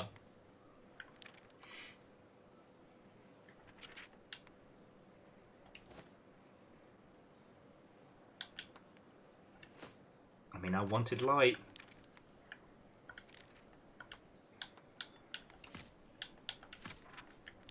And here's the weird thing. So this headband is ever so slightly heavier than our existing headband, which is a heavy headband. Like, I'm going to go for it because it fits the aesthetic more, but like...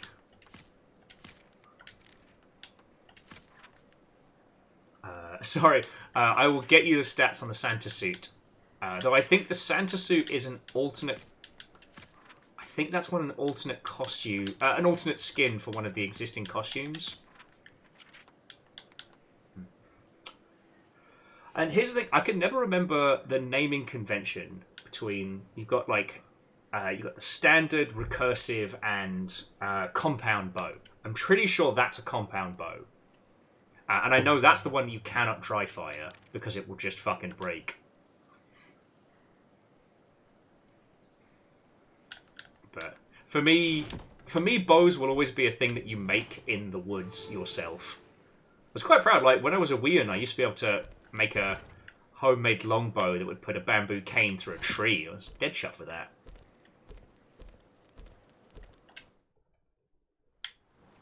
As Reggie made his way towards the ruins of Castle Dre, the stench of pond scum once again drifted in on the cool breeze. The familiar scent made him wonder why the frogs had suddenly reappeared in the ratdom. Revenge! Oh. There I was faffing around. I could have just done this here.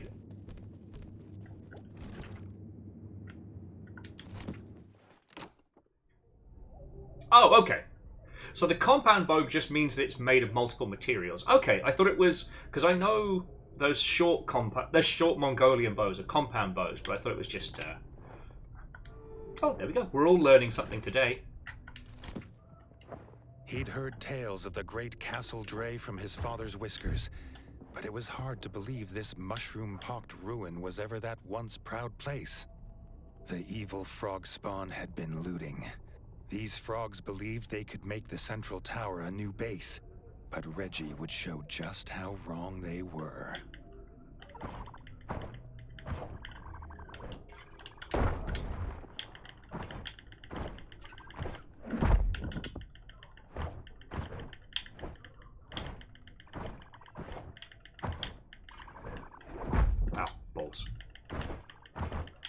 Well, these frog riders can't do shit to hurt us. I can get used to this.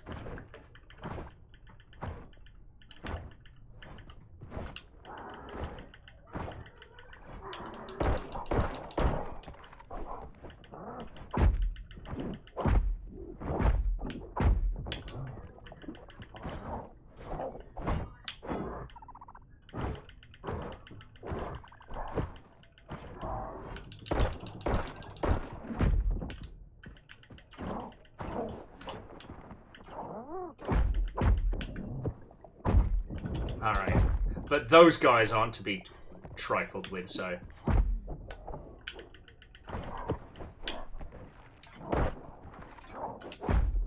Okay.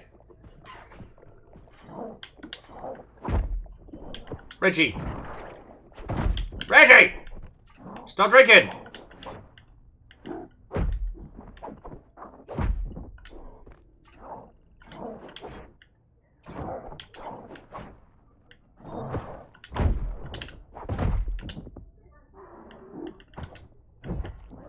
There we go.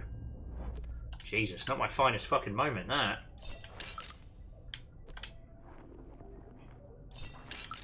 And yeah, you're all right. I was always going to have to use the stop sign shield. The stop sign shield.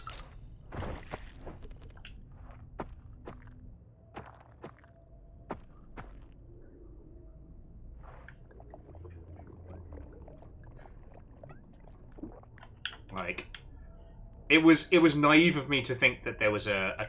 The central tower. Whoever was collecting all these supplies would surely be at the top.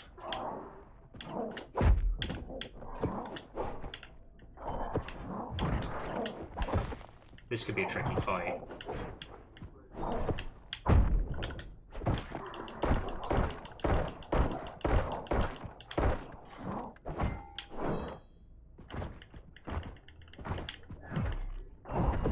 I just stabbed that guy in the throat with a hammer.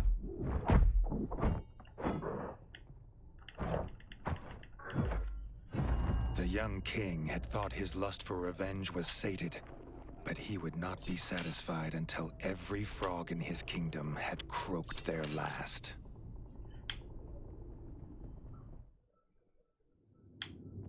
Oh, but I'll take it here. Glug, glug, glug, Mother Hubbards.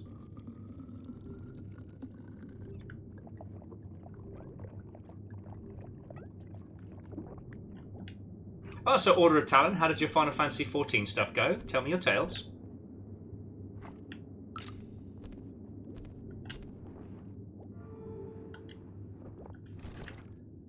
Okay, so says we need to go up, which means I'm going down.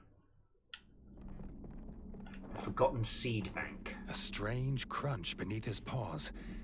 Reggie looked down to see seeds on the floor.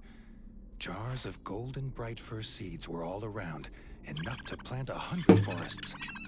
Reggie wondered if the squirrel elder knew they were here.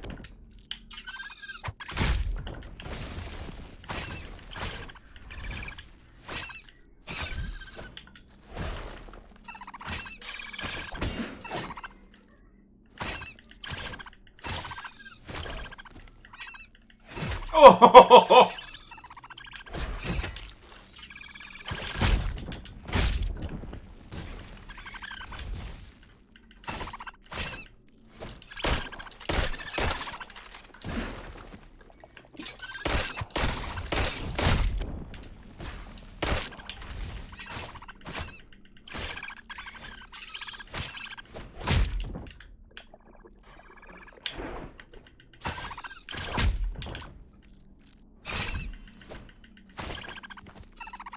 Bonk!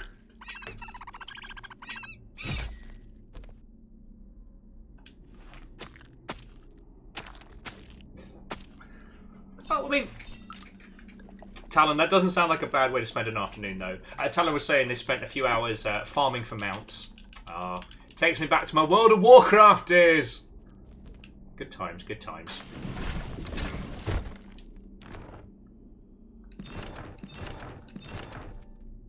Fancy hat. So slightly, ever so slightly less frog resistance, but it looks much better. So I might go for the style there. Go for those extra style points. But no, so Unholy Glee, I can't remember what the difficulty settings on this are. I want to say that there's an easier game mode. I know there's a hard mode, which is the only reason why I haven't gone for a full achievement clear. Because life's too short, right?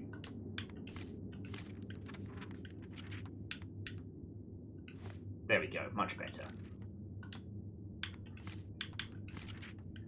Right, we're keeping the stop sign, alright? But I've got to have a little bit of style points. The Spartacus armor feels like a weird fucking thing for a king to wear.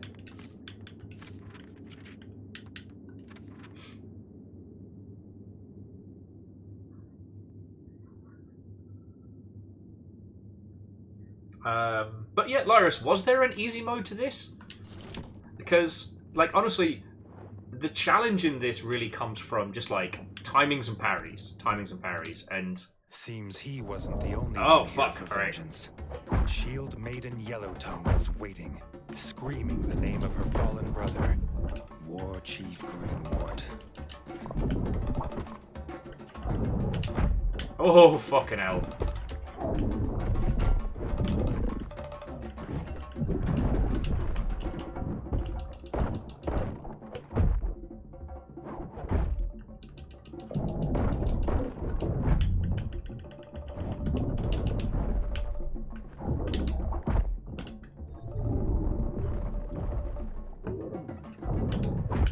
Oh, come on.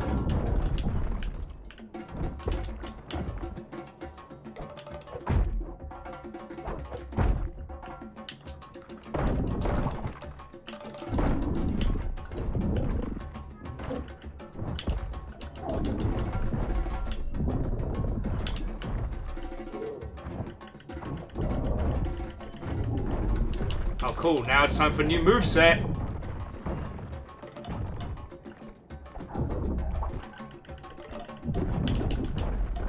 Fuck. I panicked. I dodged both ways instead of just one.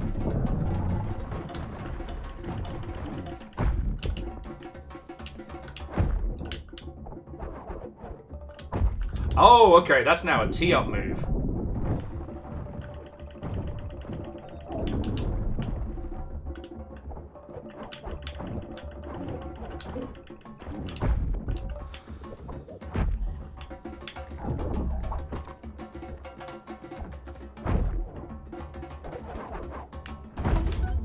Okay.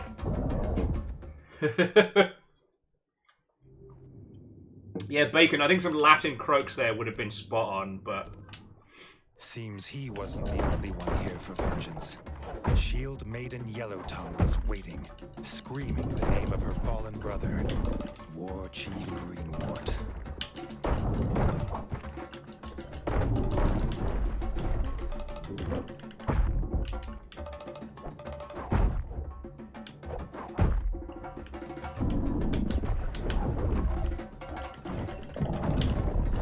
Balls.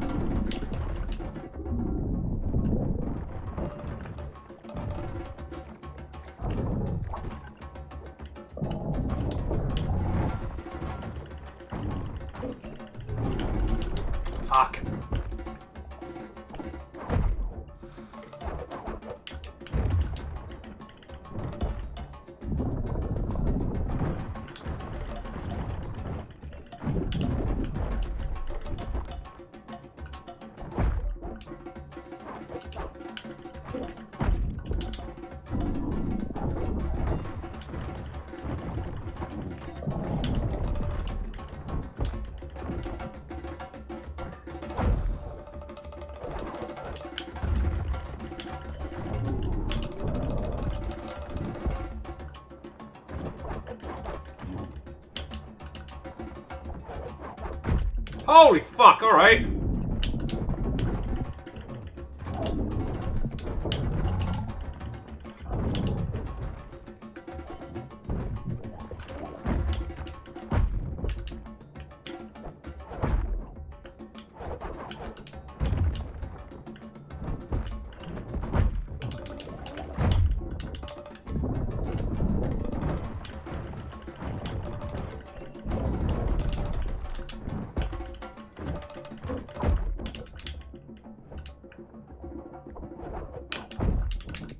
Fuck.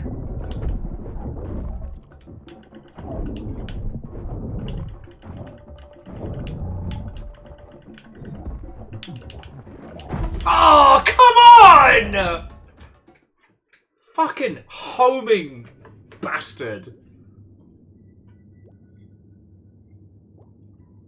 Right? And we got this in the bag. I can't believe you've done this. He wasn't the only one here for vengeance. Shield Maiden Yellowtongue was waiting, screaming the name of her fallen brother, War Chief Greenward.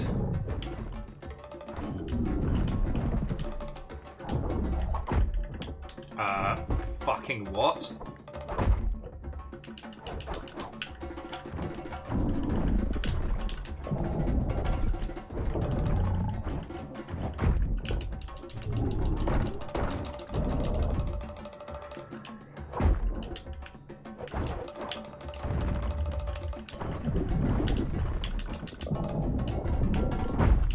Fucking what?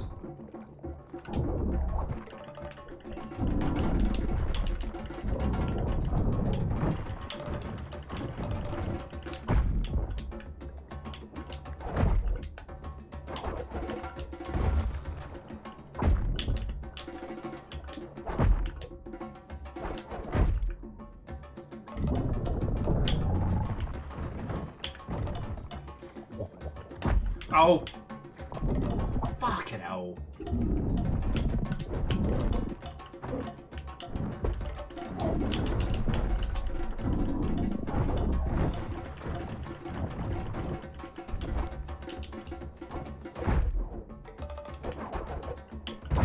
Oh, eat fast with a spoon.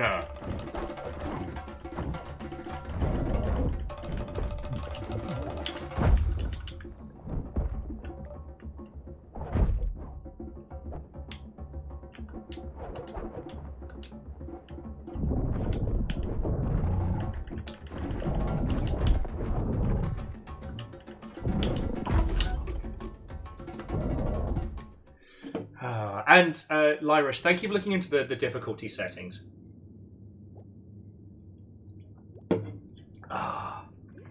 So yeah, so Unholy Glee and, you know, peeps who might be a little put off by how much I'm getting my ass handed to me in this break, you do not have to worry, it's not going to be that brutal. Shield Maiden Yellowtongue was waiting, screaming the name of her fallen brother, War Chief Greenward.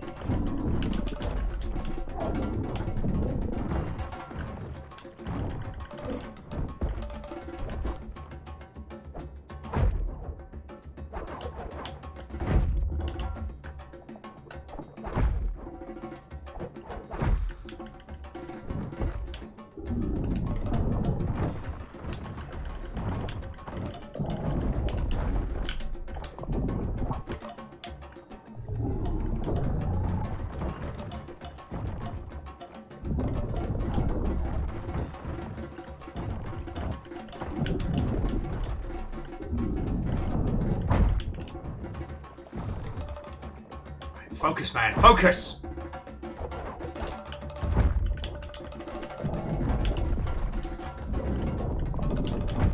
Fuck!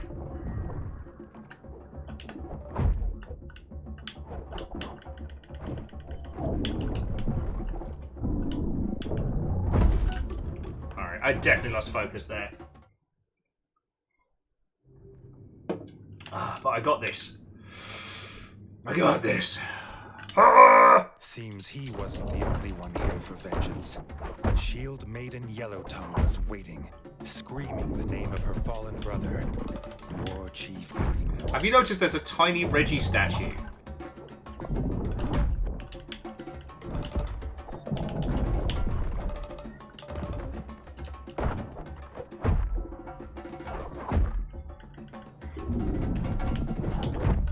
What just happened? Okay.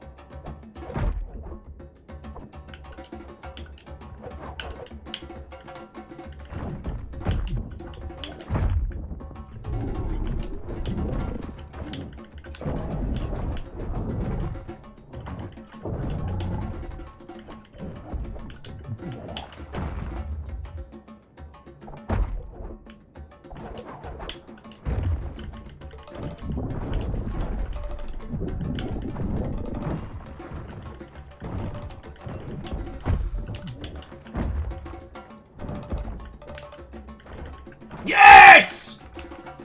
God, fuck! The fading echoes of her Castle Dre was returned to peace. There was a shrine in the room, carved figures of Reggie and his enemies in Bright Fir Forest. The frogs had planned it all to lure him here.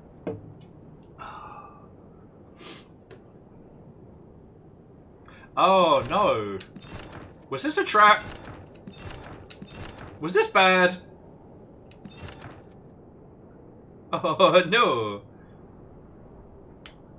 Is this bad? This seems bad. Though I kind of want to take that little, like, Reggie shrine.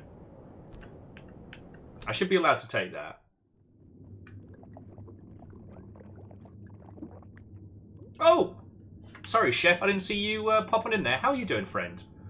The Chef was saying they tried to open up Elden Ring today, but got frozen in the loading. Like, personally frozen, or...?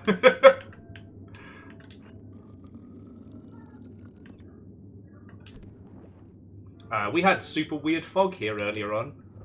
And I informed Fiona that if it turned out to be the mist from the movie, The Mist, then don't worry about it. Don't worry about it. Just close the doors. It'll be fine.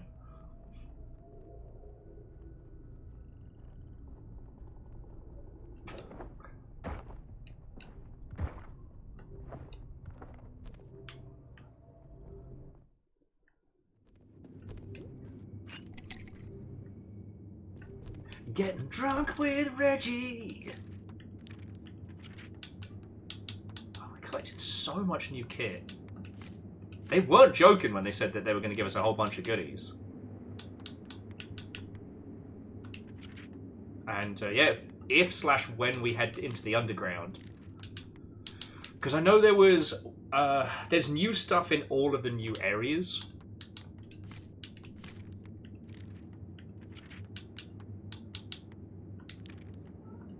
I spent so much time though on that feckin' faux Thor fight that I'm not giving up my hammer unless we find like some kind of bizarre instant kill machine gun.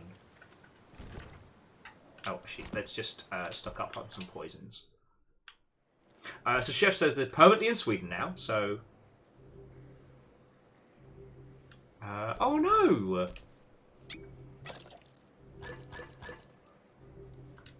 Oh, well, Chef, as the new year's coming, I'm gonna try and start earlier. So hopefully, you know, be able to catch you in the evening hours. That's the goal anyway.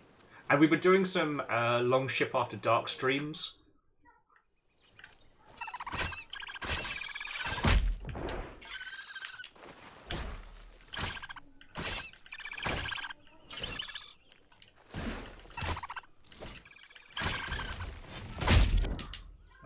That was just rude.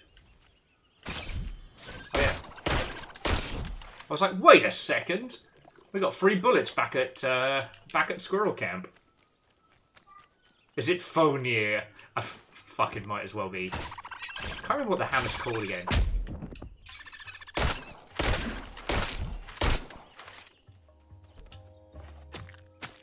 Alright, well the squirrels don't sound like they're in trouble.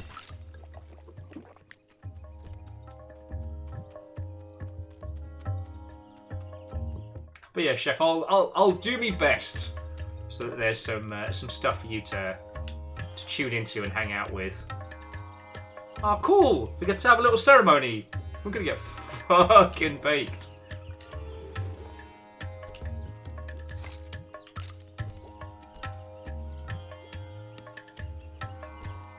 The squirrels at the Bright Fir rejoiced to hear Castle Dre was back to its somber state of peace once more.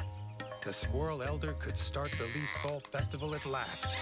Reggie basked in the joy of the squirrel folk, as warming as the golden light of the firs. He reclined in his chair and was honored with a cup of bright sap. Being king has its perks. Get to drink the good shit.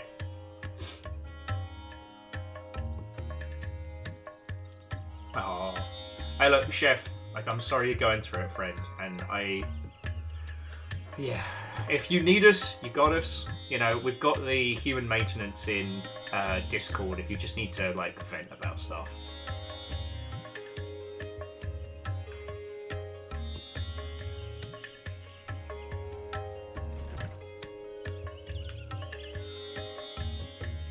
Yay!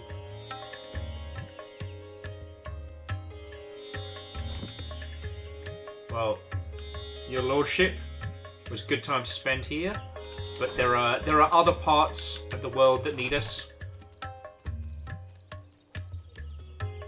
Oh, yeah, no, Chef, it's always good. Sorry, I know I try not to swing the parasocial bat, but I always feel like, you know, if people are stopping by the stream, like, that's like they're coming to say hello, you know? And you never know when you're going to see somebody again, so it's like, hey! I'm very enthusiastic. I don't see any pieces we missed. Just checking to make sure I wasn't slouching on my duties.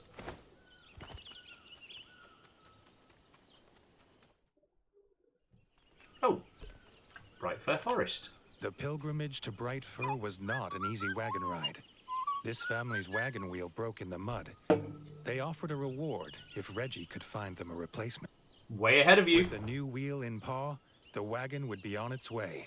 Reggie assured them they'd not missed the festival as there'd been a few minor delays. Man, everyone just feckin' loves giving us the good shit.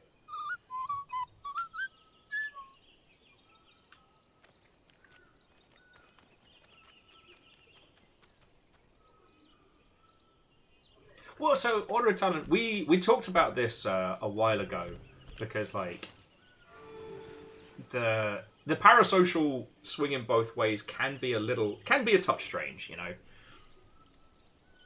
One thing I said was that for, you know, if I've been talking and chatting with you on stream for ages, we could probably go for a pint in the pub and get along.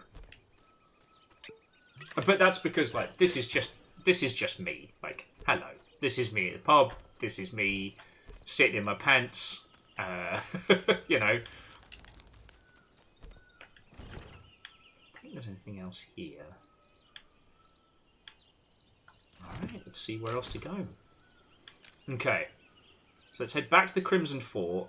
We know there's a new mission at the Rangers Lodge, but we haven't checked Frogtown or Longtail Village proper, or Moletown for that matter. So, but there's also kind of like the swing both ways. Is that I worry sometimes that I'm overly familial with all of your good selves. You know.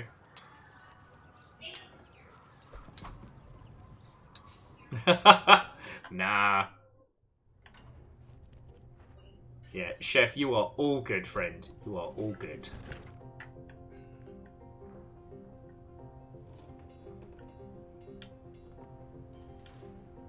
Got our new pub. Got our new hangouts.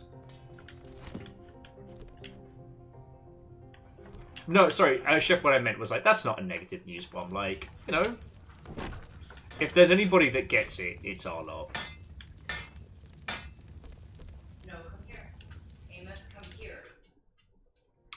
So Famous6 was saying they feel like Reggie's like the Fallout 4 protagonist, like in theory the boss, but does all the work.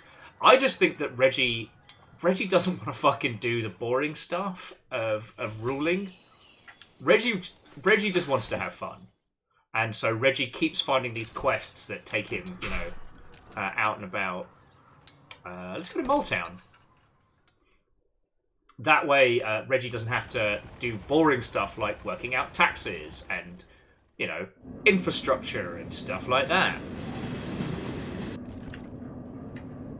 Ooh, okay. Looks like there's some new stuff around the arena, so we can get into trouble.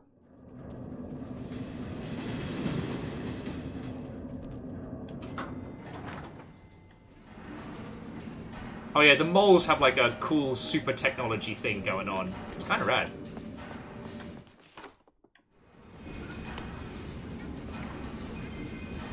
King Demolition rarely lost in the arena, but new challengers are always keen to try their luck. Okay, the two people we can fight in the arena are Billy Von Dam, a beaver of sorts, and Mohammed Moli. Mohammed Moli. Fucking yo. Alright. Let's get our mole armor on.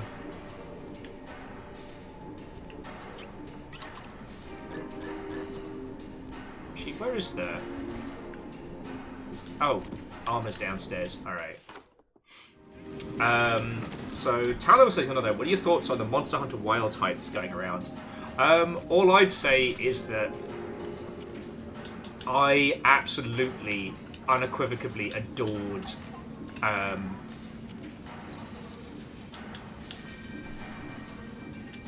absolutely unequivocally fucking adored Monster Hunter World, and as much as I've wanted to love like Monster Hunter Rise, it's not the same. It's not the same. And part of it, I think, is thematics. Kyle and I were talking about this a lot on the Sea of Thieves. But also, I think another part of it comes down to... like, there's so much quality of life that was in Monster Hunter World that was so good. Like, one of my favourite things to do was hang out with the Longship in the fucking spa.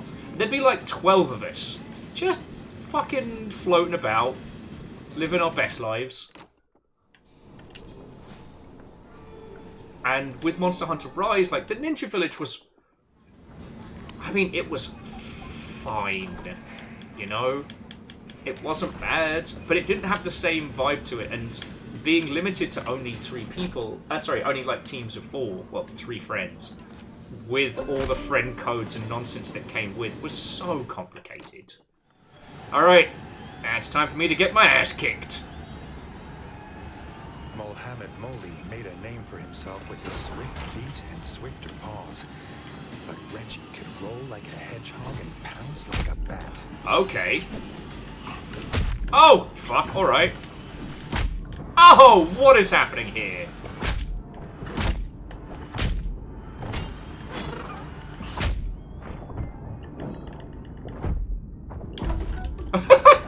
That guy just beat the fuck out of me. Alright. Yeah, no, so that's the thing, Talon's like, Rise is an exceptionally good Monster Hunter game. World was like next level. Mohammed Moli Alright, made a name dodge for this! himself with his swift feet and swift paws. But Reggie could roll like a hedgehog and pounce like a bat.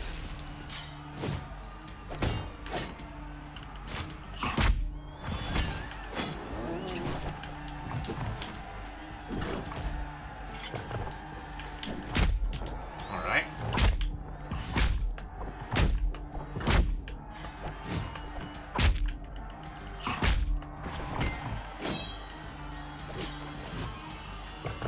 It's kind of interesting because his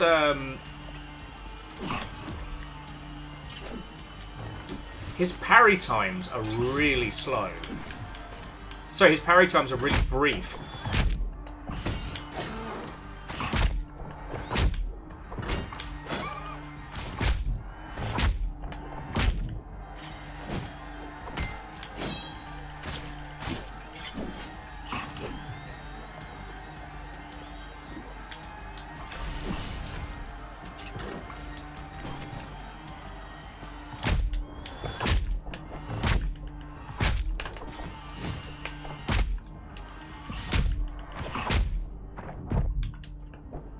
Like, he's not actually doing that much damage to us. It's just very fast. But in fairness, I did just fucking shoot him a whole bunch when he got in, so... Made a name for himself with his swift feet and swift paws. But Reggie could roll like a hedgehog and pounce like a bat.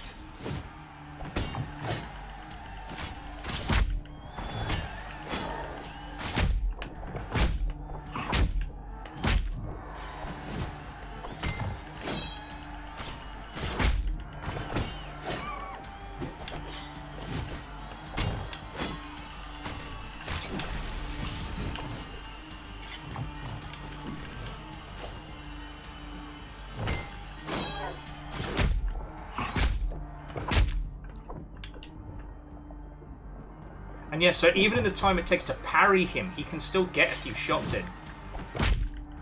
Fuck was that?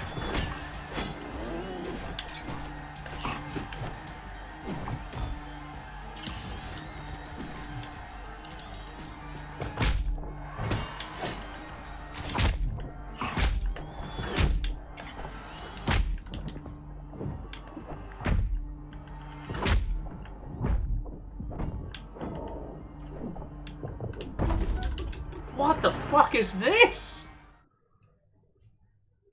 This feels like cheating, yeah. We're gonna talk to my mole guy and see if he'll hook me up with like a fucking chain gun or something. Okay, I'm just gonna take it real slow. For himself with his swift feet and swift paws. But Reggie could roll like a hedgehog. It's like there's no pounce like a point. bat.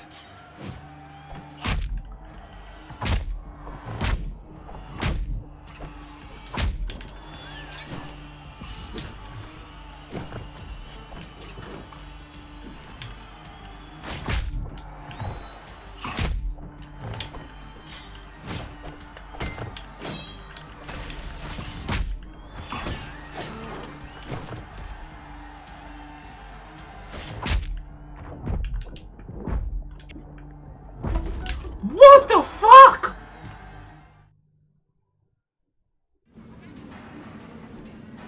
I mean, this guy's just doing it. Like, usually I'd be like, oh, I feel a bit bad putting bullets into a guy who just came to box, but... Roll like a hedgehog and pounce like a bat.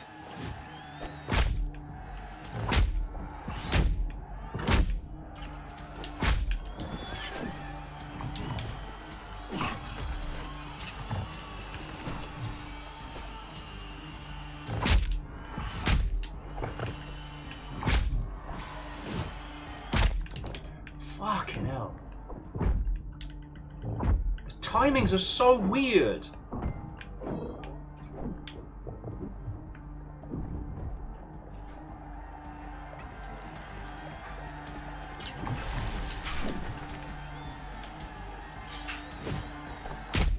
Like, except on the...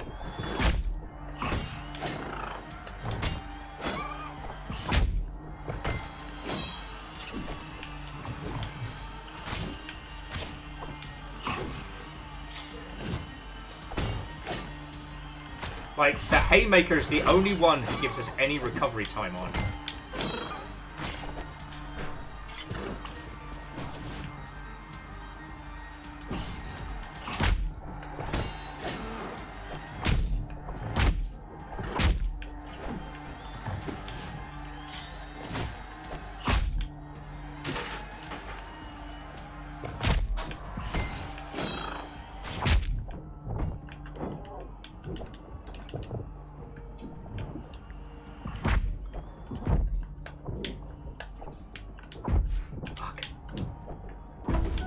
Fucking hell. Okay, yeah, so there's no time to recover. I can't counter on his basic hits. And I've got to find, like... yeah. Yeah, Lars, you're right. His quick jabs give no indication that he's doing them. But they're not brutal in their own right. It's just... God damn, they're fast. And that's with, like... I think is that the best mole armor we got? Might be.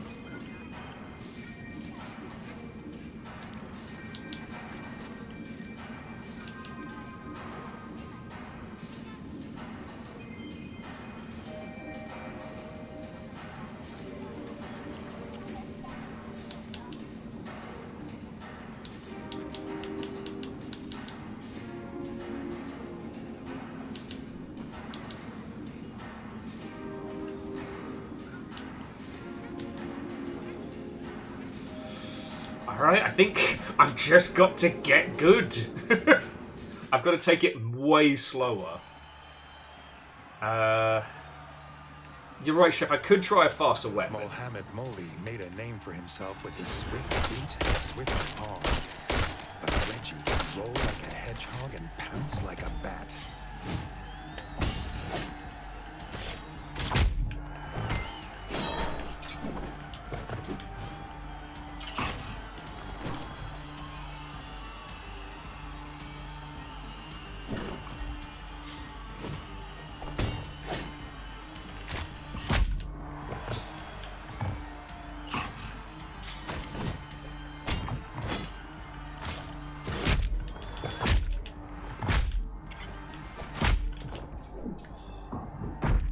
Fucking hell.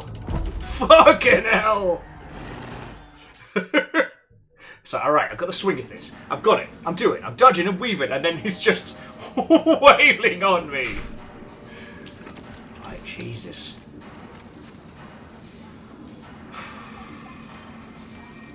It's the fastest sword we've got.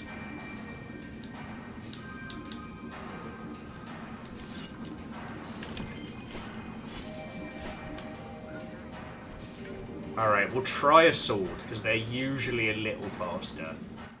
But the hammer's coming back after this, alright?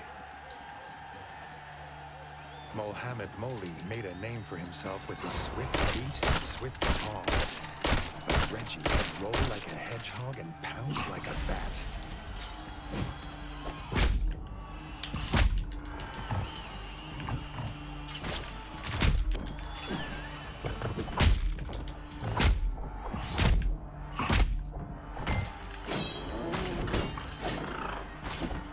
There we go.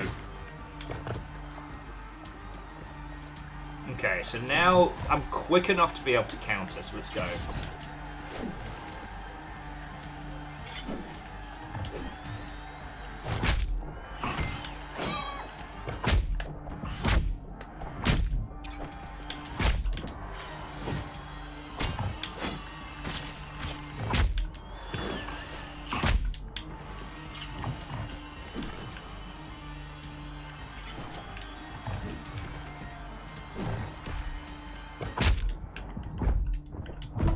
Fuck. Now I've just got to actually do it. Blade Nora. I'm glad we didn't come here first. Mohammed Moli made a name for himself with his swift feet and swift paws. But Reggie can roll like a hedgehog and pounce like a bat.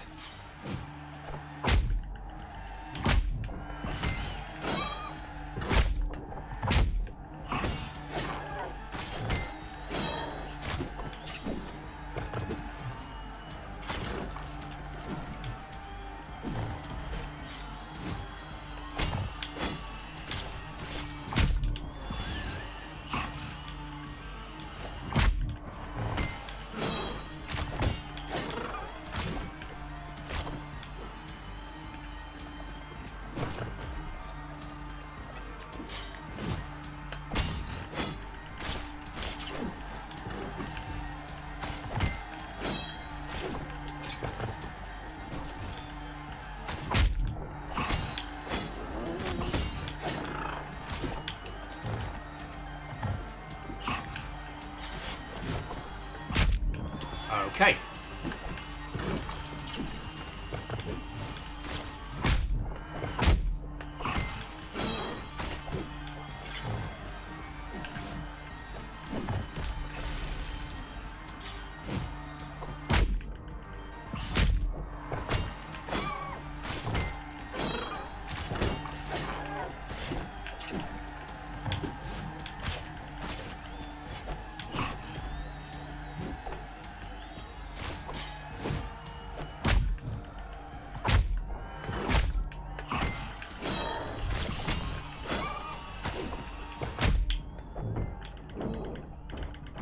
Yes! Get fucked! This wicked champion was as light-footed as any dancer of the Bolshevik ballet, but not Okay. King Demolition. Whew. There we go. I got that rhythm down. Though, I kind of feel like we shouldn't be able to throw the fucking sword at him as an opening move, but alright. Whew. Oh. Ha! Boxing glove with a stick.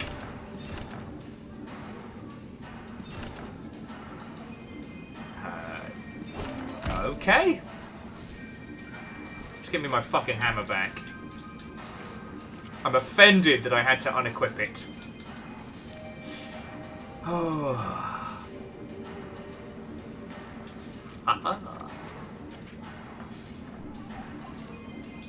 Big hammer, best hammer.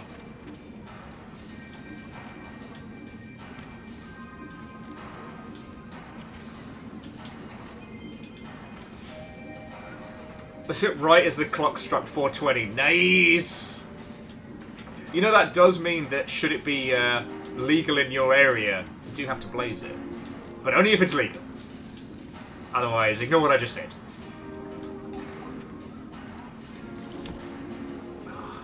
Yeah, cheeky bad word.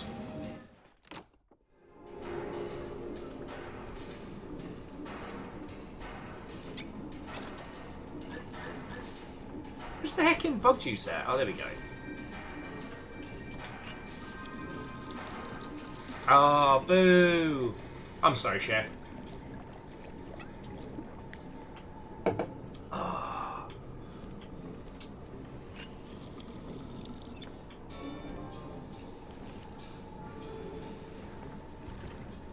That's a good point. Where's the ammo?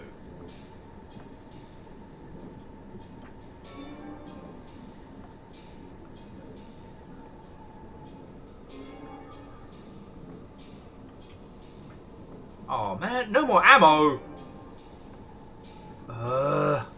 Is there any ammo in the station? Oh, it's bloody miles away! Alright, well, it's alright. It gives us a chance to have a little banter here, friends.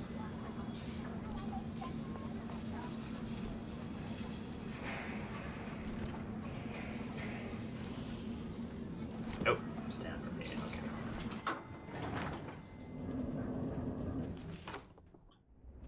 Okay, guys, I'm very curious to see if we'll be getting any more plot points. Because like now we've done the elements involving the squirrels. Vert says favorite soundtrack of the year. God, I don't know. I really don't know. Racking my brain.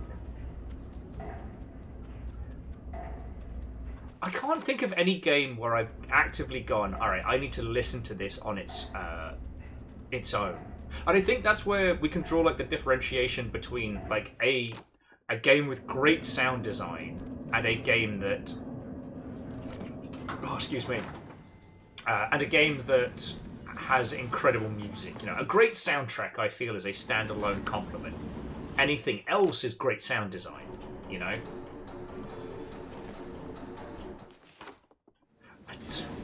Armored Core is the first one that springs to mind, but that's absolutely not it. You know, there's more to this than just giant robots. Alright, next contestant! Reggie's renown in the arena brought challengers from every corner of the known rantdom. From the cold rivers of the north came the brutal Billy Von Dam.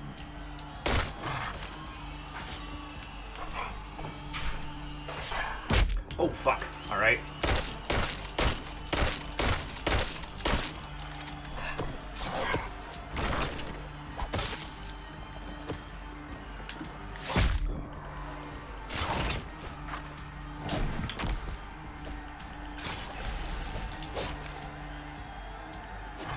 What the Godzilla fuck was that?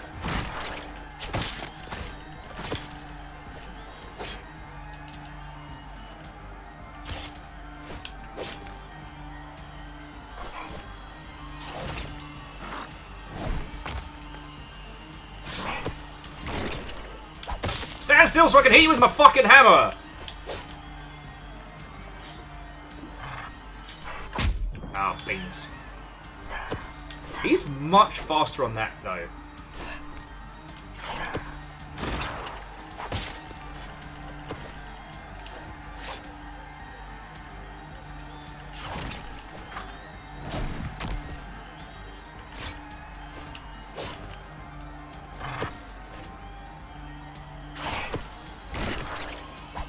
Oh, okay, that one homes in.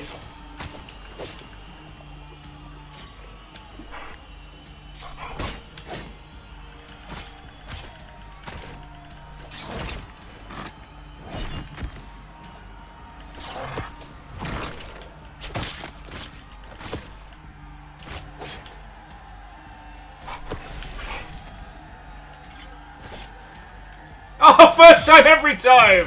Fucking hell! Wasn't enough to stop King Demolition. Reggie wondered if he'd gained any fans among the beaver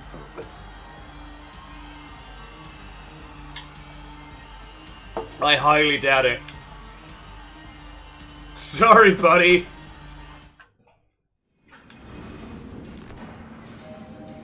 Not gonna lie, I feel a tad guilty about that one.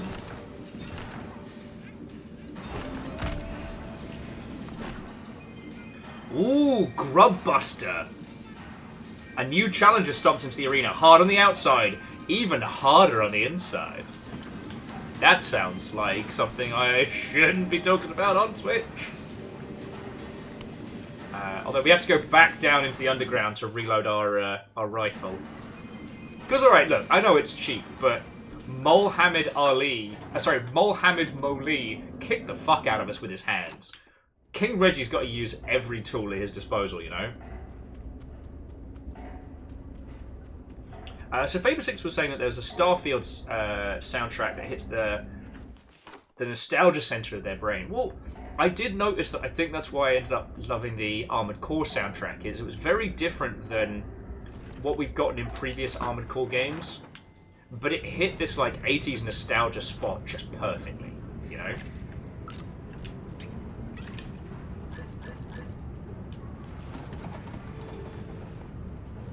Because again, like, if you listen to most of the Armored Core soundtracks, it's very weird and sporadic.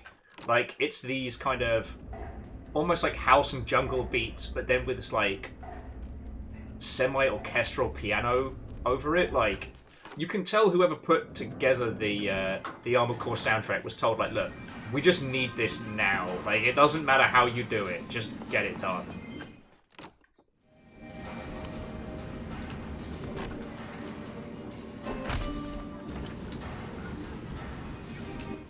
And what they did in the originals was great, but I feel like we've gotten so much more since then.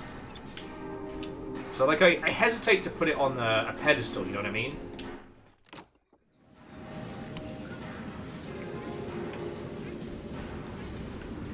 Alright, let's see what this Big Buster's got going on. The Grub Buster armor was Molekind's ingenious defense against even the most vicious grub bites. Reggie wondered how it would stand up to his sword. Alright.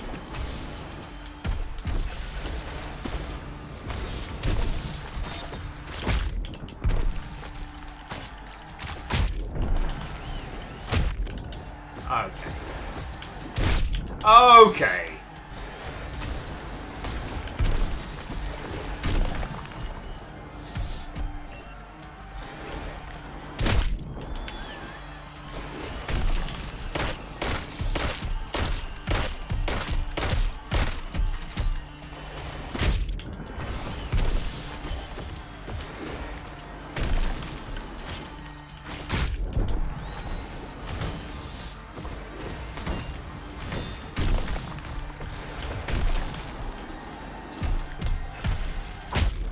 so that one is being listed as a basic attack, and it absolutely isn't.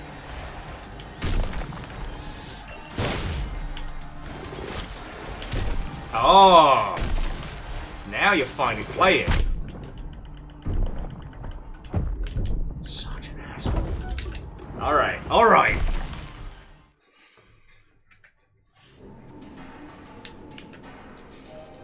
But I do want to say one thing, and Vernflow, like, these questions have been really good, and I do appreciate them, because, like, I'm obviously hella focused on this, but it is worth saying that a great soundtrack for a game doesn't necessarily have to be brilliant as standalone. Like, I know I'm making that distinction, but I'm reminded of, I believe it was the bassist for the Pixies, when talking about their great #1 single,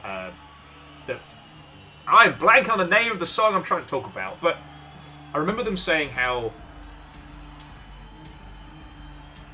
they do the simplest bass riff. It's damn near 2 notes, and that is it.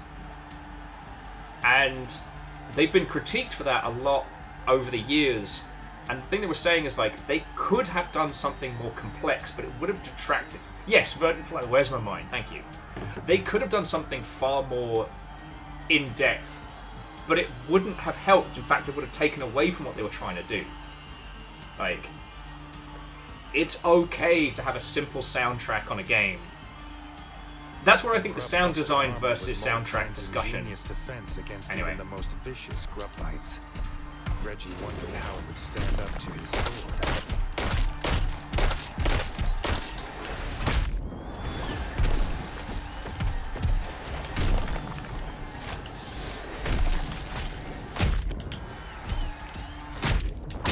Oh my god.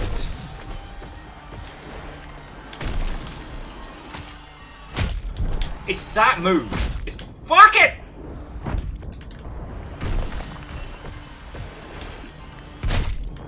I'm gonna break this guy's face.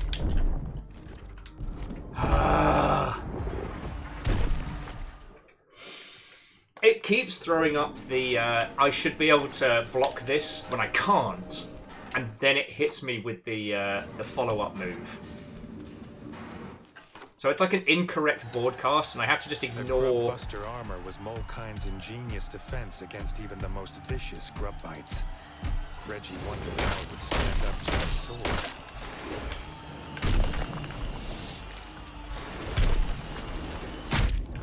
All right.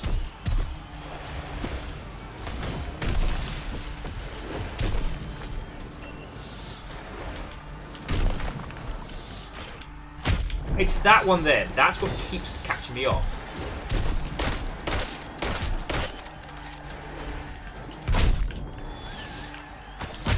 Fuck! It's like the game has spent the entire time teaching me that I'm safe.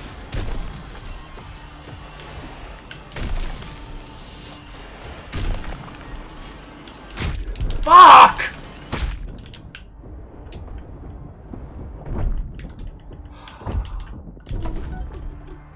It's not even that difficult.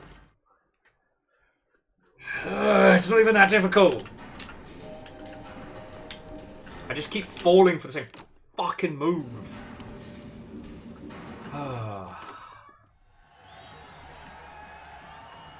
So Chef, I'll do you one better. Best puzzle of the year. Reggie wondered how it would stand up to his sword.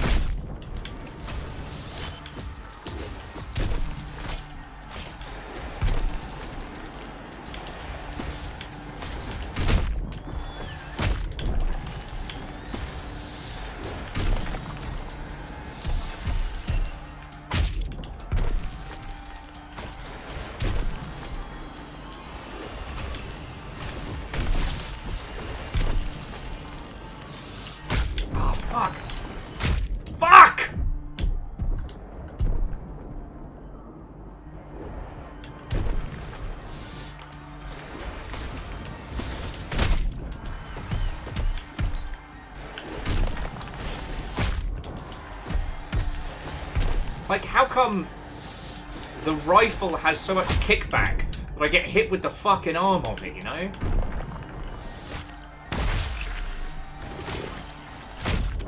Oh my...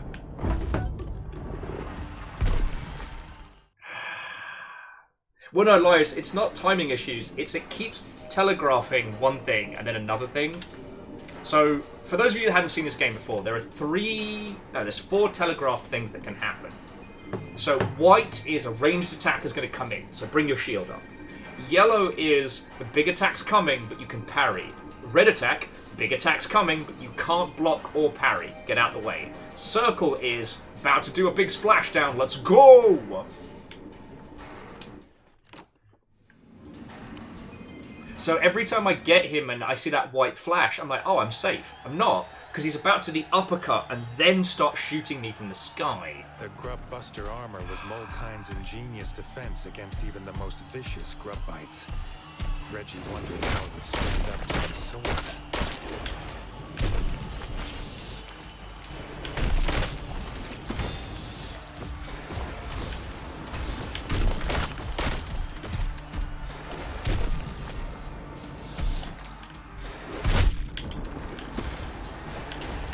Also, when he's flying, he gets a dodge, which is hot bullshit.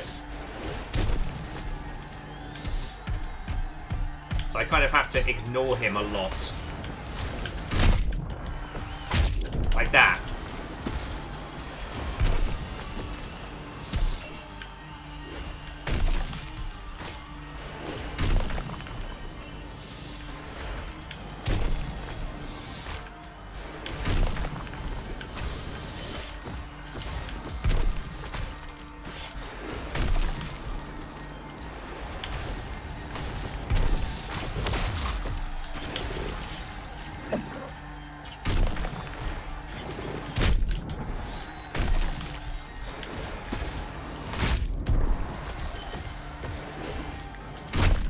Fuck's sake.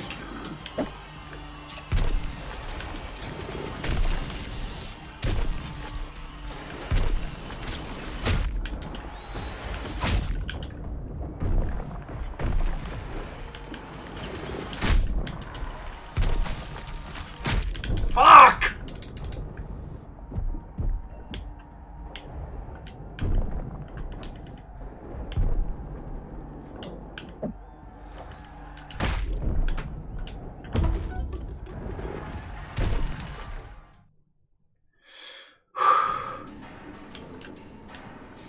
We're doing this. Like, I'm learning. I'm learning to ignore what I've been taught. And I'm going to keep shooting this guy in the face because it doesn't stop being funny. Was Molkind's ingenious defense against even the most vicious grub bites. Reggie wondered how it would stand up to his sword.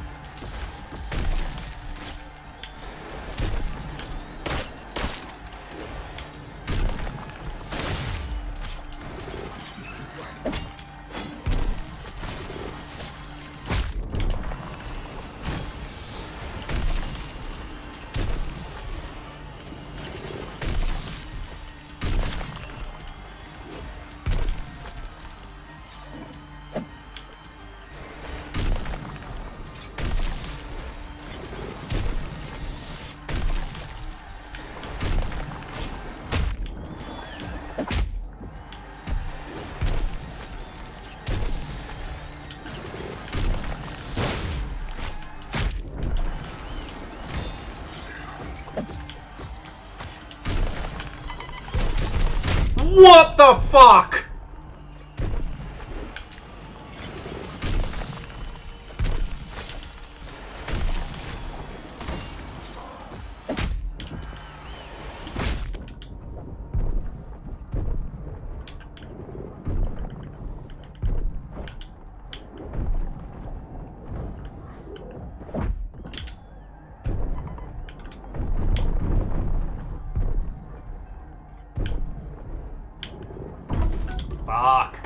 Nearly had him that time. Nearly had him. Wow.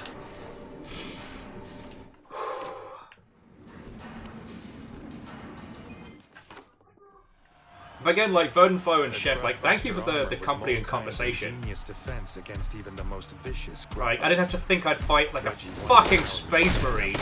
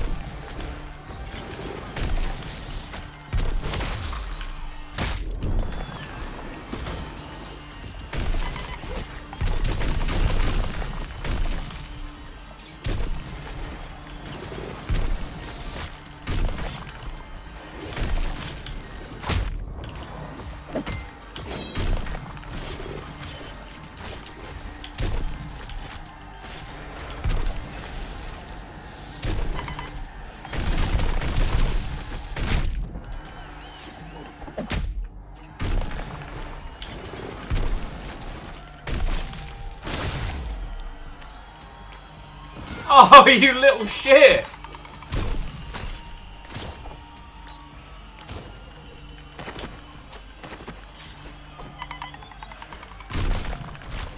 Just beat this fucking mole to death! Oh! The plate armor of the Grub Buster suit didn't stand a chance against King Demolition and his trusty sword. Reggie wondered if the mold would make him a Fork Buster suit. You know what? Maybe we should talk. It's a shame I just beat the man to death who came up with the suit. Ooh. A lighter chainsword? Or is that like an extendo blade? That's cool. A pickaxe. I don't know what the fuck that is. Oh, it may be a bug buster suit. That's cool. Good work, Reggie. Good fucking work. Is there anything else here? Nah, we're all good. I do like that if you need more cash or resources, you can just repeatedly beat the fuck out of these poor moles. And you know what? Props to the mole who, despite having his armor broken, was like, "Ah, fuck. Alright, I guess it's time to go." Landmines and a pistol when facing this psychotic rat with a hammer.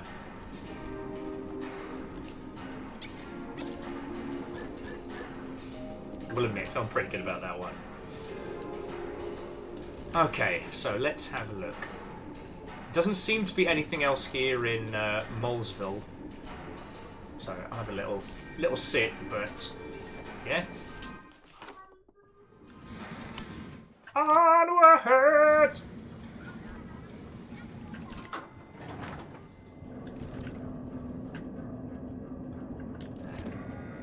It's nice to come back to Molesey. This area always reminds me of Whoopo. Okay, so that was Moletown. Let's check in our Longtail Village. But we can walk from Longtail Village to the Rangers lot pretty easily. Yeah, Lyris, I've wanted an excuse to go through Whoopo again, but I forgot how massive it is last time. I think it was Longship Day. Like the last time we really got into it, you know?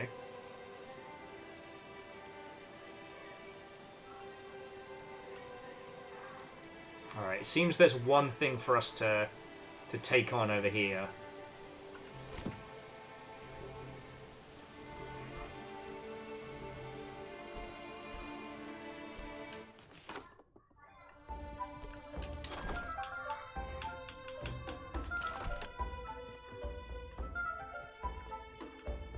So Lyris, did you get the chance to play through Whoopo yourself?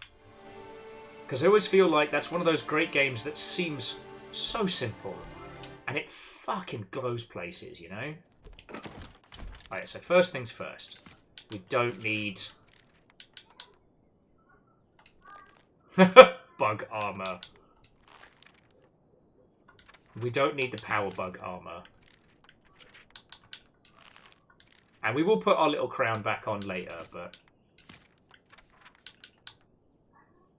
it's kind of cool, though.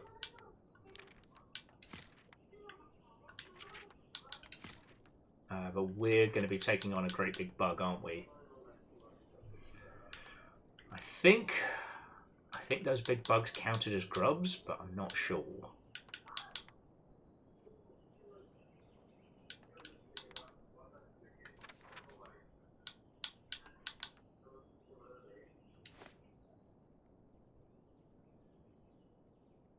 Well, we look fucking cool anyway.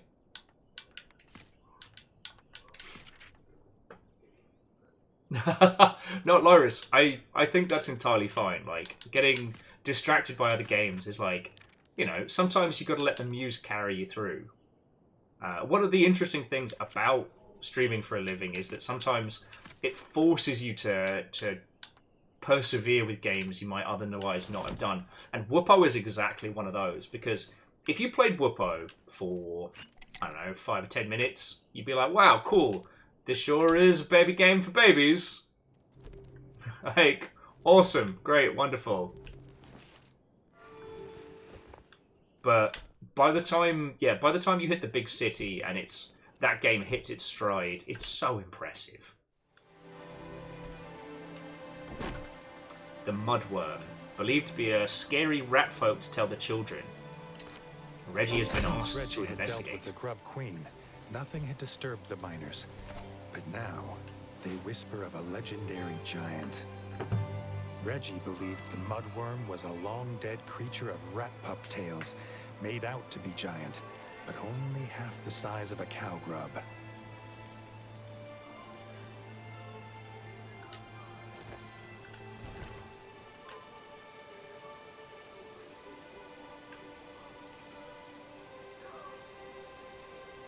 Oh wow, yeah, no, we gotta head right down into the mine, so we're on for a long trundle. Alright. Oh, sorry, I already came back in here, my apologies.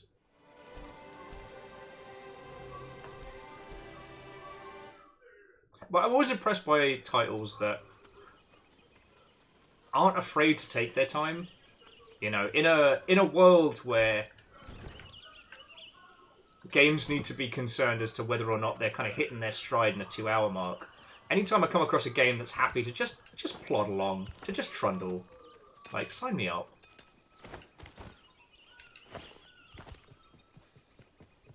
No, Chef, do not apologise. If relaxing here helps you get some fucking sleep, then I've done my job right.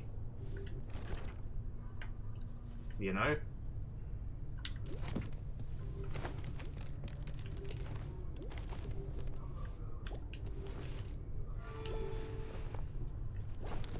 But yeah, but Chef, have yourself a lovely rest of your evening. Get the good sleeps, friend. And for those of you that are interested in a little bit of the horror, Chef made an incredible game called the Partum Artifacts. The award-winning Partum Artifacts on Steam.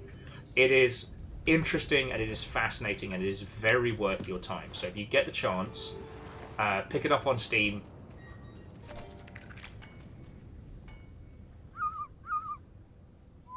Oh no, big worm! I got you, little buddy. King Reggie the Slayer is on it. I just beat Muhammad Ali, so literally you can't throw anything at me.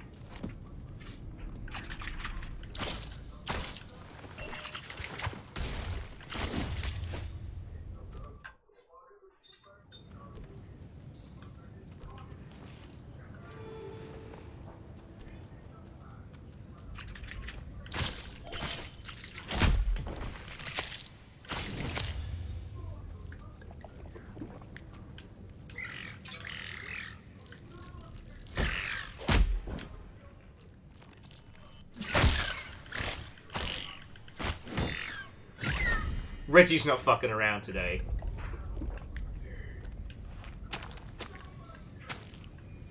Plus, we get fresh bug juice, so, you know. Nim nim nim.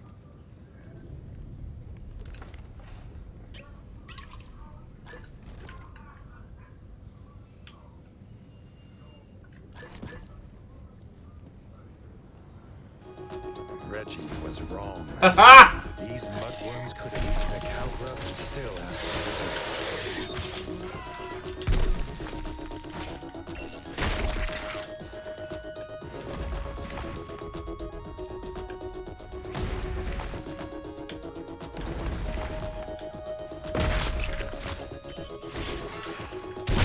Oh, good catch.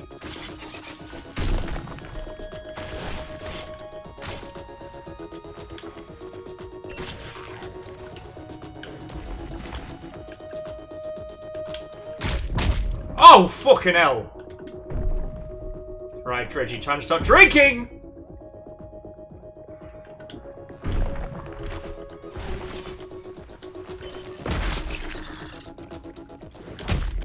Fuck. Some bosses are at their most dangerous when you're trying to heal. But like, when you're on the aggressive, then they worry. Oh, that was bullshit.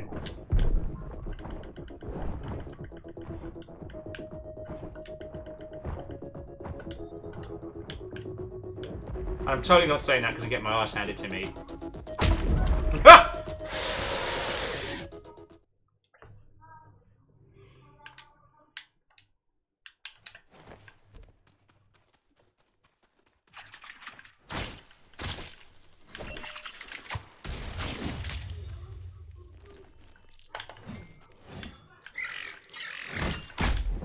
Fucking bugs!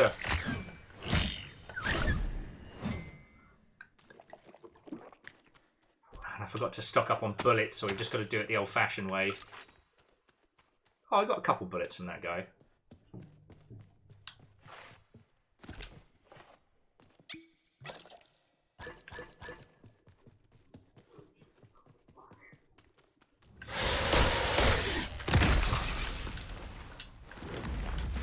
Oh, balls.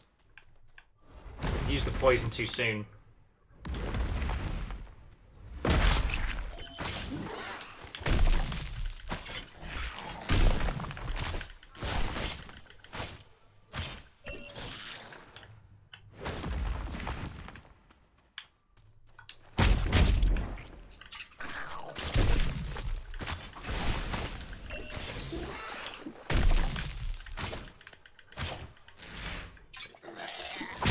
Fucking hell.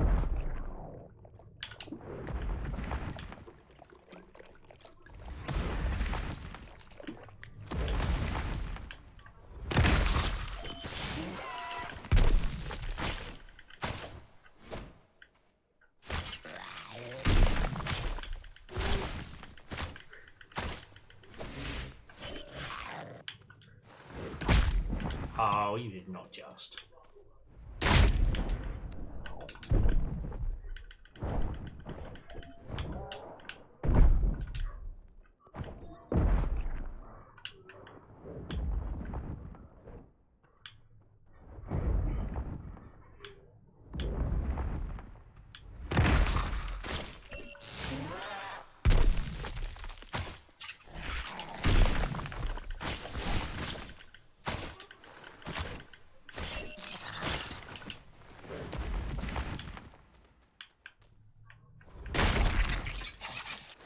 Oh, fuck!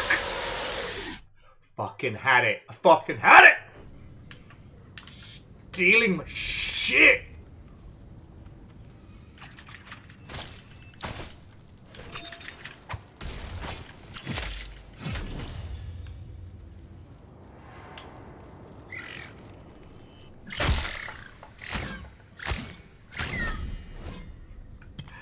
Today's episode, Reggie is pissed. This is Reggie King Mouse. Reggie is very angry. Would you like to guess why Reggie is angry? Because the fucking worm keeps starting some shit.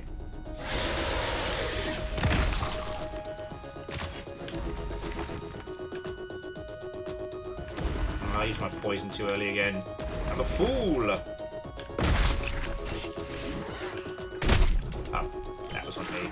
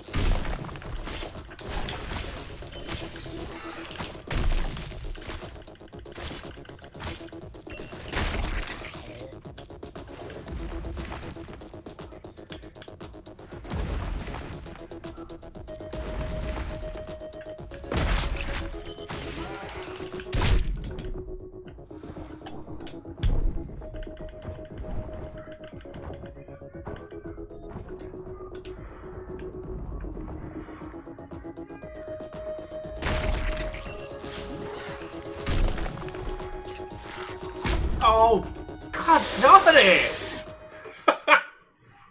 Yeah, Lyris, such an inconsiderate worm. Alright, is there anywhere to pick up bullets nearby? Alright, we're gonna get some fucking guns. Dear this guy.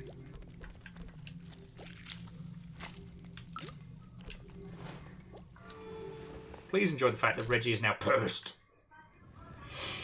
Hey, Verdantflow, have a lovely rest of your evening, friend. And, yeah, I understand this isn't the usual bombastic conversation that I would usually have for you all, but I'm fucking enjoying this.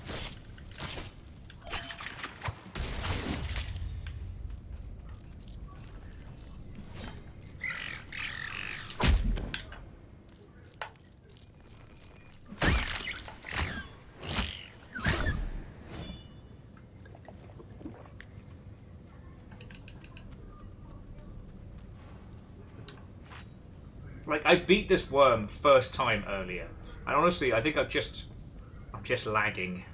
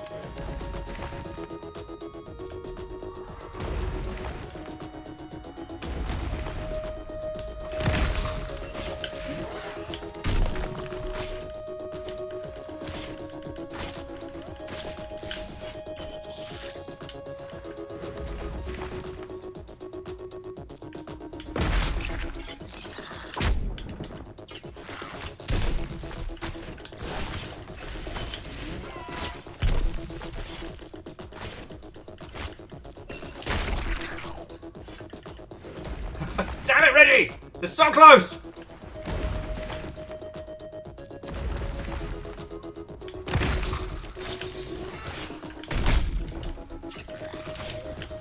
There we go! Fuck him up, Reggie! Okay. Hacking his way through extinct monsters was not how Reggie expected today to go. Right. Still, the head of a legendary mudworm to adorn his royal bedchamber would be no small reward. Reggie, mate, I don't think you want that by your bed. Like, I don't mean to tell you your business, mate, but maybe don't.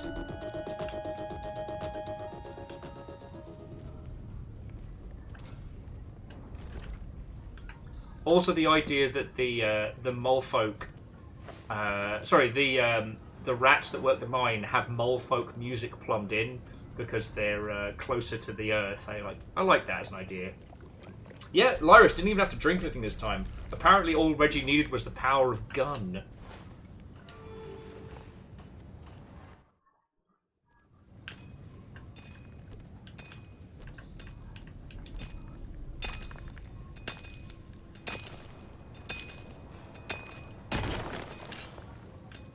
Oh! Yeah, I forgot that you can come here for resources if you need them, but Reggie's already got everything he needs. Alright, and... yeah, we can travel over to Longtail.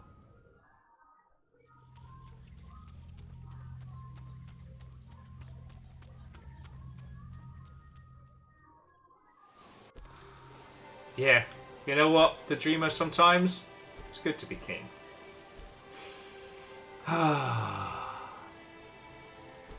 See what else it's got thrown up for us. Grub King. Let's check some of the other regions and see if there are any other new missions. Just very quickly, because... oh, I do need to nip to the loo, but...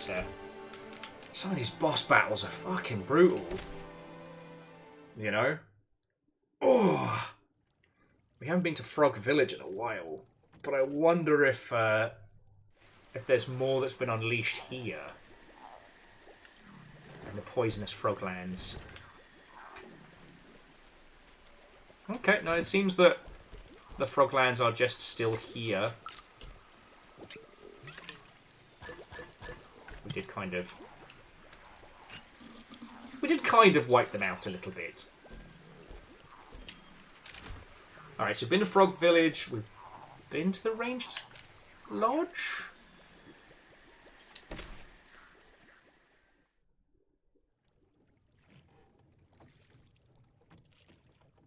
Because Rangers usually want us to do something mischievous.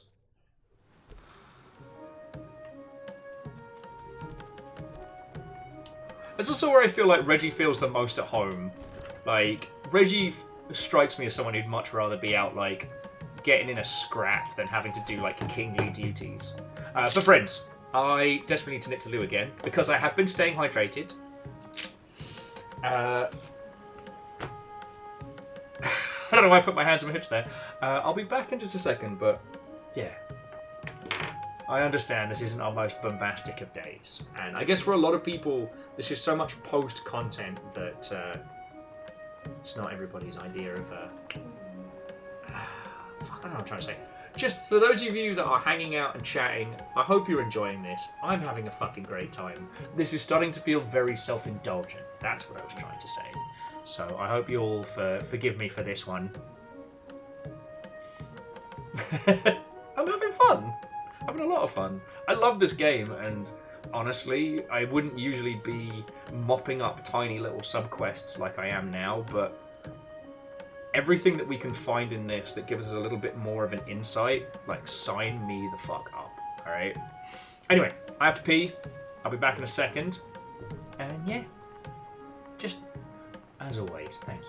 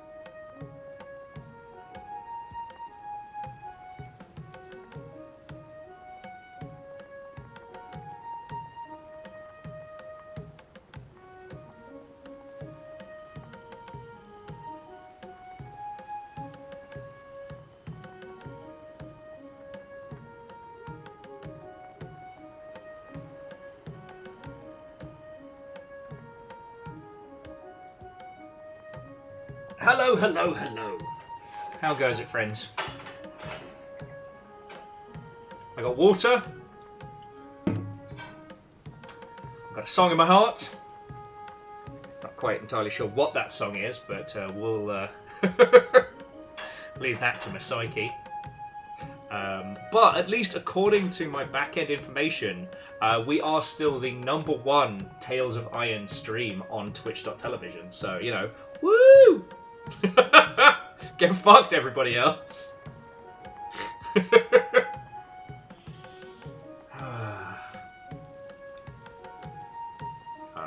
I think every time we play this game, I think it reminds me that we really deserve a good Redwall game, and someday someone's going to make it. We've had a few games that have like taken the same style and the same aesthetic, but sadly the last team to try and make an official Redwall game were very junior. Okay.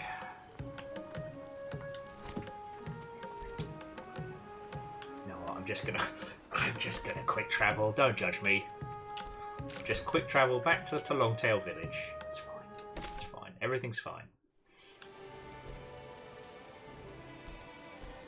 Yeah, so Angel Cleaner, I saw it a few years back, and it was supposed to be like part 1 of a great saga. But the TLDR is...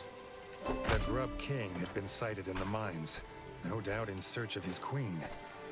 Reggie wondered how best to break the news to him. Probably with a sword.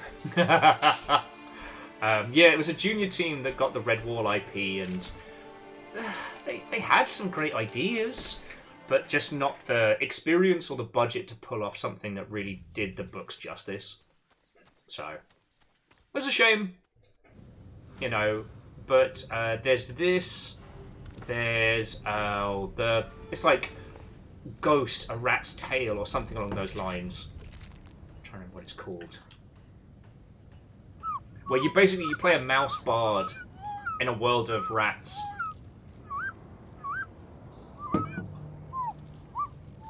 The miners were evacuated on hearing the roars of the Grub King. Reggie wondered if it already knew. Huh, same arena.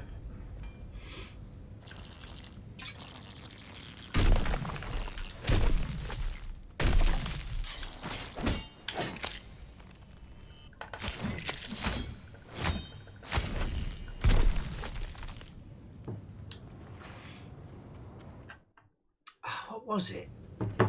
I'm pretty sure it was something Ghost, because that's been one of the best. Was it Ghost Song? No. Ghost of a Tale. Alright.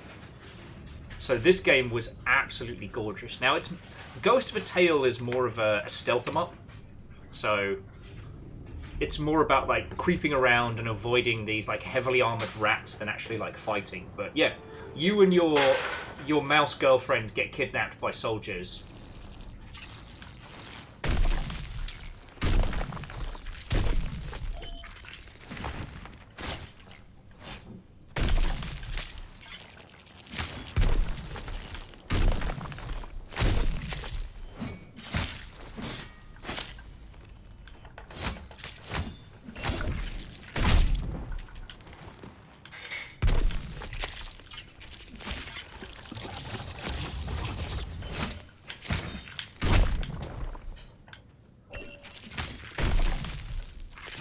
Oh! Get fucked, Millipede. The Dreamer says they had that one on GOG and never played it because the GOG launcher is... Yeah.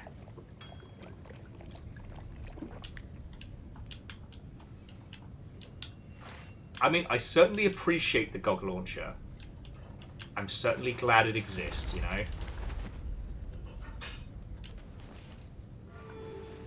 I don't know. I hope that doesn't sound too sarcastic.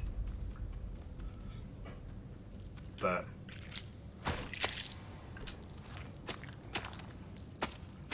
the GOG launcher needs a lot more love than it gets.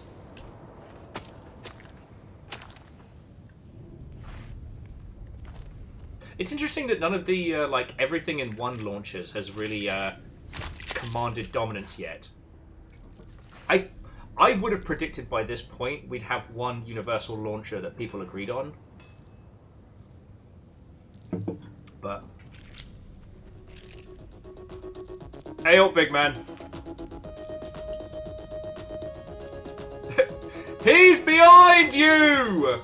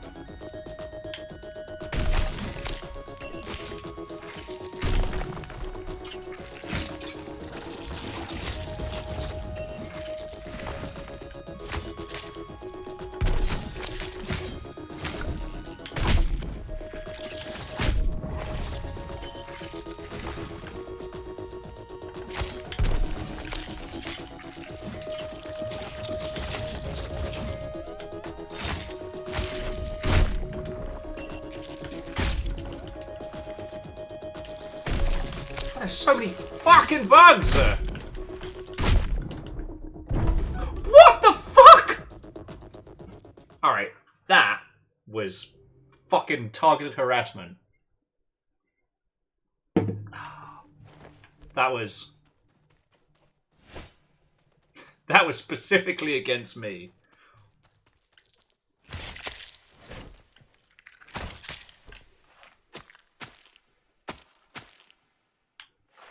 You know it's going to make me fight the fucking king after that as well.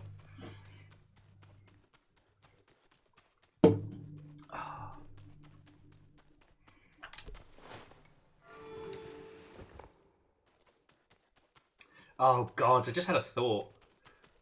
So if you ever wondered why every company rushed to have their own launcher, it was money. The idea being is that if you have your own launcher, like the Uplay launcher or what have you, then if one of your fans wants to buy your game, they can buy it directly from you and you get all the profits.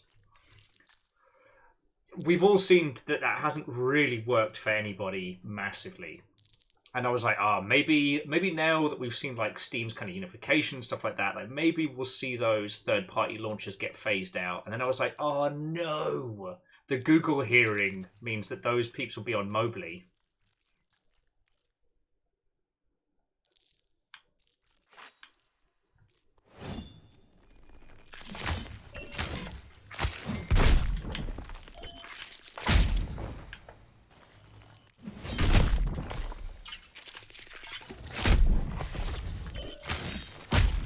Okay, what is happening this time?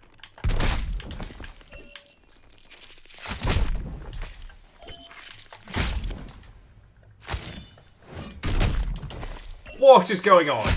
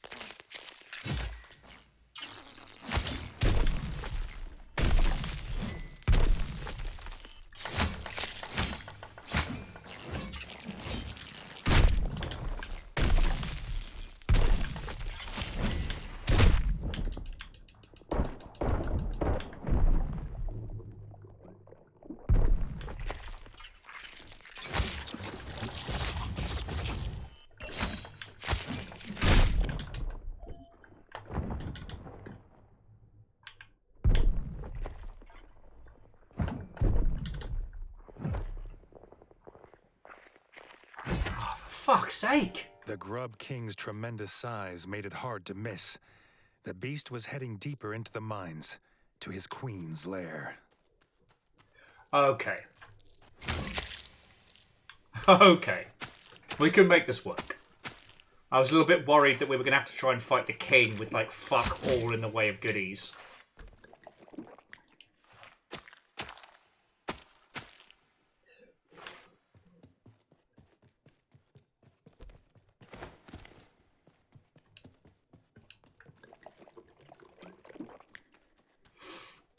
Oh.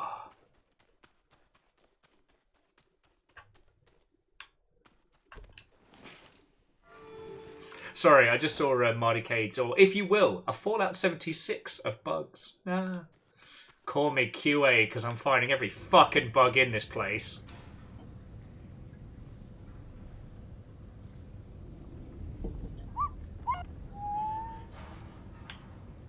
The miners wished their king luck. Reggie had to get to the bottom of the mines before the Grub King finds the Queen's lair, and whatever might be left of her. Oh, don't worry about it, Reggie. What's one dead royal to another, eh?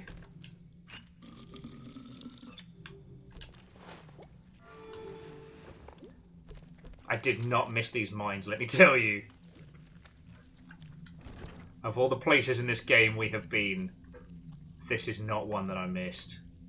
Oh, but I did apparently miss some fucking treasure, so let's go.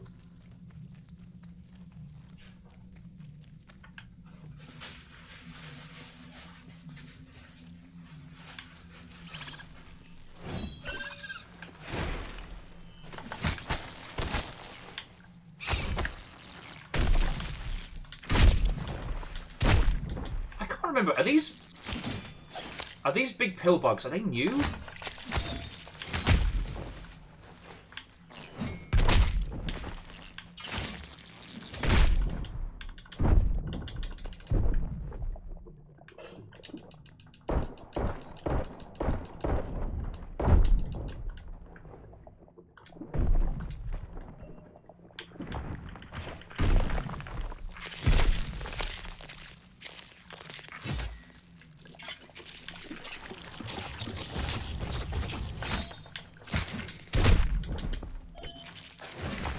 Like, they make sense to me, but I can't remember if they're new or not.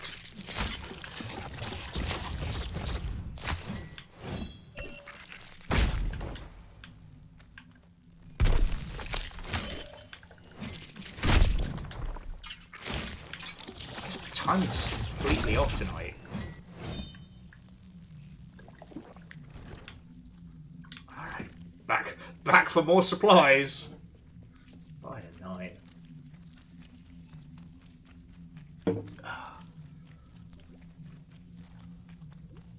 I'm pretty sure I'm wearing grub armor, right? Right.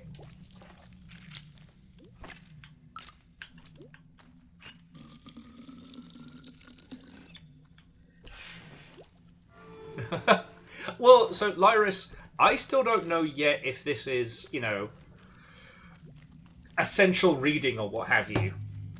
Like, the last time we did the whole challenge setup and unlocked, like, the King's loft. Like, that was some serious plot development, but, like, so far, this is fun. You know, I don't hate this.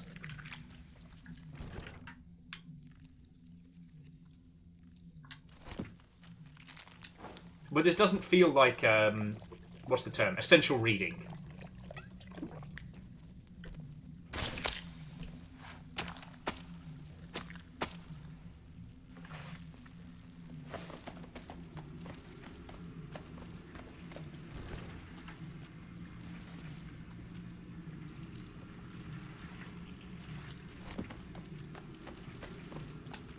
Oh yeah, no, Lyris, thank you for the reminder.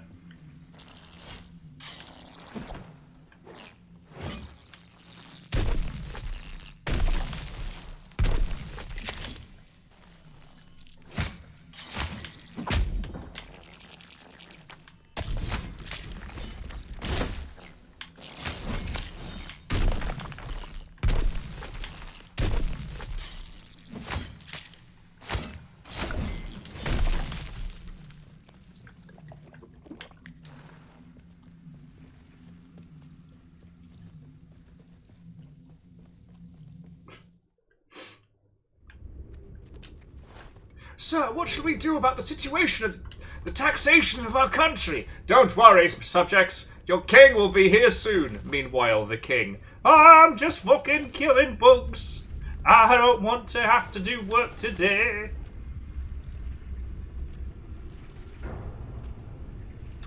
So, Unholy Glee, from what I've played of it, it doesn't have horror.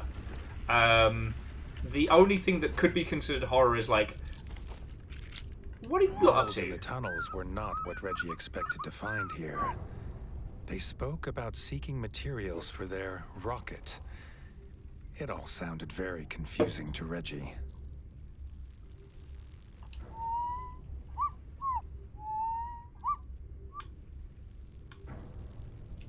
Oh wait, so they're just not gonna let me past? This is my mine! I'm the fucking king! Ah. What bullshit is this? Fucking malls, man. But yeah, so Unholy Glee, I didn't encounter any horror elements in Ghost of a Tale, but what I will say is, like, you are a cutie patootie mouse in that game, and the rats are like these gnarly, nasty, grabby, creepy, big bastards. You know, it's a stealth game. I don't know why I burped that, I'm sorry. So, it does have that element of chase. This, you play the king, and when people fucking cross you, you kill them, because you're the fucking king. But unfortunately, it means I gotta go bloody way down this way. But yeah, this is the story of a king that hates admin work so much that they're prepared to fight every gigantic monster in the land rather than having to listen to their subjects. Which I can appreciate. It's got a real kind of like young Baratheon vibe, you know? And I have described this as kind of like Game of Thrones and Redwall mashed together. And not because those are the two most notable in their space, but it has that Redwall aesthetic, but this is unnecessarily brutal at times. Makes it kind of cool.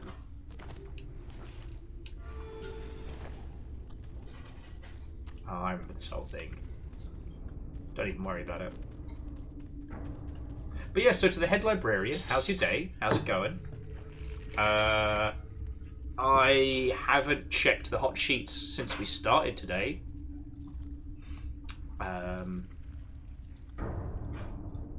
So I'll have a quick look on over.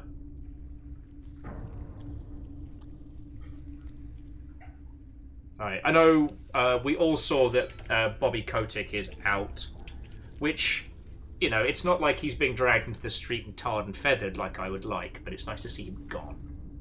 Elden Ring's going to be doing some live concerts like the Final Fantasy ones and Zelda ones, which is nice.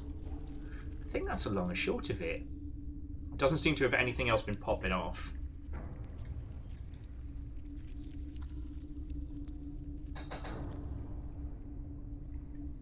Oh yeah, no, Unholy Glee. This king needs a co. This king needs someone who just fucking loves doing logistics, loves doing paperwork.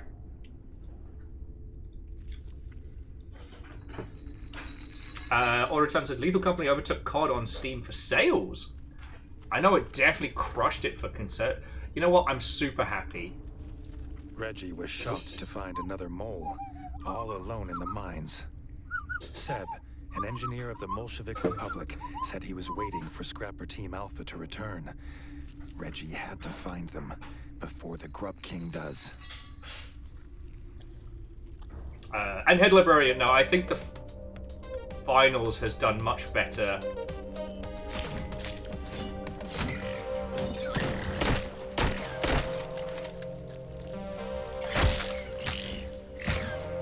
Than COD. Like, I'm not forgiving the Finals for its bullshit.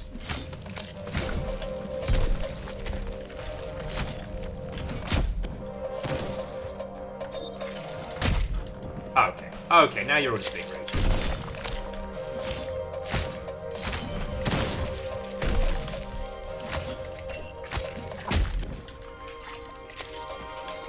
But honestly, like, Call of Duty as a franchise has had so long to innovate and add. Like, love and respect to everybody working on that franchise, but it's not a franchise that needs our protection, you know? I mean, my sincere hope is that under Microsoft's rule, they're going to slow down on the yearly releases and give them some time. You know, they're already winning at games of service, so, you know, why kill yourself making a game every bloody year? Although from the friends that play it, I've been told that the newest of COD Zombies introduction is surprisingly fresh, which I would not have guessed.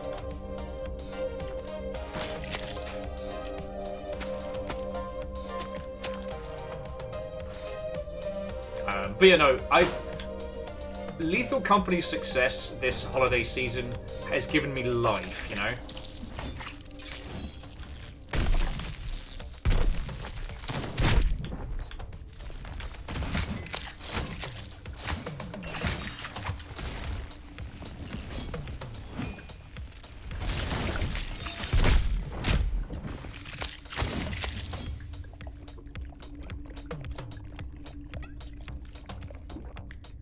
Yeah, well, Order of Talon, I mean, that's a good point on video games as a whole. Like, we don't often see the changes for a while to come, but, you know, depending on how things are going down, I hope we see some changes fast. Like, I didn't talk about it today because, like, I've raged about enough topics recently, but I am, like... So, Activision Blizzard announced that their QA teams would have to return to work. That the work from home policy was being cancelled. Which, obviously, I don't agree with. They're not even going to be doing, like, hybrid. So, like, all the QA teams will now have to move to, like, in-house QA only. But the language they used was the most, like, obnoxious... like HR doublespeak of all time, and I just desperately wanted to reach through the internet, grab the person who wrote it, dead-eye them, and just vomit violently on them. Because I don't want to physically harm people in the games industry, but I'll mentally scar them. The wording of it just ground my gears into a powder, because it basically was worded like, oh, well, if you have, you know, problems or disabilities, or if you took the job believing you'd be able to work from home, that's a problem that you have doing your mandatory duties. And I was really spitfire. I guess I still am. However, we spent the day with Reggie beating the fuck out of bugs and having a great time, so I'm balancing it out.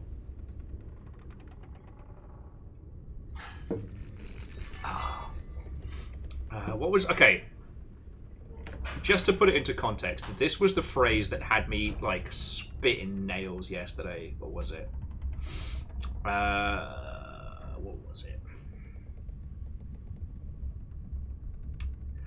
And I quote, on ActiBliz informing all QA, the QA that they've been, has been working to unionize and that ABK has absolutely not been helping. And I quote, "We are focused on finding appropriate, reasonable accommodations for team members who experience barriers to performing their essential job functions." Like, that is some rancid HR speak. That's legalese in the worst. And I want to get fighty. Get fighty.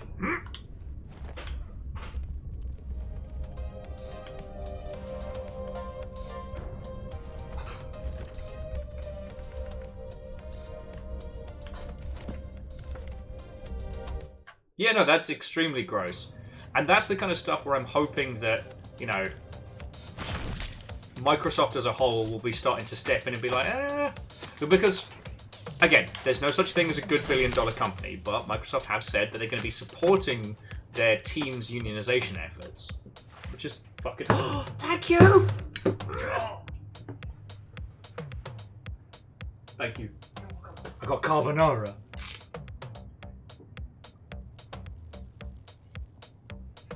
Yeah, no, Unholy Glee, they can absolutely take that canned language and stuff it. But the thing is, it's canned language that says that it's your fault that you can't do your job function. We are going to be accommodating as best we can. And I'm like, oh, you bastards. You bastards. Sorry, I did not realise how hungry I was until this sat down. So, on the plus side, we can enjoy some sweet Mole Man jams. Though, sadly, to those of you joining, you did miss our Mole Man arena fights. where we fought basically Mole, Iron Man, Hulkbuster, and Mohammed Moli, who kicked the fuck out of me. Oh no, and Order of Talon, I absolutely agree. Like, I don't want to overcommit because I'm really guilty of that, but like, if they'll have me, I'm definitely going to volunteer to do some more stuff with the Code Workers Alliance.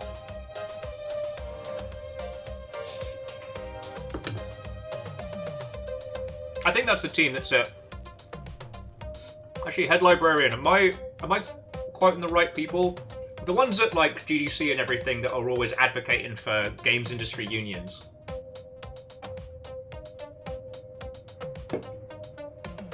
Because here's the thing. No industry. It's not. Well, okay. Better ABK is one that we shall. Is it CWA? Okay, so that's the Code Workers of EU. Oh, it's Code CWA. Here we go. Campaign to Organise Digital Employees. Yeah. So these are the peeps that they have a stand at GDC on the Constant. And they're an organisation to help groups unionise. Because here's the thing. More so than any other industry, like, people who make games have the power. Like, there are certain industries where you could replace people working with scabs. Like, it's not as good and it's bad, but like, when it comes to like film and television and advertising and stuff like that, people might not be good, but you can put them in front of a camera. With video games, the idiosyncrasies of every studio, you can't just hire 50 people to replace your programming department. Because when they get their first error message that says, I don't know, see Ingemar, well, Ingemar's on strike. Ingemar's not answering. Right?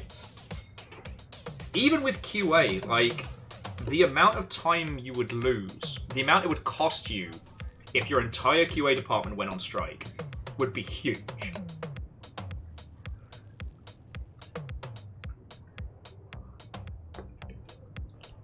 So yeah. Now, I still don't know what the best course of action is for those of us in the games industry. I think studio unions are probably the way to go, but I don't know. Because at the moment, like, we have some unions, but we have, like, the Union of ZeniMax QA workers and what have you, right?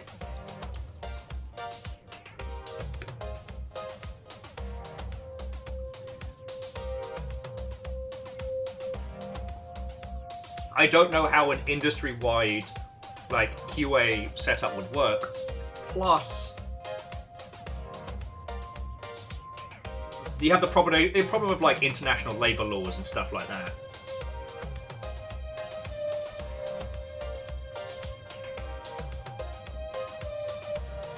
Oh. I don't know if my face showed it there, but I just got a mustache hair caught in this can, and I saw the shadow zone. Oh, I saw the pains. I saw the pain realm. Oh.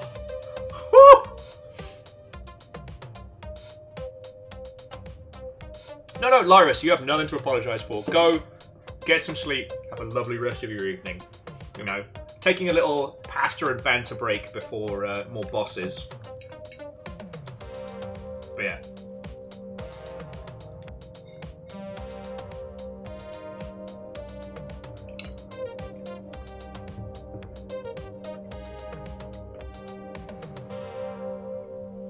But yeah, I do think that studio-wide unionization wouldn't be a bad shout. Because, hey, if the studio goes under, the studio goes under. That sucks and no one wants that to happen, but especially when it comes to these, like, mass layoffs, no one responsible is being held accountable. You know? Again, I will throw brooks at Epic all day, day. Because they laid off 800 people. Whose fault was that? Like, who was responsible for the overhiring? To the point, like, how come... I mean, okay, we all know why. It's because they're about to see a massive windfall with, like, Lego Fortnite and shit like that, and they want to make it look better on the books next year, when they're like, oh, our outgoings are only X much, and our incomings are massive. Exactly the kind of bullshit you want to do before you, like, float a company or something. But... well, sorry, put a company up for sale, but...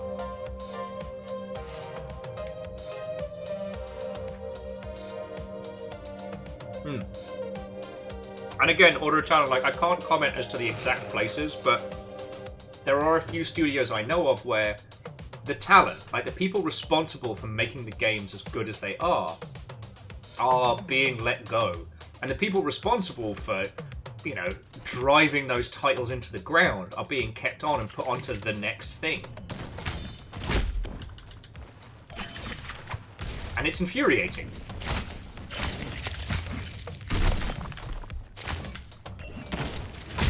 You know, I keep thinking about the concept of, like, you know, pirate ships and stuff where everyone had a share and everyone had a vote. And it was pretty common for bad captains to get bounced. Not always lethally, not everybody was marooned or murdered, but pretty frequently, bad captains were just told to get fucked, you know?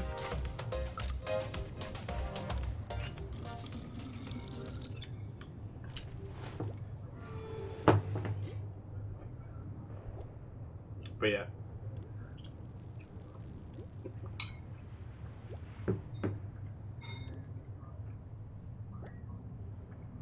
It's like, I understand the logistics of video games are super hard, right? So, like, the team behind Amello and, I forget it was called Starlight something. Sorry, my brain is a mess today. But they had to cancel development of their game, so pause development of their game indefinitely, lay off half the studio and go into basically emergency mode, right? Because a combination of, like, low sales and rising inflation has made running a studio super hard. Like, sometimes you have to make decisions like that. But when you're dealing with something like Epic, with something like Activision and shit like that, these big companies that have the money, they just don't wanna? If someone is responsible for rampantly, like, over-bloating a project, if somebody pushes a project in a direction that fucks it up, there should be an accountability there.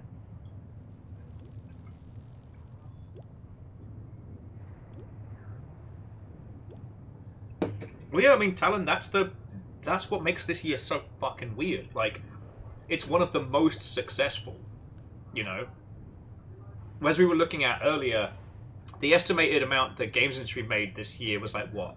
$190 billion? NBD.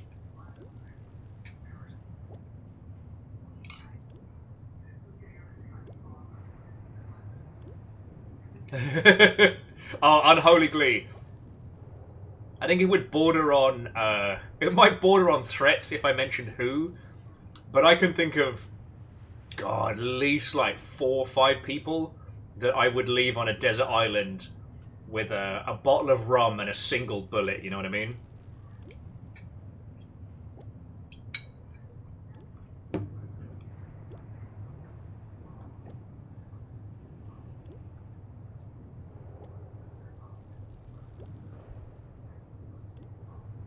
Well, yes, Edwin, like,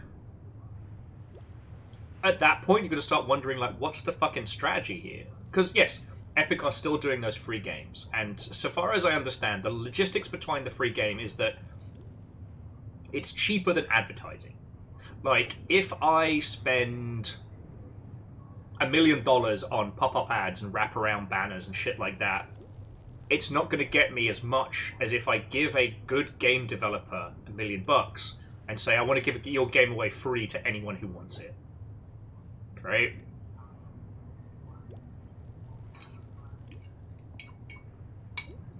And Order of Talon, I would say Fortnite is bankrolling Epic's expansion. And the free games are just meant to increase platform domination. Like, we've talked a lot about this weirdly with MMOs and things like that, where content is king. If you think of the games as the content, the more games that you have on a platform, the more likely you are to open it. You know, Steam is still the dominant platform because that's most of what everybody has, but like, when you suddenly start getting like real bangers, like Hades and stuff like that, if you had Hades and you got that for free, that might make you boot up your Epic launcher, and then you might see some other titles there, and then suddenly the Epic's the one you start up when you boot your rig, and then you become more and more entrenched in that ecosystem.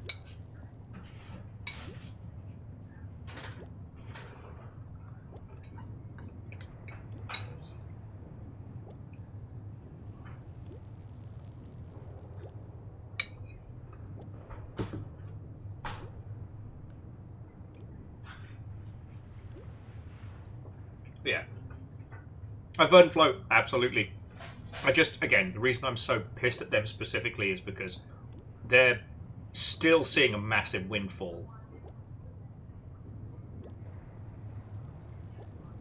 So somebody fucked up.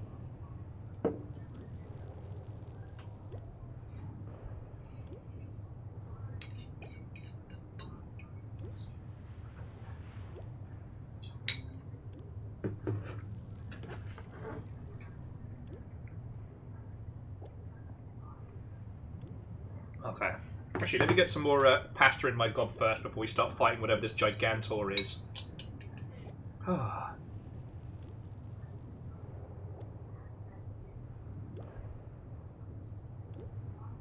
And Ehrman, you are correct.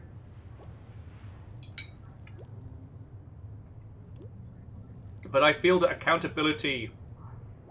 Because that's the thing. Unionization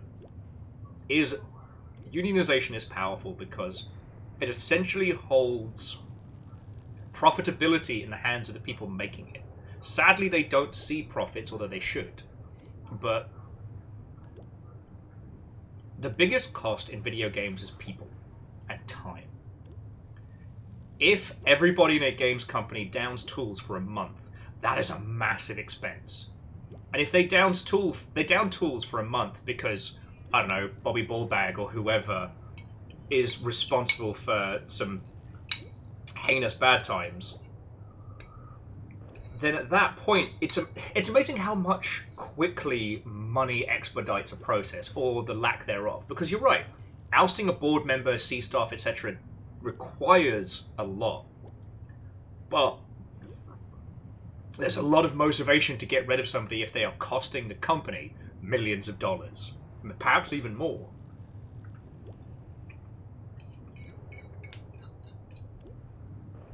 God, like, imagine the entirety of the Call of Duty development team, maybe I'd say a month out from launch, says, we're going to down tools unless you meet our demands.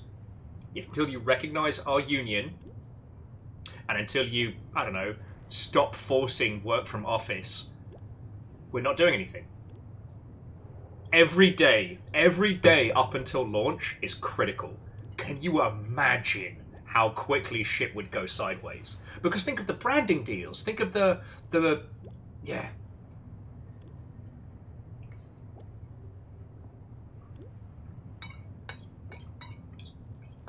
Like, that's power.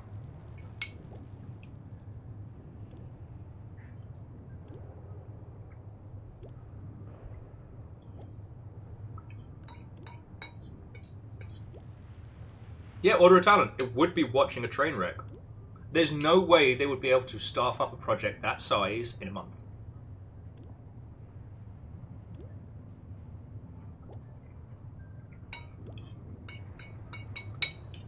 What are they going to do? Fire everybody? Good luck launching a game with no people. GG no fucking re.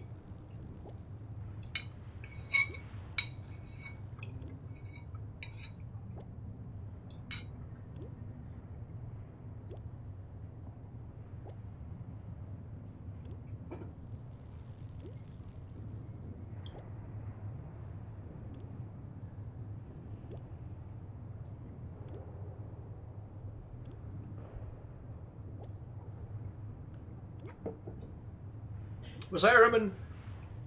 I mean, there are people who understand the American stock and share business side of things far better than I. But what I can say is that when a company is hemorrhaging money and it is the fault of an person, you know, there are emergency contingents that can be called, right? The thing that strikes me is, like, the ABK strikes were because of sexual harassment suits, which is great. Like, hold those fuckers accountable. But this was the year Diablo 4 launched. If they turned around and went, we'll start striking the week of Diablo 4's launch. Whatever bugs come out, whatever problems are left in, no customer support, no post-launch patching, no live support, unless our demands are met. Like, that's power. Can you imagine how that would have hit with better ABK?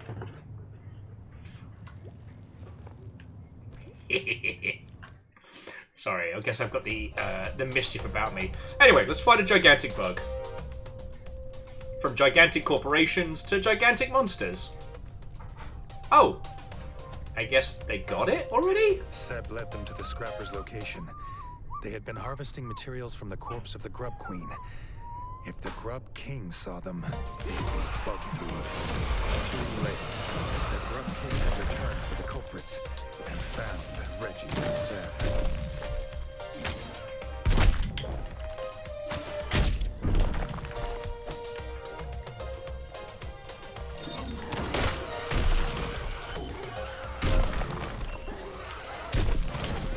Alright, this is bullying.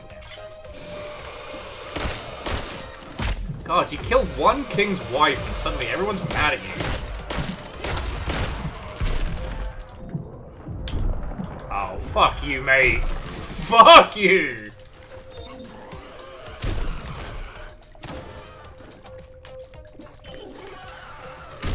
And so Talon and Orchazini, like, this is one of those situations where,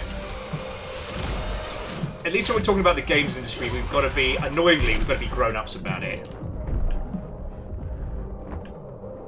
I personally dislike,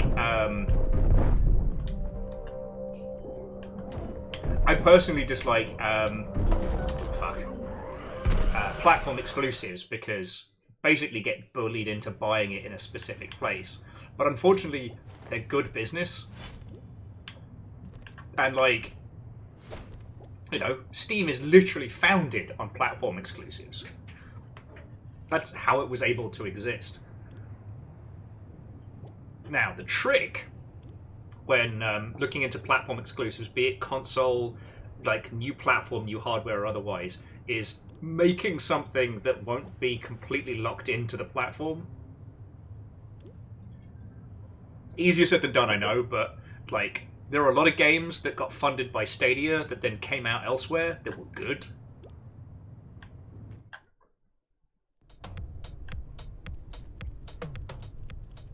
But, like, I'll never get mad at a dev for taking an exclusivity deal because most times it's the difference between, like, shipping your game and going hungry and going home. You know? Let's not forget, for all the successful games we see launched, like, that's some real survivor bias. There are hundreds of games that never make it to launch. And there are so many that die in quiet. No, so Order of the Talon, it's one of those moments where you have to take, like, the shamanistic, the feelings of it, and the metrics, the business of it. You are allowed to hate Epic exclusives. There is nothing wrong with that. But we have to concede the point at the business strat of it, you know? And that's annoying. I don't like it. You know? Like, I am not a fan of it. It's just... yeah. Too late. The Grub King had returned for the culprits and found Reggie and Seb.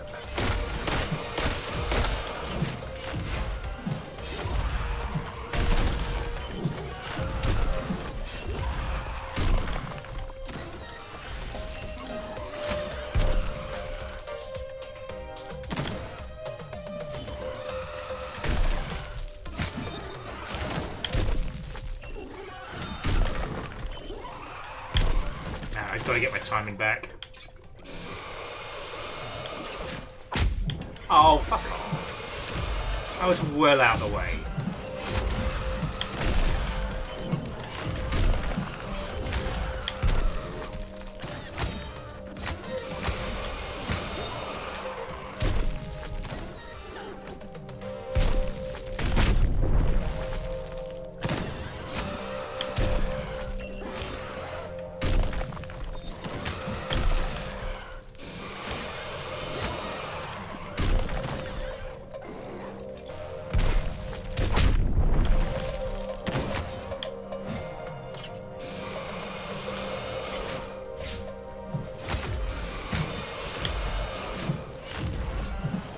Sorry I killed your wife! Oh, fuck. Alright.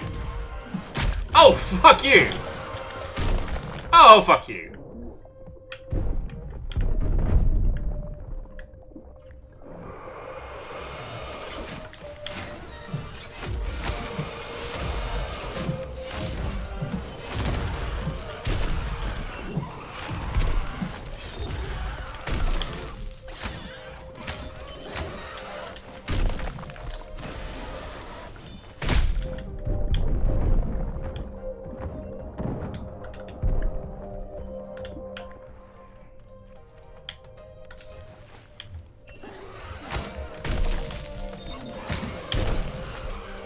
There we go. 2 and done.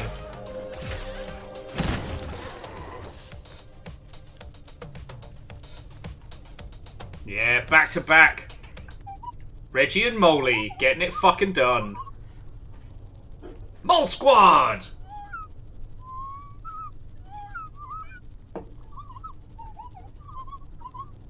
Look at these little fucking The moles. Scrapper team thanked Reggie for saving their lives, but were even more grateful to have a fresh corpse to butcher.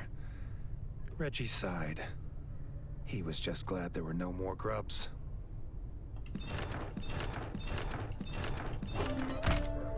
Okay.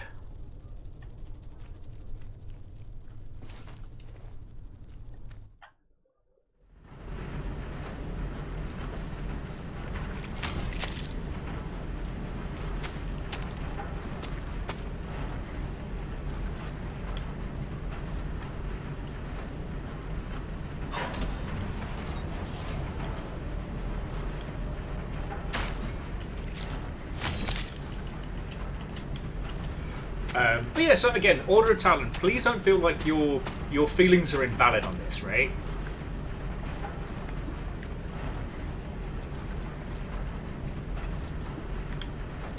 And also, there are some strat moves that we've talked about that, because of the failings of other platforms, so like, doing your early access on the Epic Store and then releasing on Steam when you're at version 1 is a really good strat. It shouldn't be, but it is. Because, again, Epic doesn't do user reviews, it does Open Critic. So you just blitz on through... Oh, excuse me. So you just blitz on through your early access periods, get all the bugs out, change all the details and bits that people don't like, and then when it comes to Steam, not only are people happy to see it, not only are they hungry for its release, but it's the best version of your game. You know? Hell, you can, if you have the user base, I should say, it is possible to do that with, like, your own launcher. You know? Warframe did not launch on Steam until it was good and solid. There's still more things they want me to kill. Alright, Reggie's coming.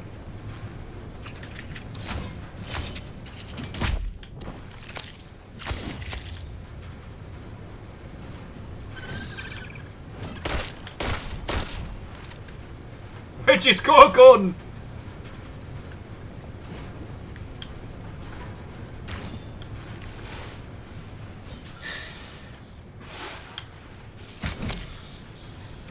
But yeah, so for those of you who don't remember, like, Warframe's original business model was a lot more predatory. It was not fun. You could basically you could unlock a frame, but... Oh, actually, I want to go up to go get the new goodies. So you could unlock a frame, but you then had to spend premium currency to unlock its full potential.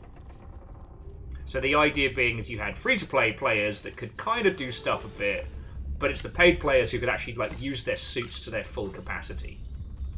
Which, the way it was intended was not, what's the term? Was not predatory at all.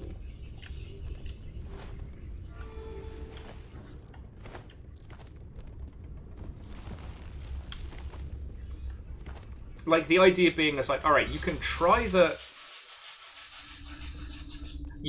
frame that you want to and do the cool things before you decide to spend any cash, right? Alright, kids, my name's Reggie, and I got shit to do tonight.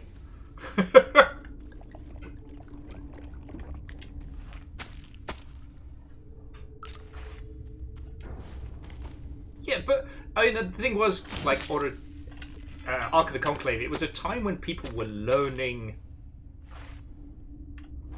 how to do business models. There wasn't another example of, like, what Warframe was attempting to do out there. So they had to fucking work it out. And they did.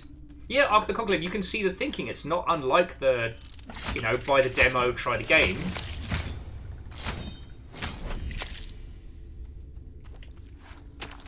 And let me tell you, business models are sometimes the hardest shit to get right. And as we well know, a bad business model can kill a great game. You know, Evolve was years ahead of its time, but that business model sucked. And it put that game well in the ground.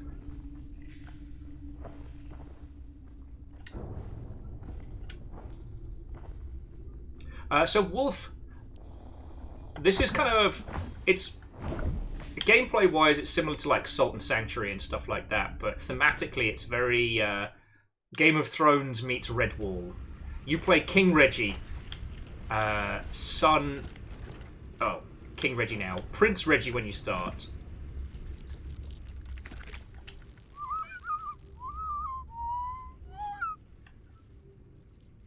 These little bastards won't let me past! Gotta go the other fucking way again, alright.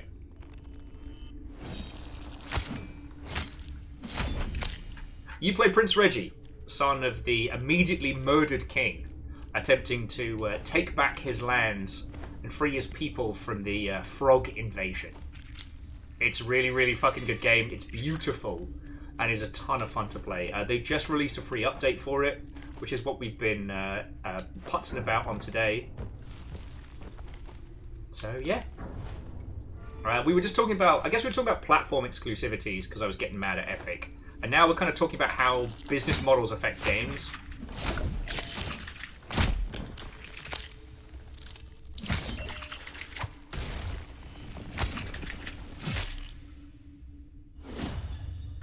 While I'm just mercilessly slaughtering bugs.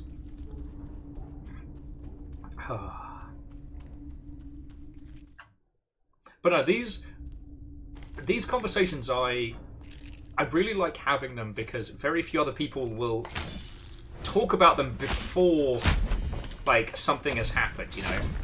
Loads of people are ready to dunk on a game if it comes out and the business model sucks, but very few people will deconstruct what happened and where it was coming from.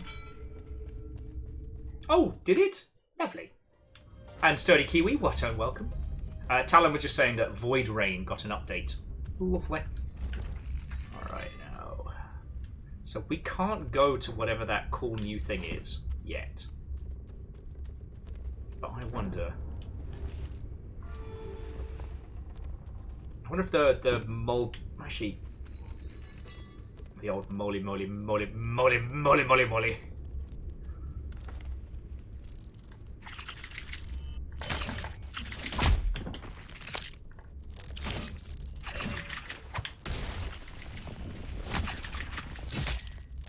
The mole folk haven't built their rocket yet, but I wonder.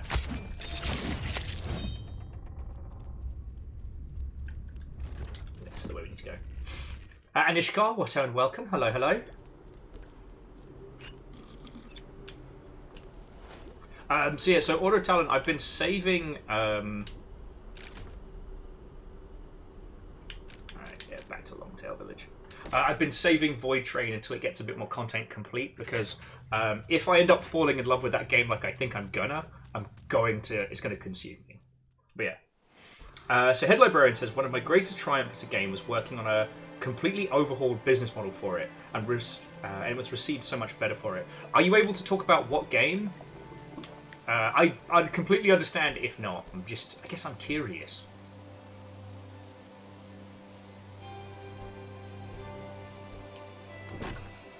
Stalker Queen. Oh, another? I want to go back in the mines. Man, how come one of these fucking quests isn't fucking Reggie needs ice cream?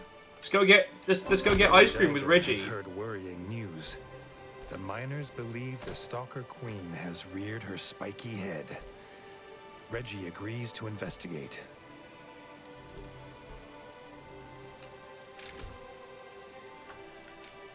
Order of Talon. I think Reggie would be like a vanilla purist, but with like a bug juice kind of alcoholic squirt. I don't know why that's the squirt maneuver.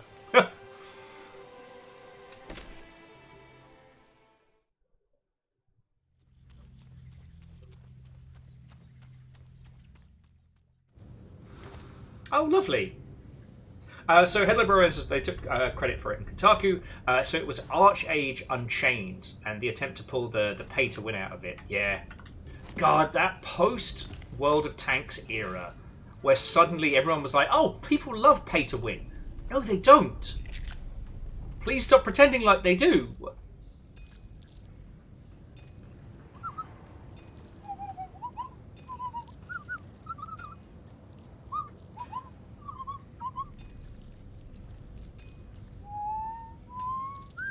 Stalker Queen is back. Gotta kill her, turn the tram back on. Reggie, away! When Reggie first arrived at the mine, he found a rat miner arguing with Seb the engineer. The mole wanted to head down into the mines to fix the tram, but the rat refused to let him enter for fear of the Stalker Queen. Reggie told the miner he would personally take Seb to the tram to repair it. And Krill, Watto, and welcome. Sorry, Ratho, and welcome.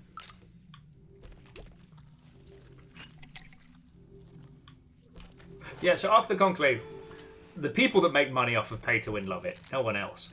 What happens, usually with pay-to-win titles, is that the thematics are very unique, meaning that users don't enjoy it, but they're willing to forgive it because there's nothing... It's the only gig in town, right? Traversing the mine was hard work. The Stalker Queen had been busy. Her offspring had spread out over the corner. Seb was not used to this much fighting, and was glad to have Reggie by his side. Just beat that poor stalker to death.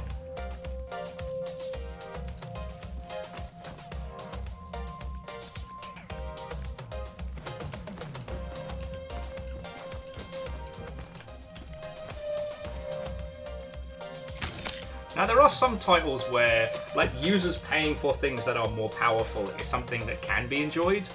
But again, it depends so heavily on the thematics of the game.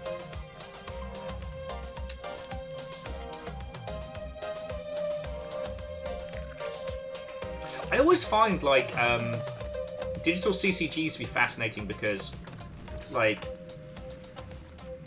to an extent, users do enjoy opening digital card packs, right?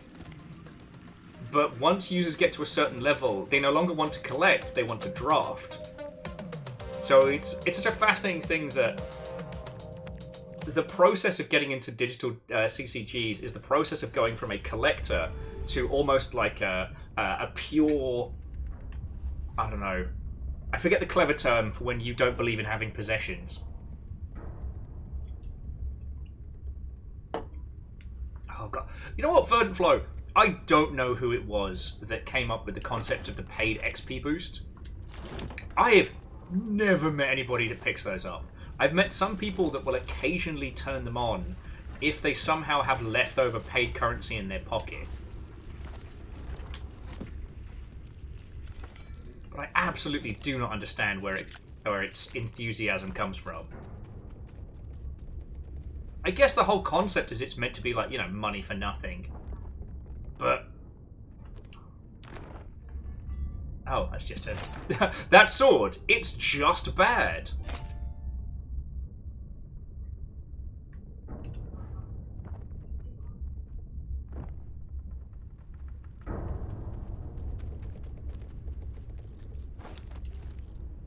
Anyway, sorry, one of the things that I do love talking about when it comes to the discussion of like business models and stuff like that is that when you do it right, you can make enough money to continuously develop a game and your users have a great time. Yeah, fun flow, skipping to grind. Why is there so much grinding in your game? Why isn't it fun? You know?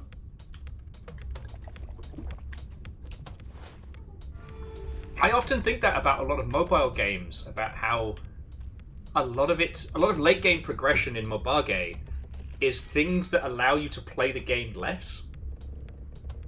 Like both Gundam and Azure Lane, like the skip tickets are a big part of like late game grinding. But wait a second, why am I paying to play the game less?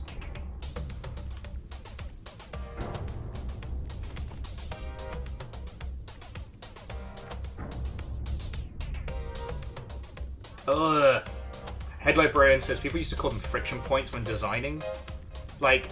fighting next to Seb brought back bittersweet memories for Reggie. He was determined Seb would not suffer the same fate as his old friend.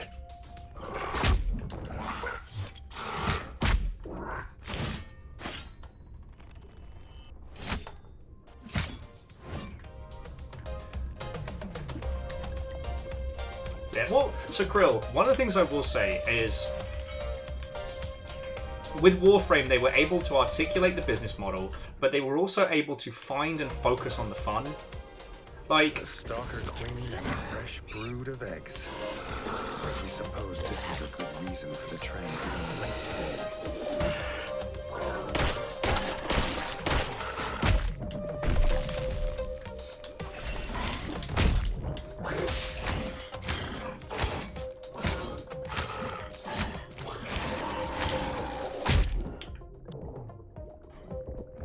Oh, fuck you.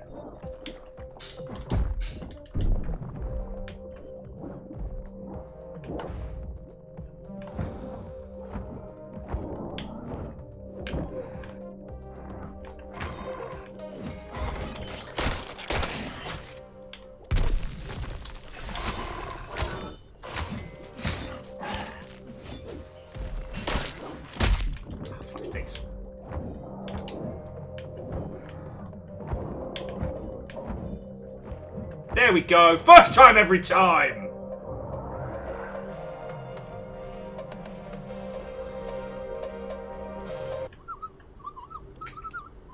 Woo! Together, Rat and Mole felled the Stalker Queen. Seb swore to get the tram working again single pod, in thanks for Reggie's help. Reggie was just happy to have made a new mole friend.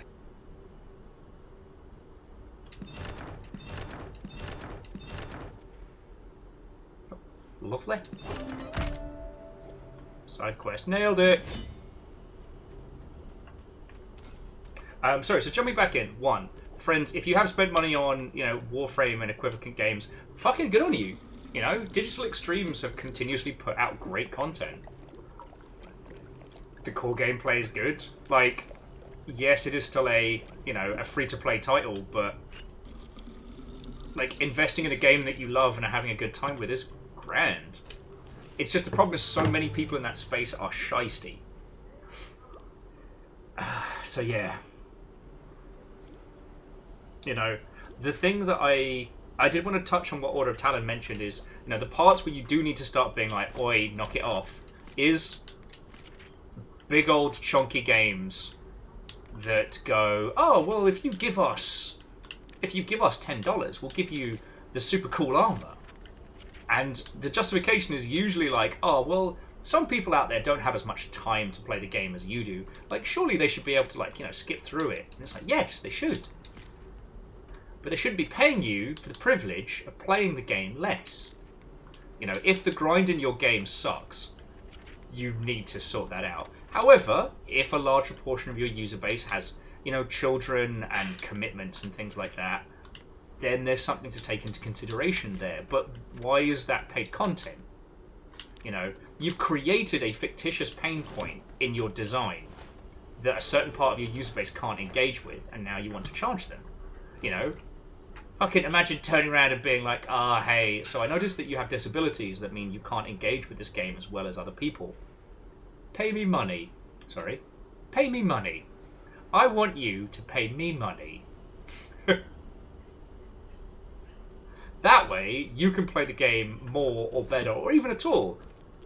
And I'm charging you for the privilege. Like, you can imagine saying that.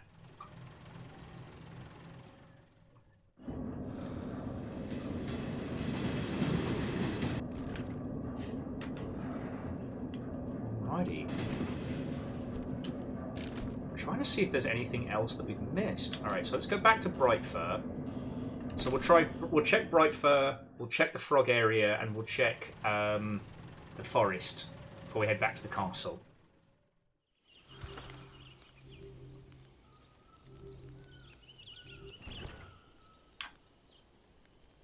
Oh, and sorry that I missed the conversation because I was... yeah, it's the Bolshevik Republic. The Republic of Moles. Friction points is a term brought in from outside of gaming, much like influencer, which is why I hate both terms with a passion.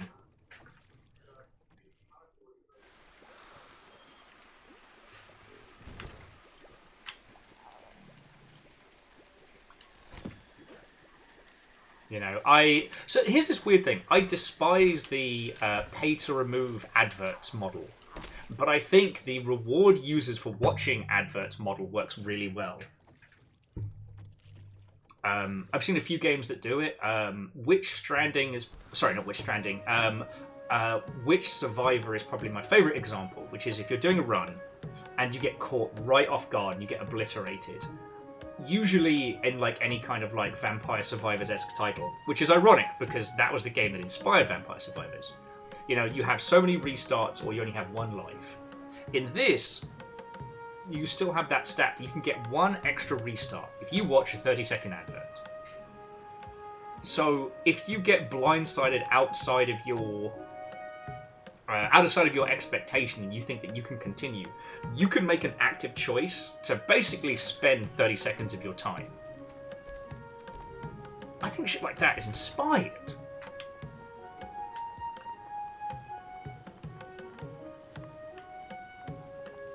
Alright, I haven't seen anything else here.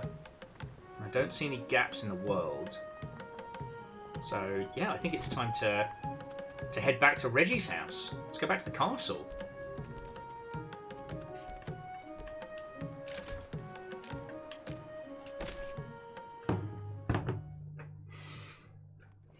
But yeah, I guess this is just the point where my community manager brain kicks in, is that I still believe that engagement is more important than reach.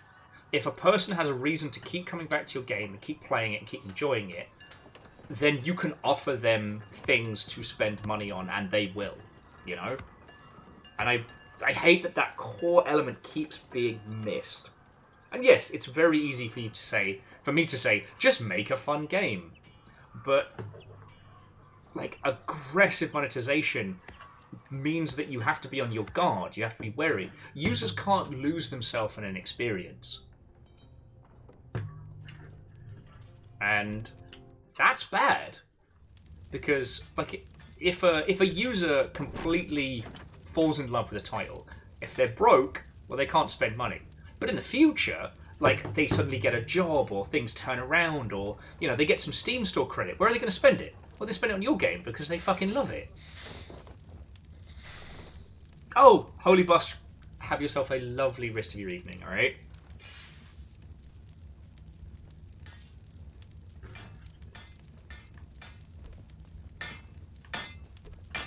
think we've built everything that we can. Let's see what the gigantic horror worm. Oh, we didn't put it above our bed. All right, good. Even if our little mouse friend is there.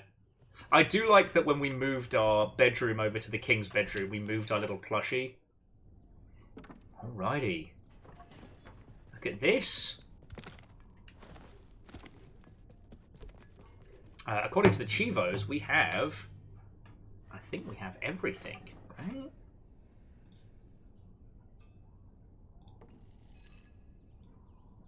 I'm trying to think if there's anything I'm missing.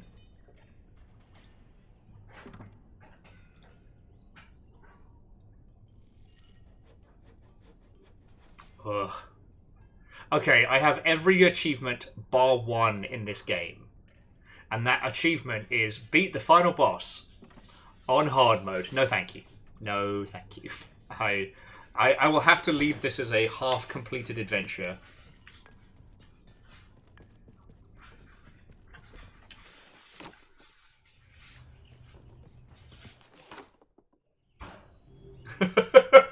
I like how our decapitated hell beast has just been added to our bard's bedroom. What's up, little friend? So he can have some fucking nightmares.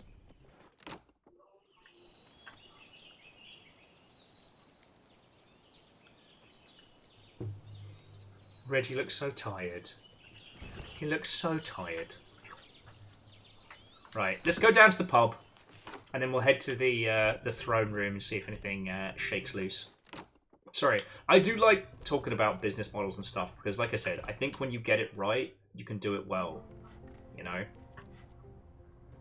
I know there's been a lot of there's been a lot of dislike of things like the expensive skins of like Valorant and stuff like that, but as someone who spent a lot of time on CS:GO, I see the through line, the idea that you don't just pick up a skin to look fancy, that you buy something that you're going to invest time in.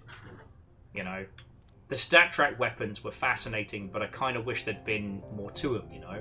Like the idea that this is your rifle. You worked hard to make this gun your shooty gun bang. Oh yeah, no, Unholy Glee, that's a good point. It'll inspire him. You can write like super cool bardic metal. Anyway, more importantly, party!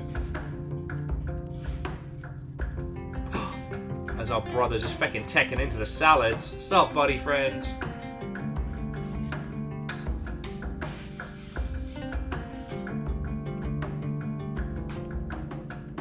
So Talon said, I find it so odd the difference between the Valorant skins and League skins. Well,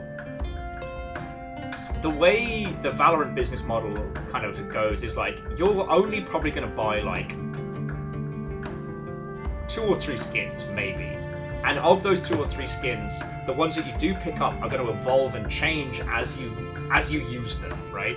The rest are going to be just kind of like throwaways that you may or may not get.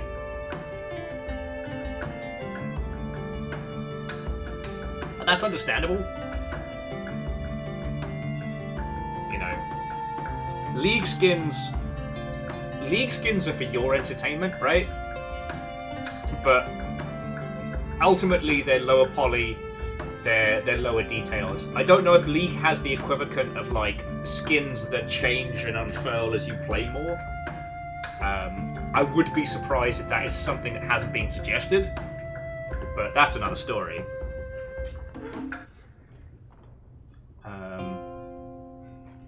Okay, there's a couple that does happen. And so Order of Talon, gun skins are dumb until you think about how shooty gunbang games work. In that the only way that we as users can express ourselves in a shooty gunbang is through the guns and the shooties in the gunbang. Like, you aren't a character in an FPS. You're a pair of hands and you're a dacker. You're basically whatever weapon you're holding is your characterization, right? And people develop an attachment. Everybody has favorite weapons in games.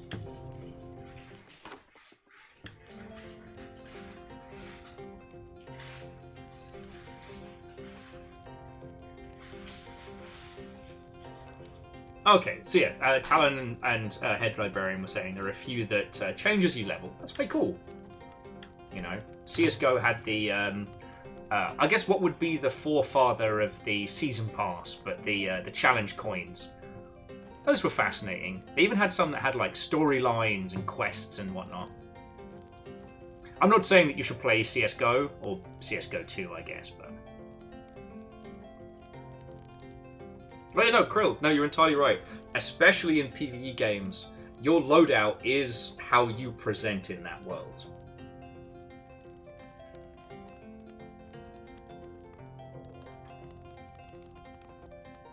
But yeah, and again, I'm not against any of these ideas. I do appreciate what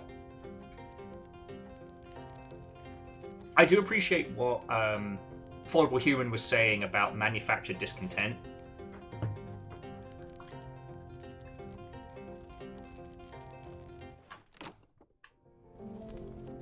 Like, I really appreciate that whole concept of creating a sense of the haves and the have-nots and using that to inspire people to spend money. Like, I really appreciate calling that out. But also, Fortnite is predominantly aimed at children. You know, if you enjoy Fortnite, brilliant, great. All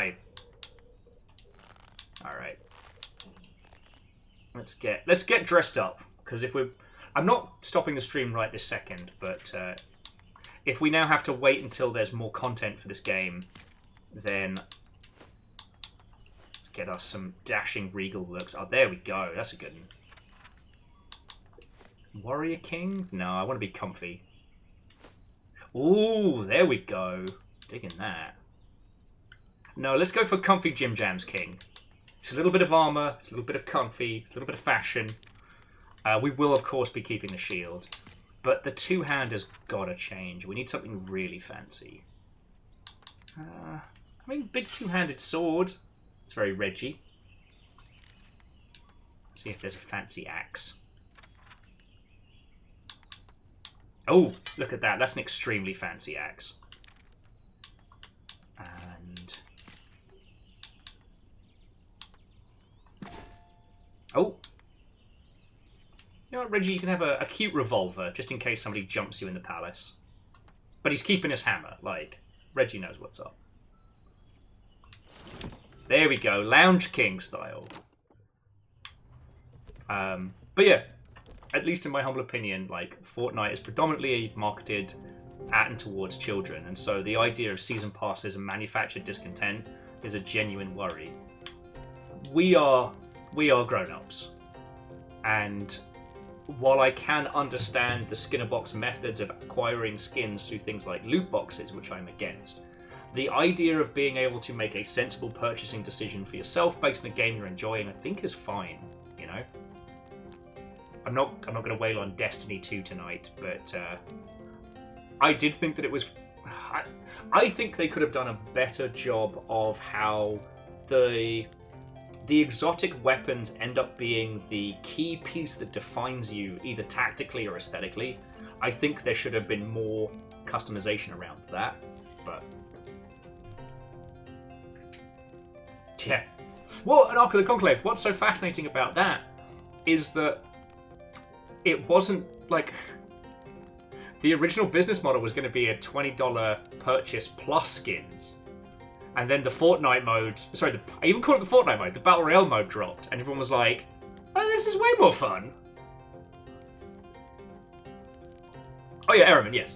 As an adult, you can make a value decision in a way that kids just cannot.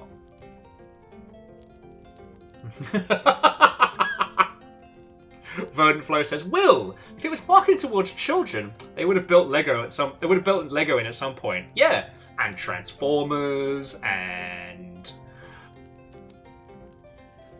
why is the only other things I can think of Jujutsu Kaisen and fucking Batman, but alright.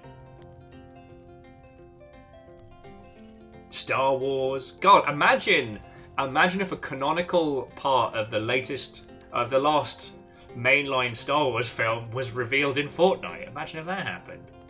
Still mad.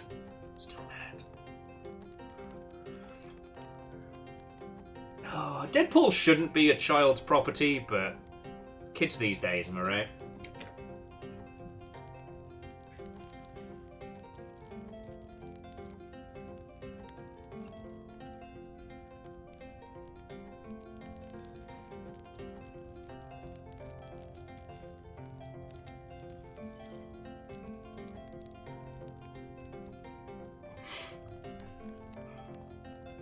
Yeah.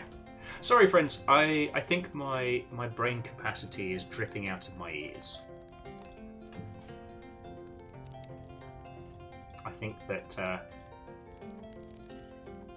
Oh, that's why, because it's 9:30 at night. Fuck, I should have noticed that.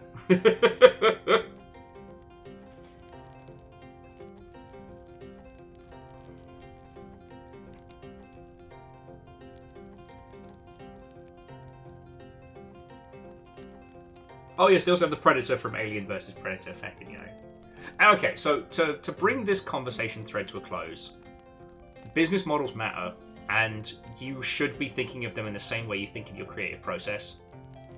Like, it sucks, but biz dev is as much a part of getting a game out into the world as anything else, because a brilliant, exceptional title with an absolute dog shit business model is just dead in the water. You know, you can talk around in circles about the intent and the creativity, but if you do some shisty stuff with how you sell your game, users will just go, fuck off. And so yeah, if you ever want to talk about business models in games and concepts and theories and stuff like that, then fucking go for it. Like, I'm always down to talk about the stuff because I love talking about it. It's genuinely fun for me. I know, I'm a fucking nerd. Yeah, I don't think there's anything else to bring on the cat. I will say, friends, is if this is all you've seen of Tales of Iron, please, please, please, please, please consider picking up a copy of it, because it's so good.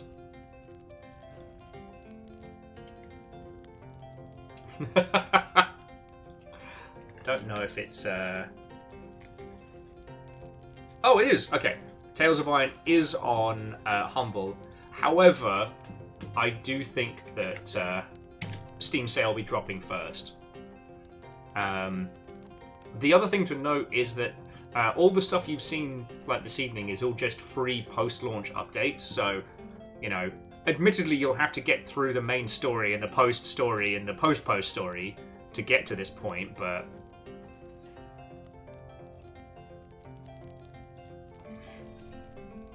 But this is such a good game. I tell you what, though, even though we're Comfy King, if we're doing credits, we're going to do credits in the bard, because that bard knows one fucking riff and it's driving me up the fucking wall. So Krill, Steam sale will probably be starting, like, what? 22nd, I want to say? Hang on. They actually told us when it's going to be happening. Alright, so... Steam sale 2024. When is the next Steam sale?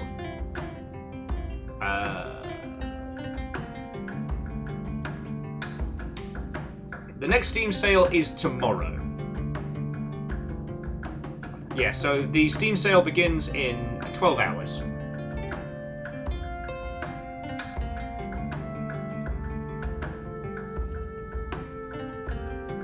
No, so Unholy Glee, they're still doing the Steam Year in Review at the moment. And yes, Edwin's saying some publishers have started their own sale to get ahead of the curve, but yeah. Like, friends, I always really fucking appreciate it when you pick up stuff via Humble Link and whatnot, but ultimately I'd rather you'll save money and play more games, you know what I mean? Because times are hard for fucking everybody. You know, spend smart, drink well, and sleep when you can, friends. Right. I feel like today might have been a little bit self-indulgent, considering as we have done 7 hours of this. But I am extremely, extremely grateful. I'm going to roll credits and say thank yous in just a second. There won't be a stream tomorrow, as I'm taking a day off. I'm going to get high later, and it's going to be great. As soon as the doggies are out, I'm just going to cram my cheeks full of edibles. But I will be back on Friday. We're going to try and do Glitterbeard in Sea of Thieves, and it's going to be a glorious mess. Vernflow, Pokken los dos.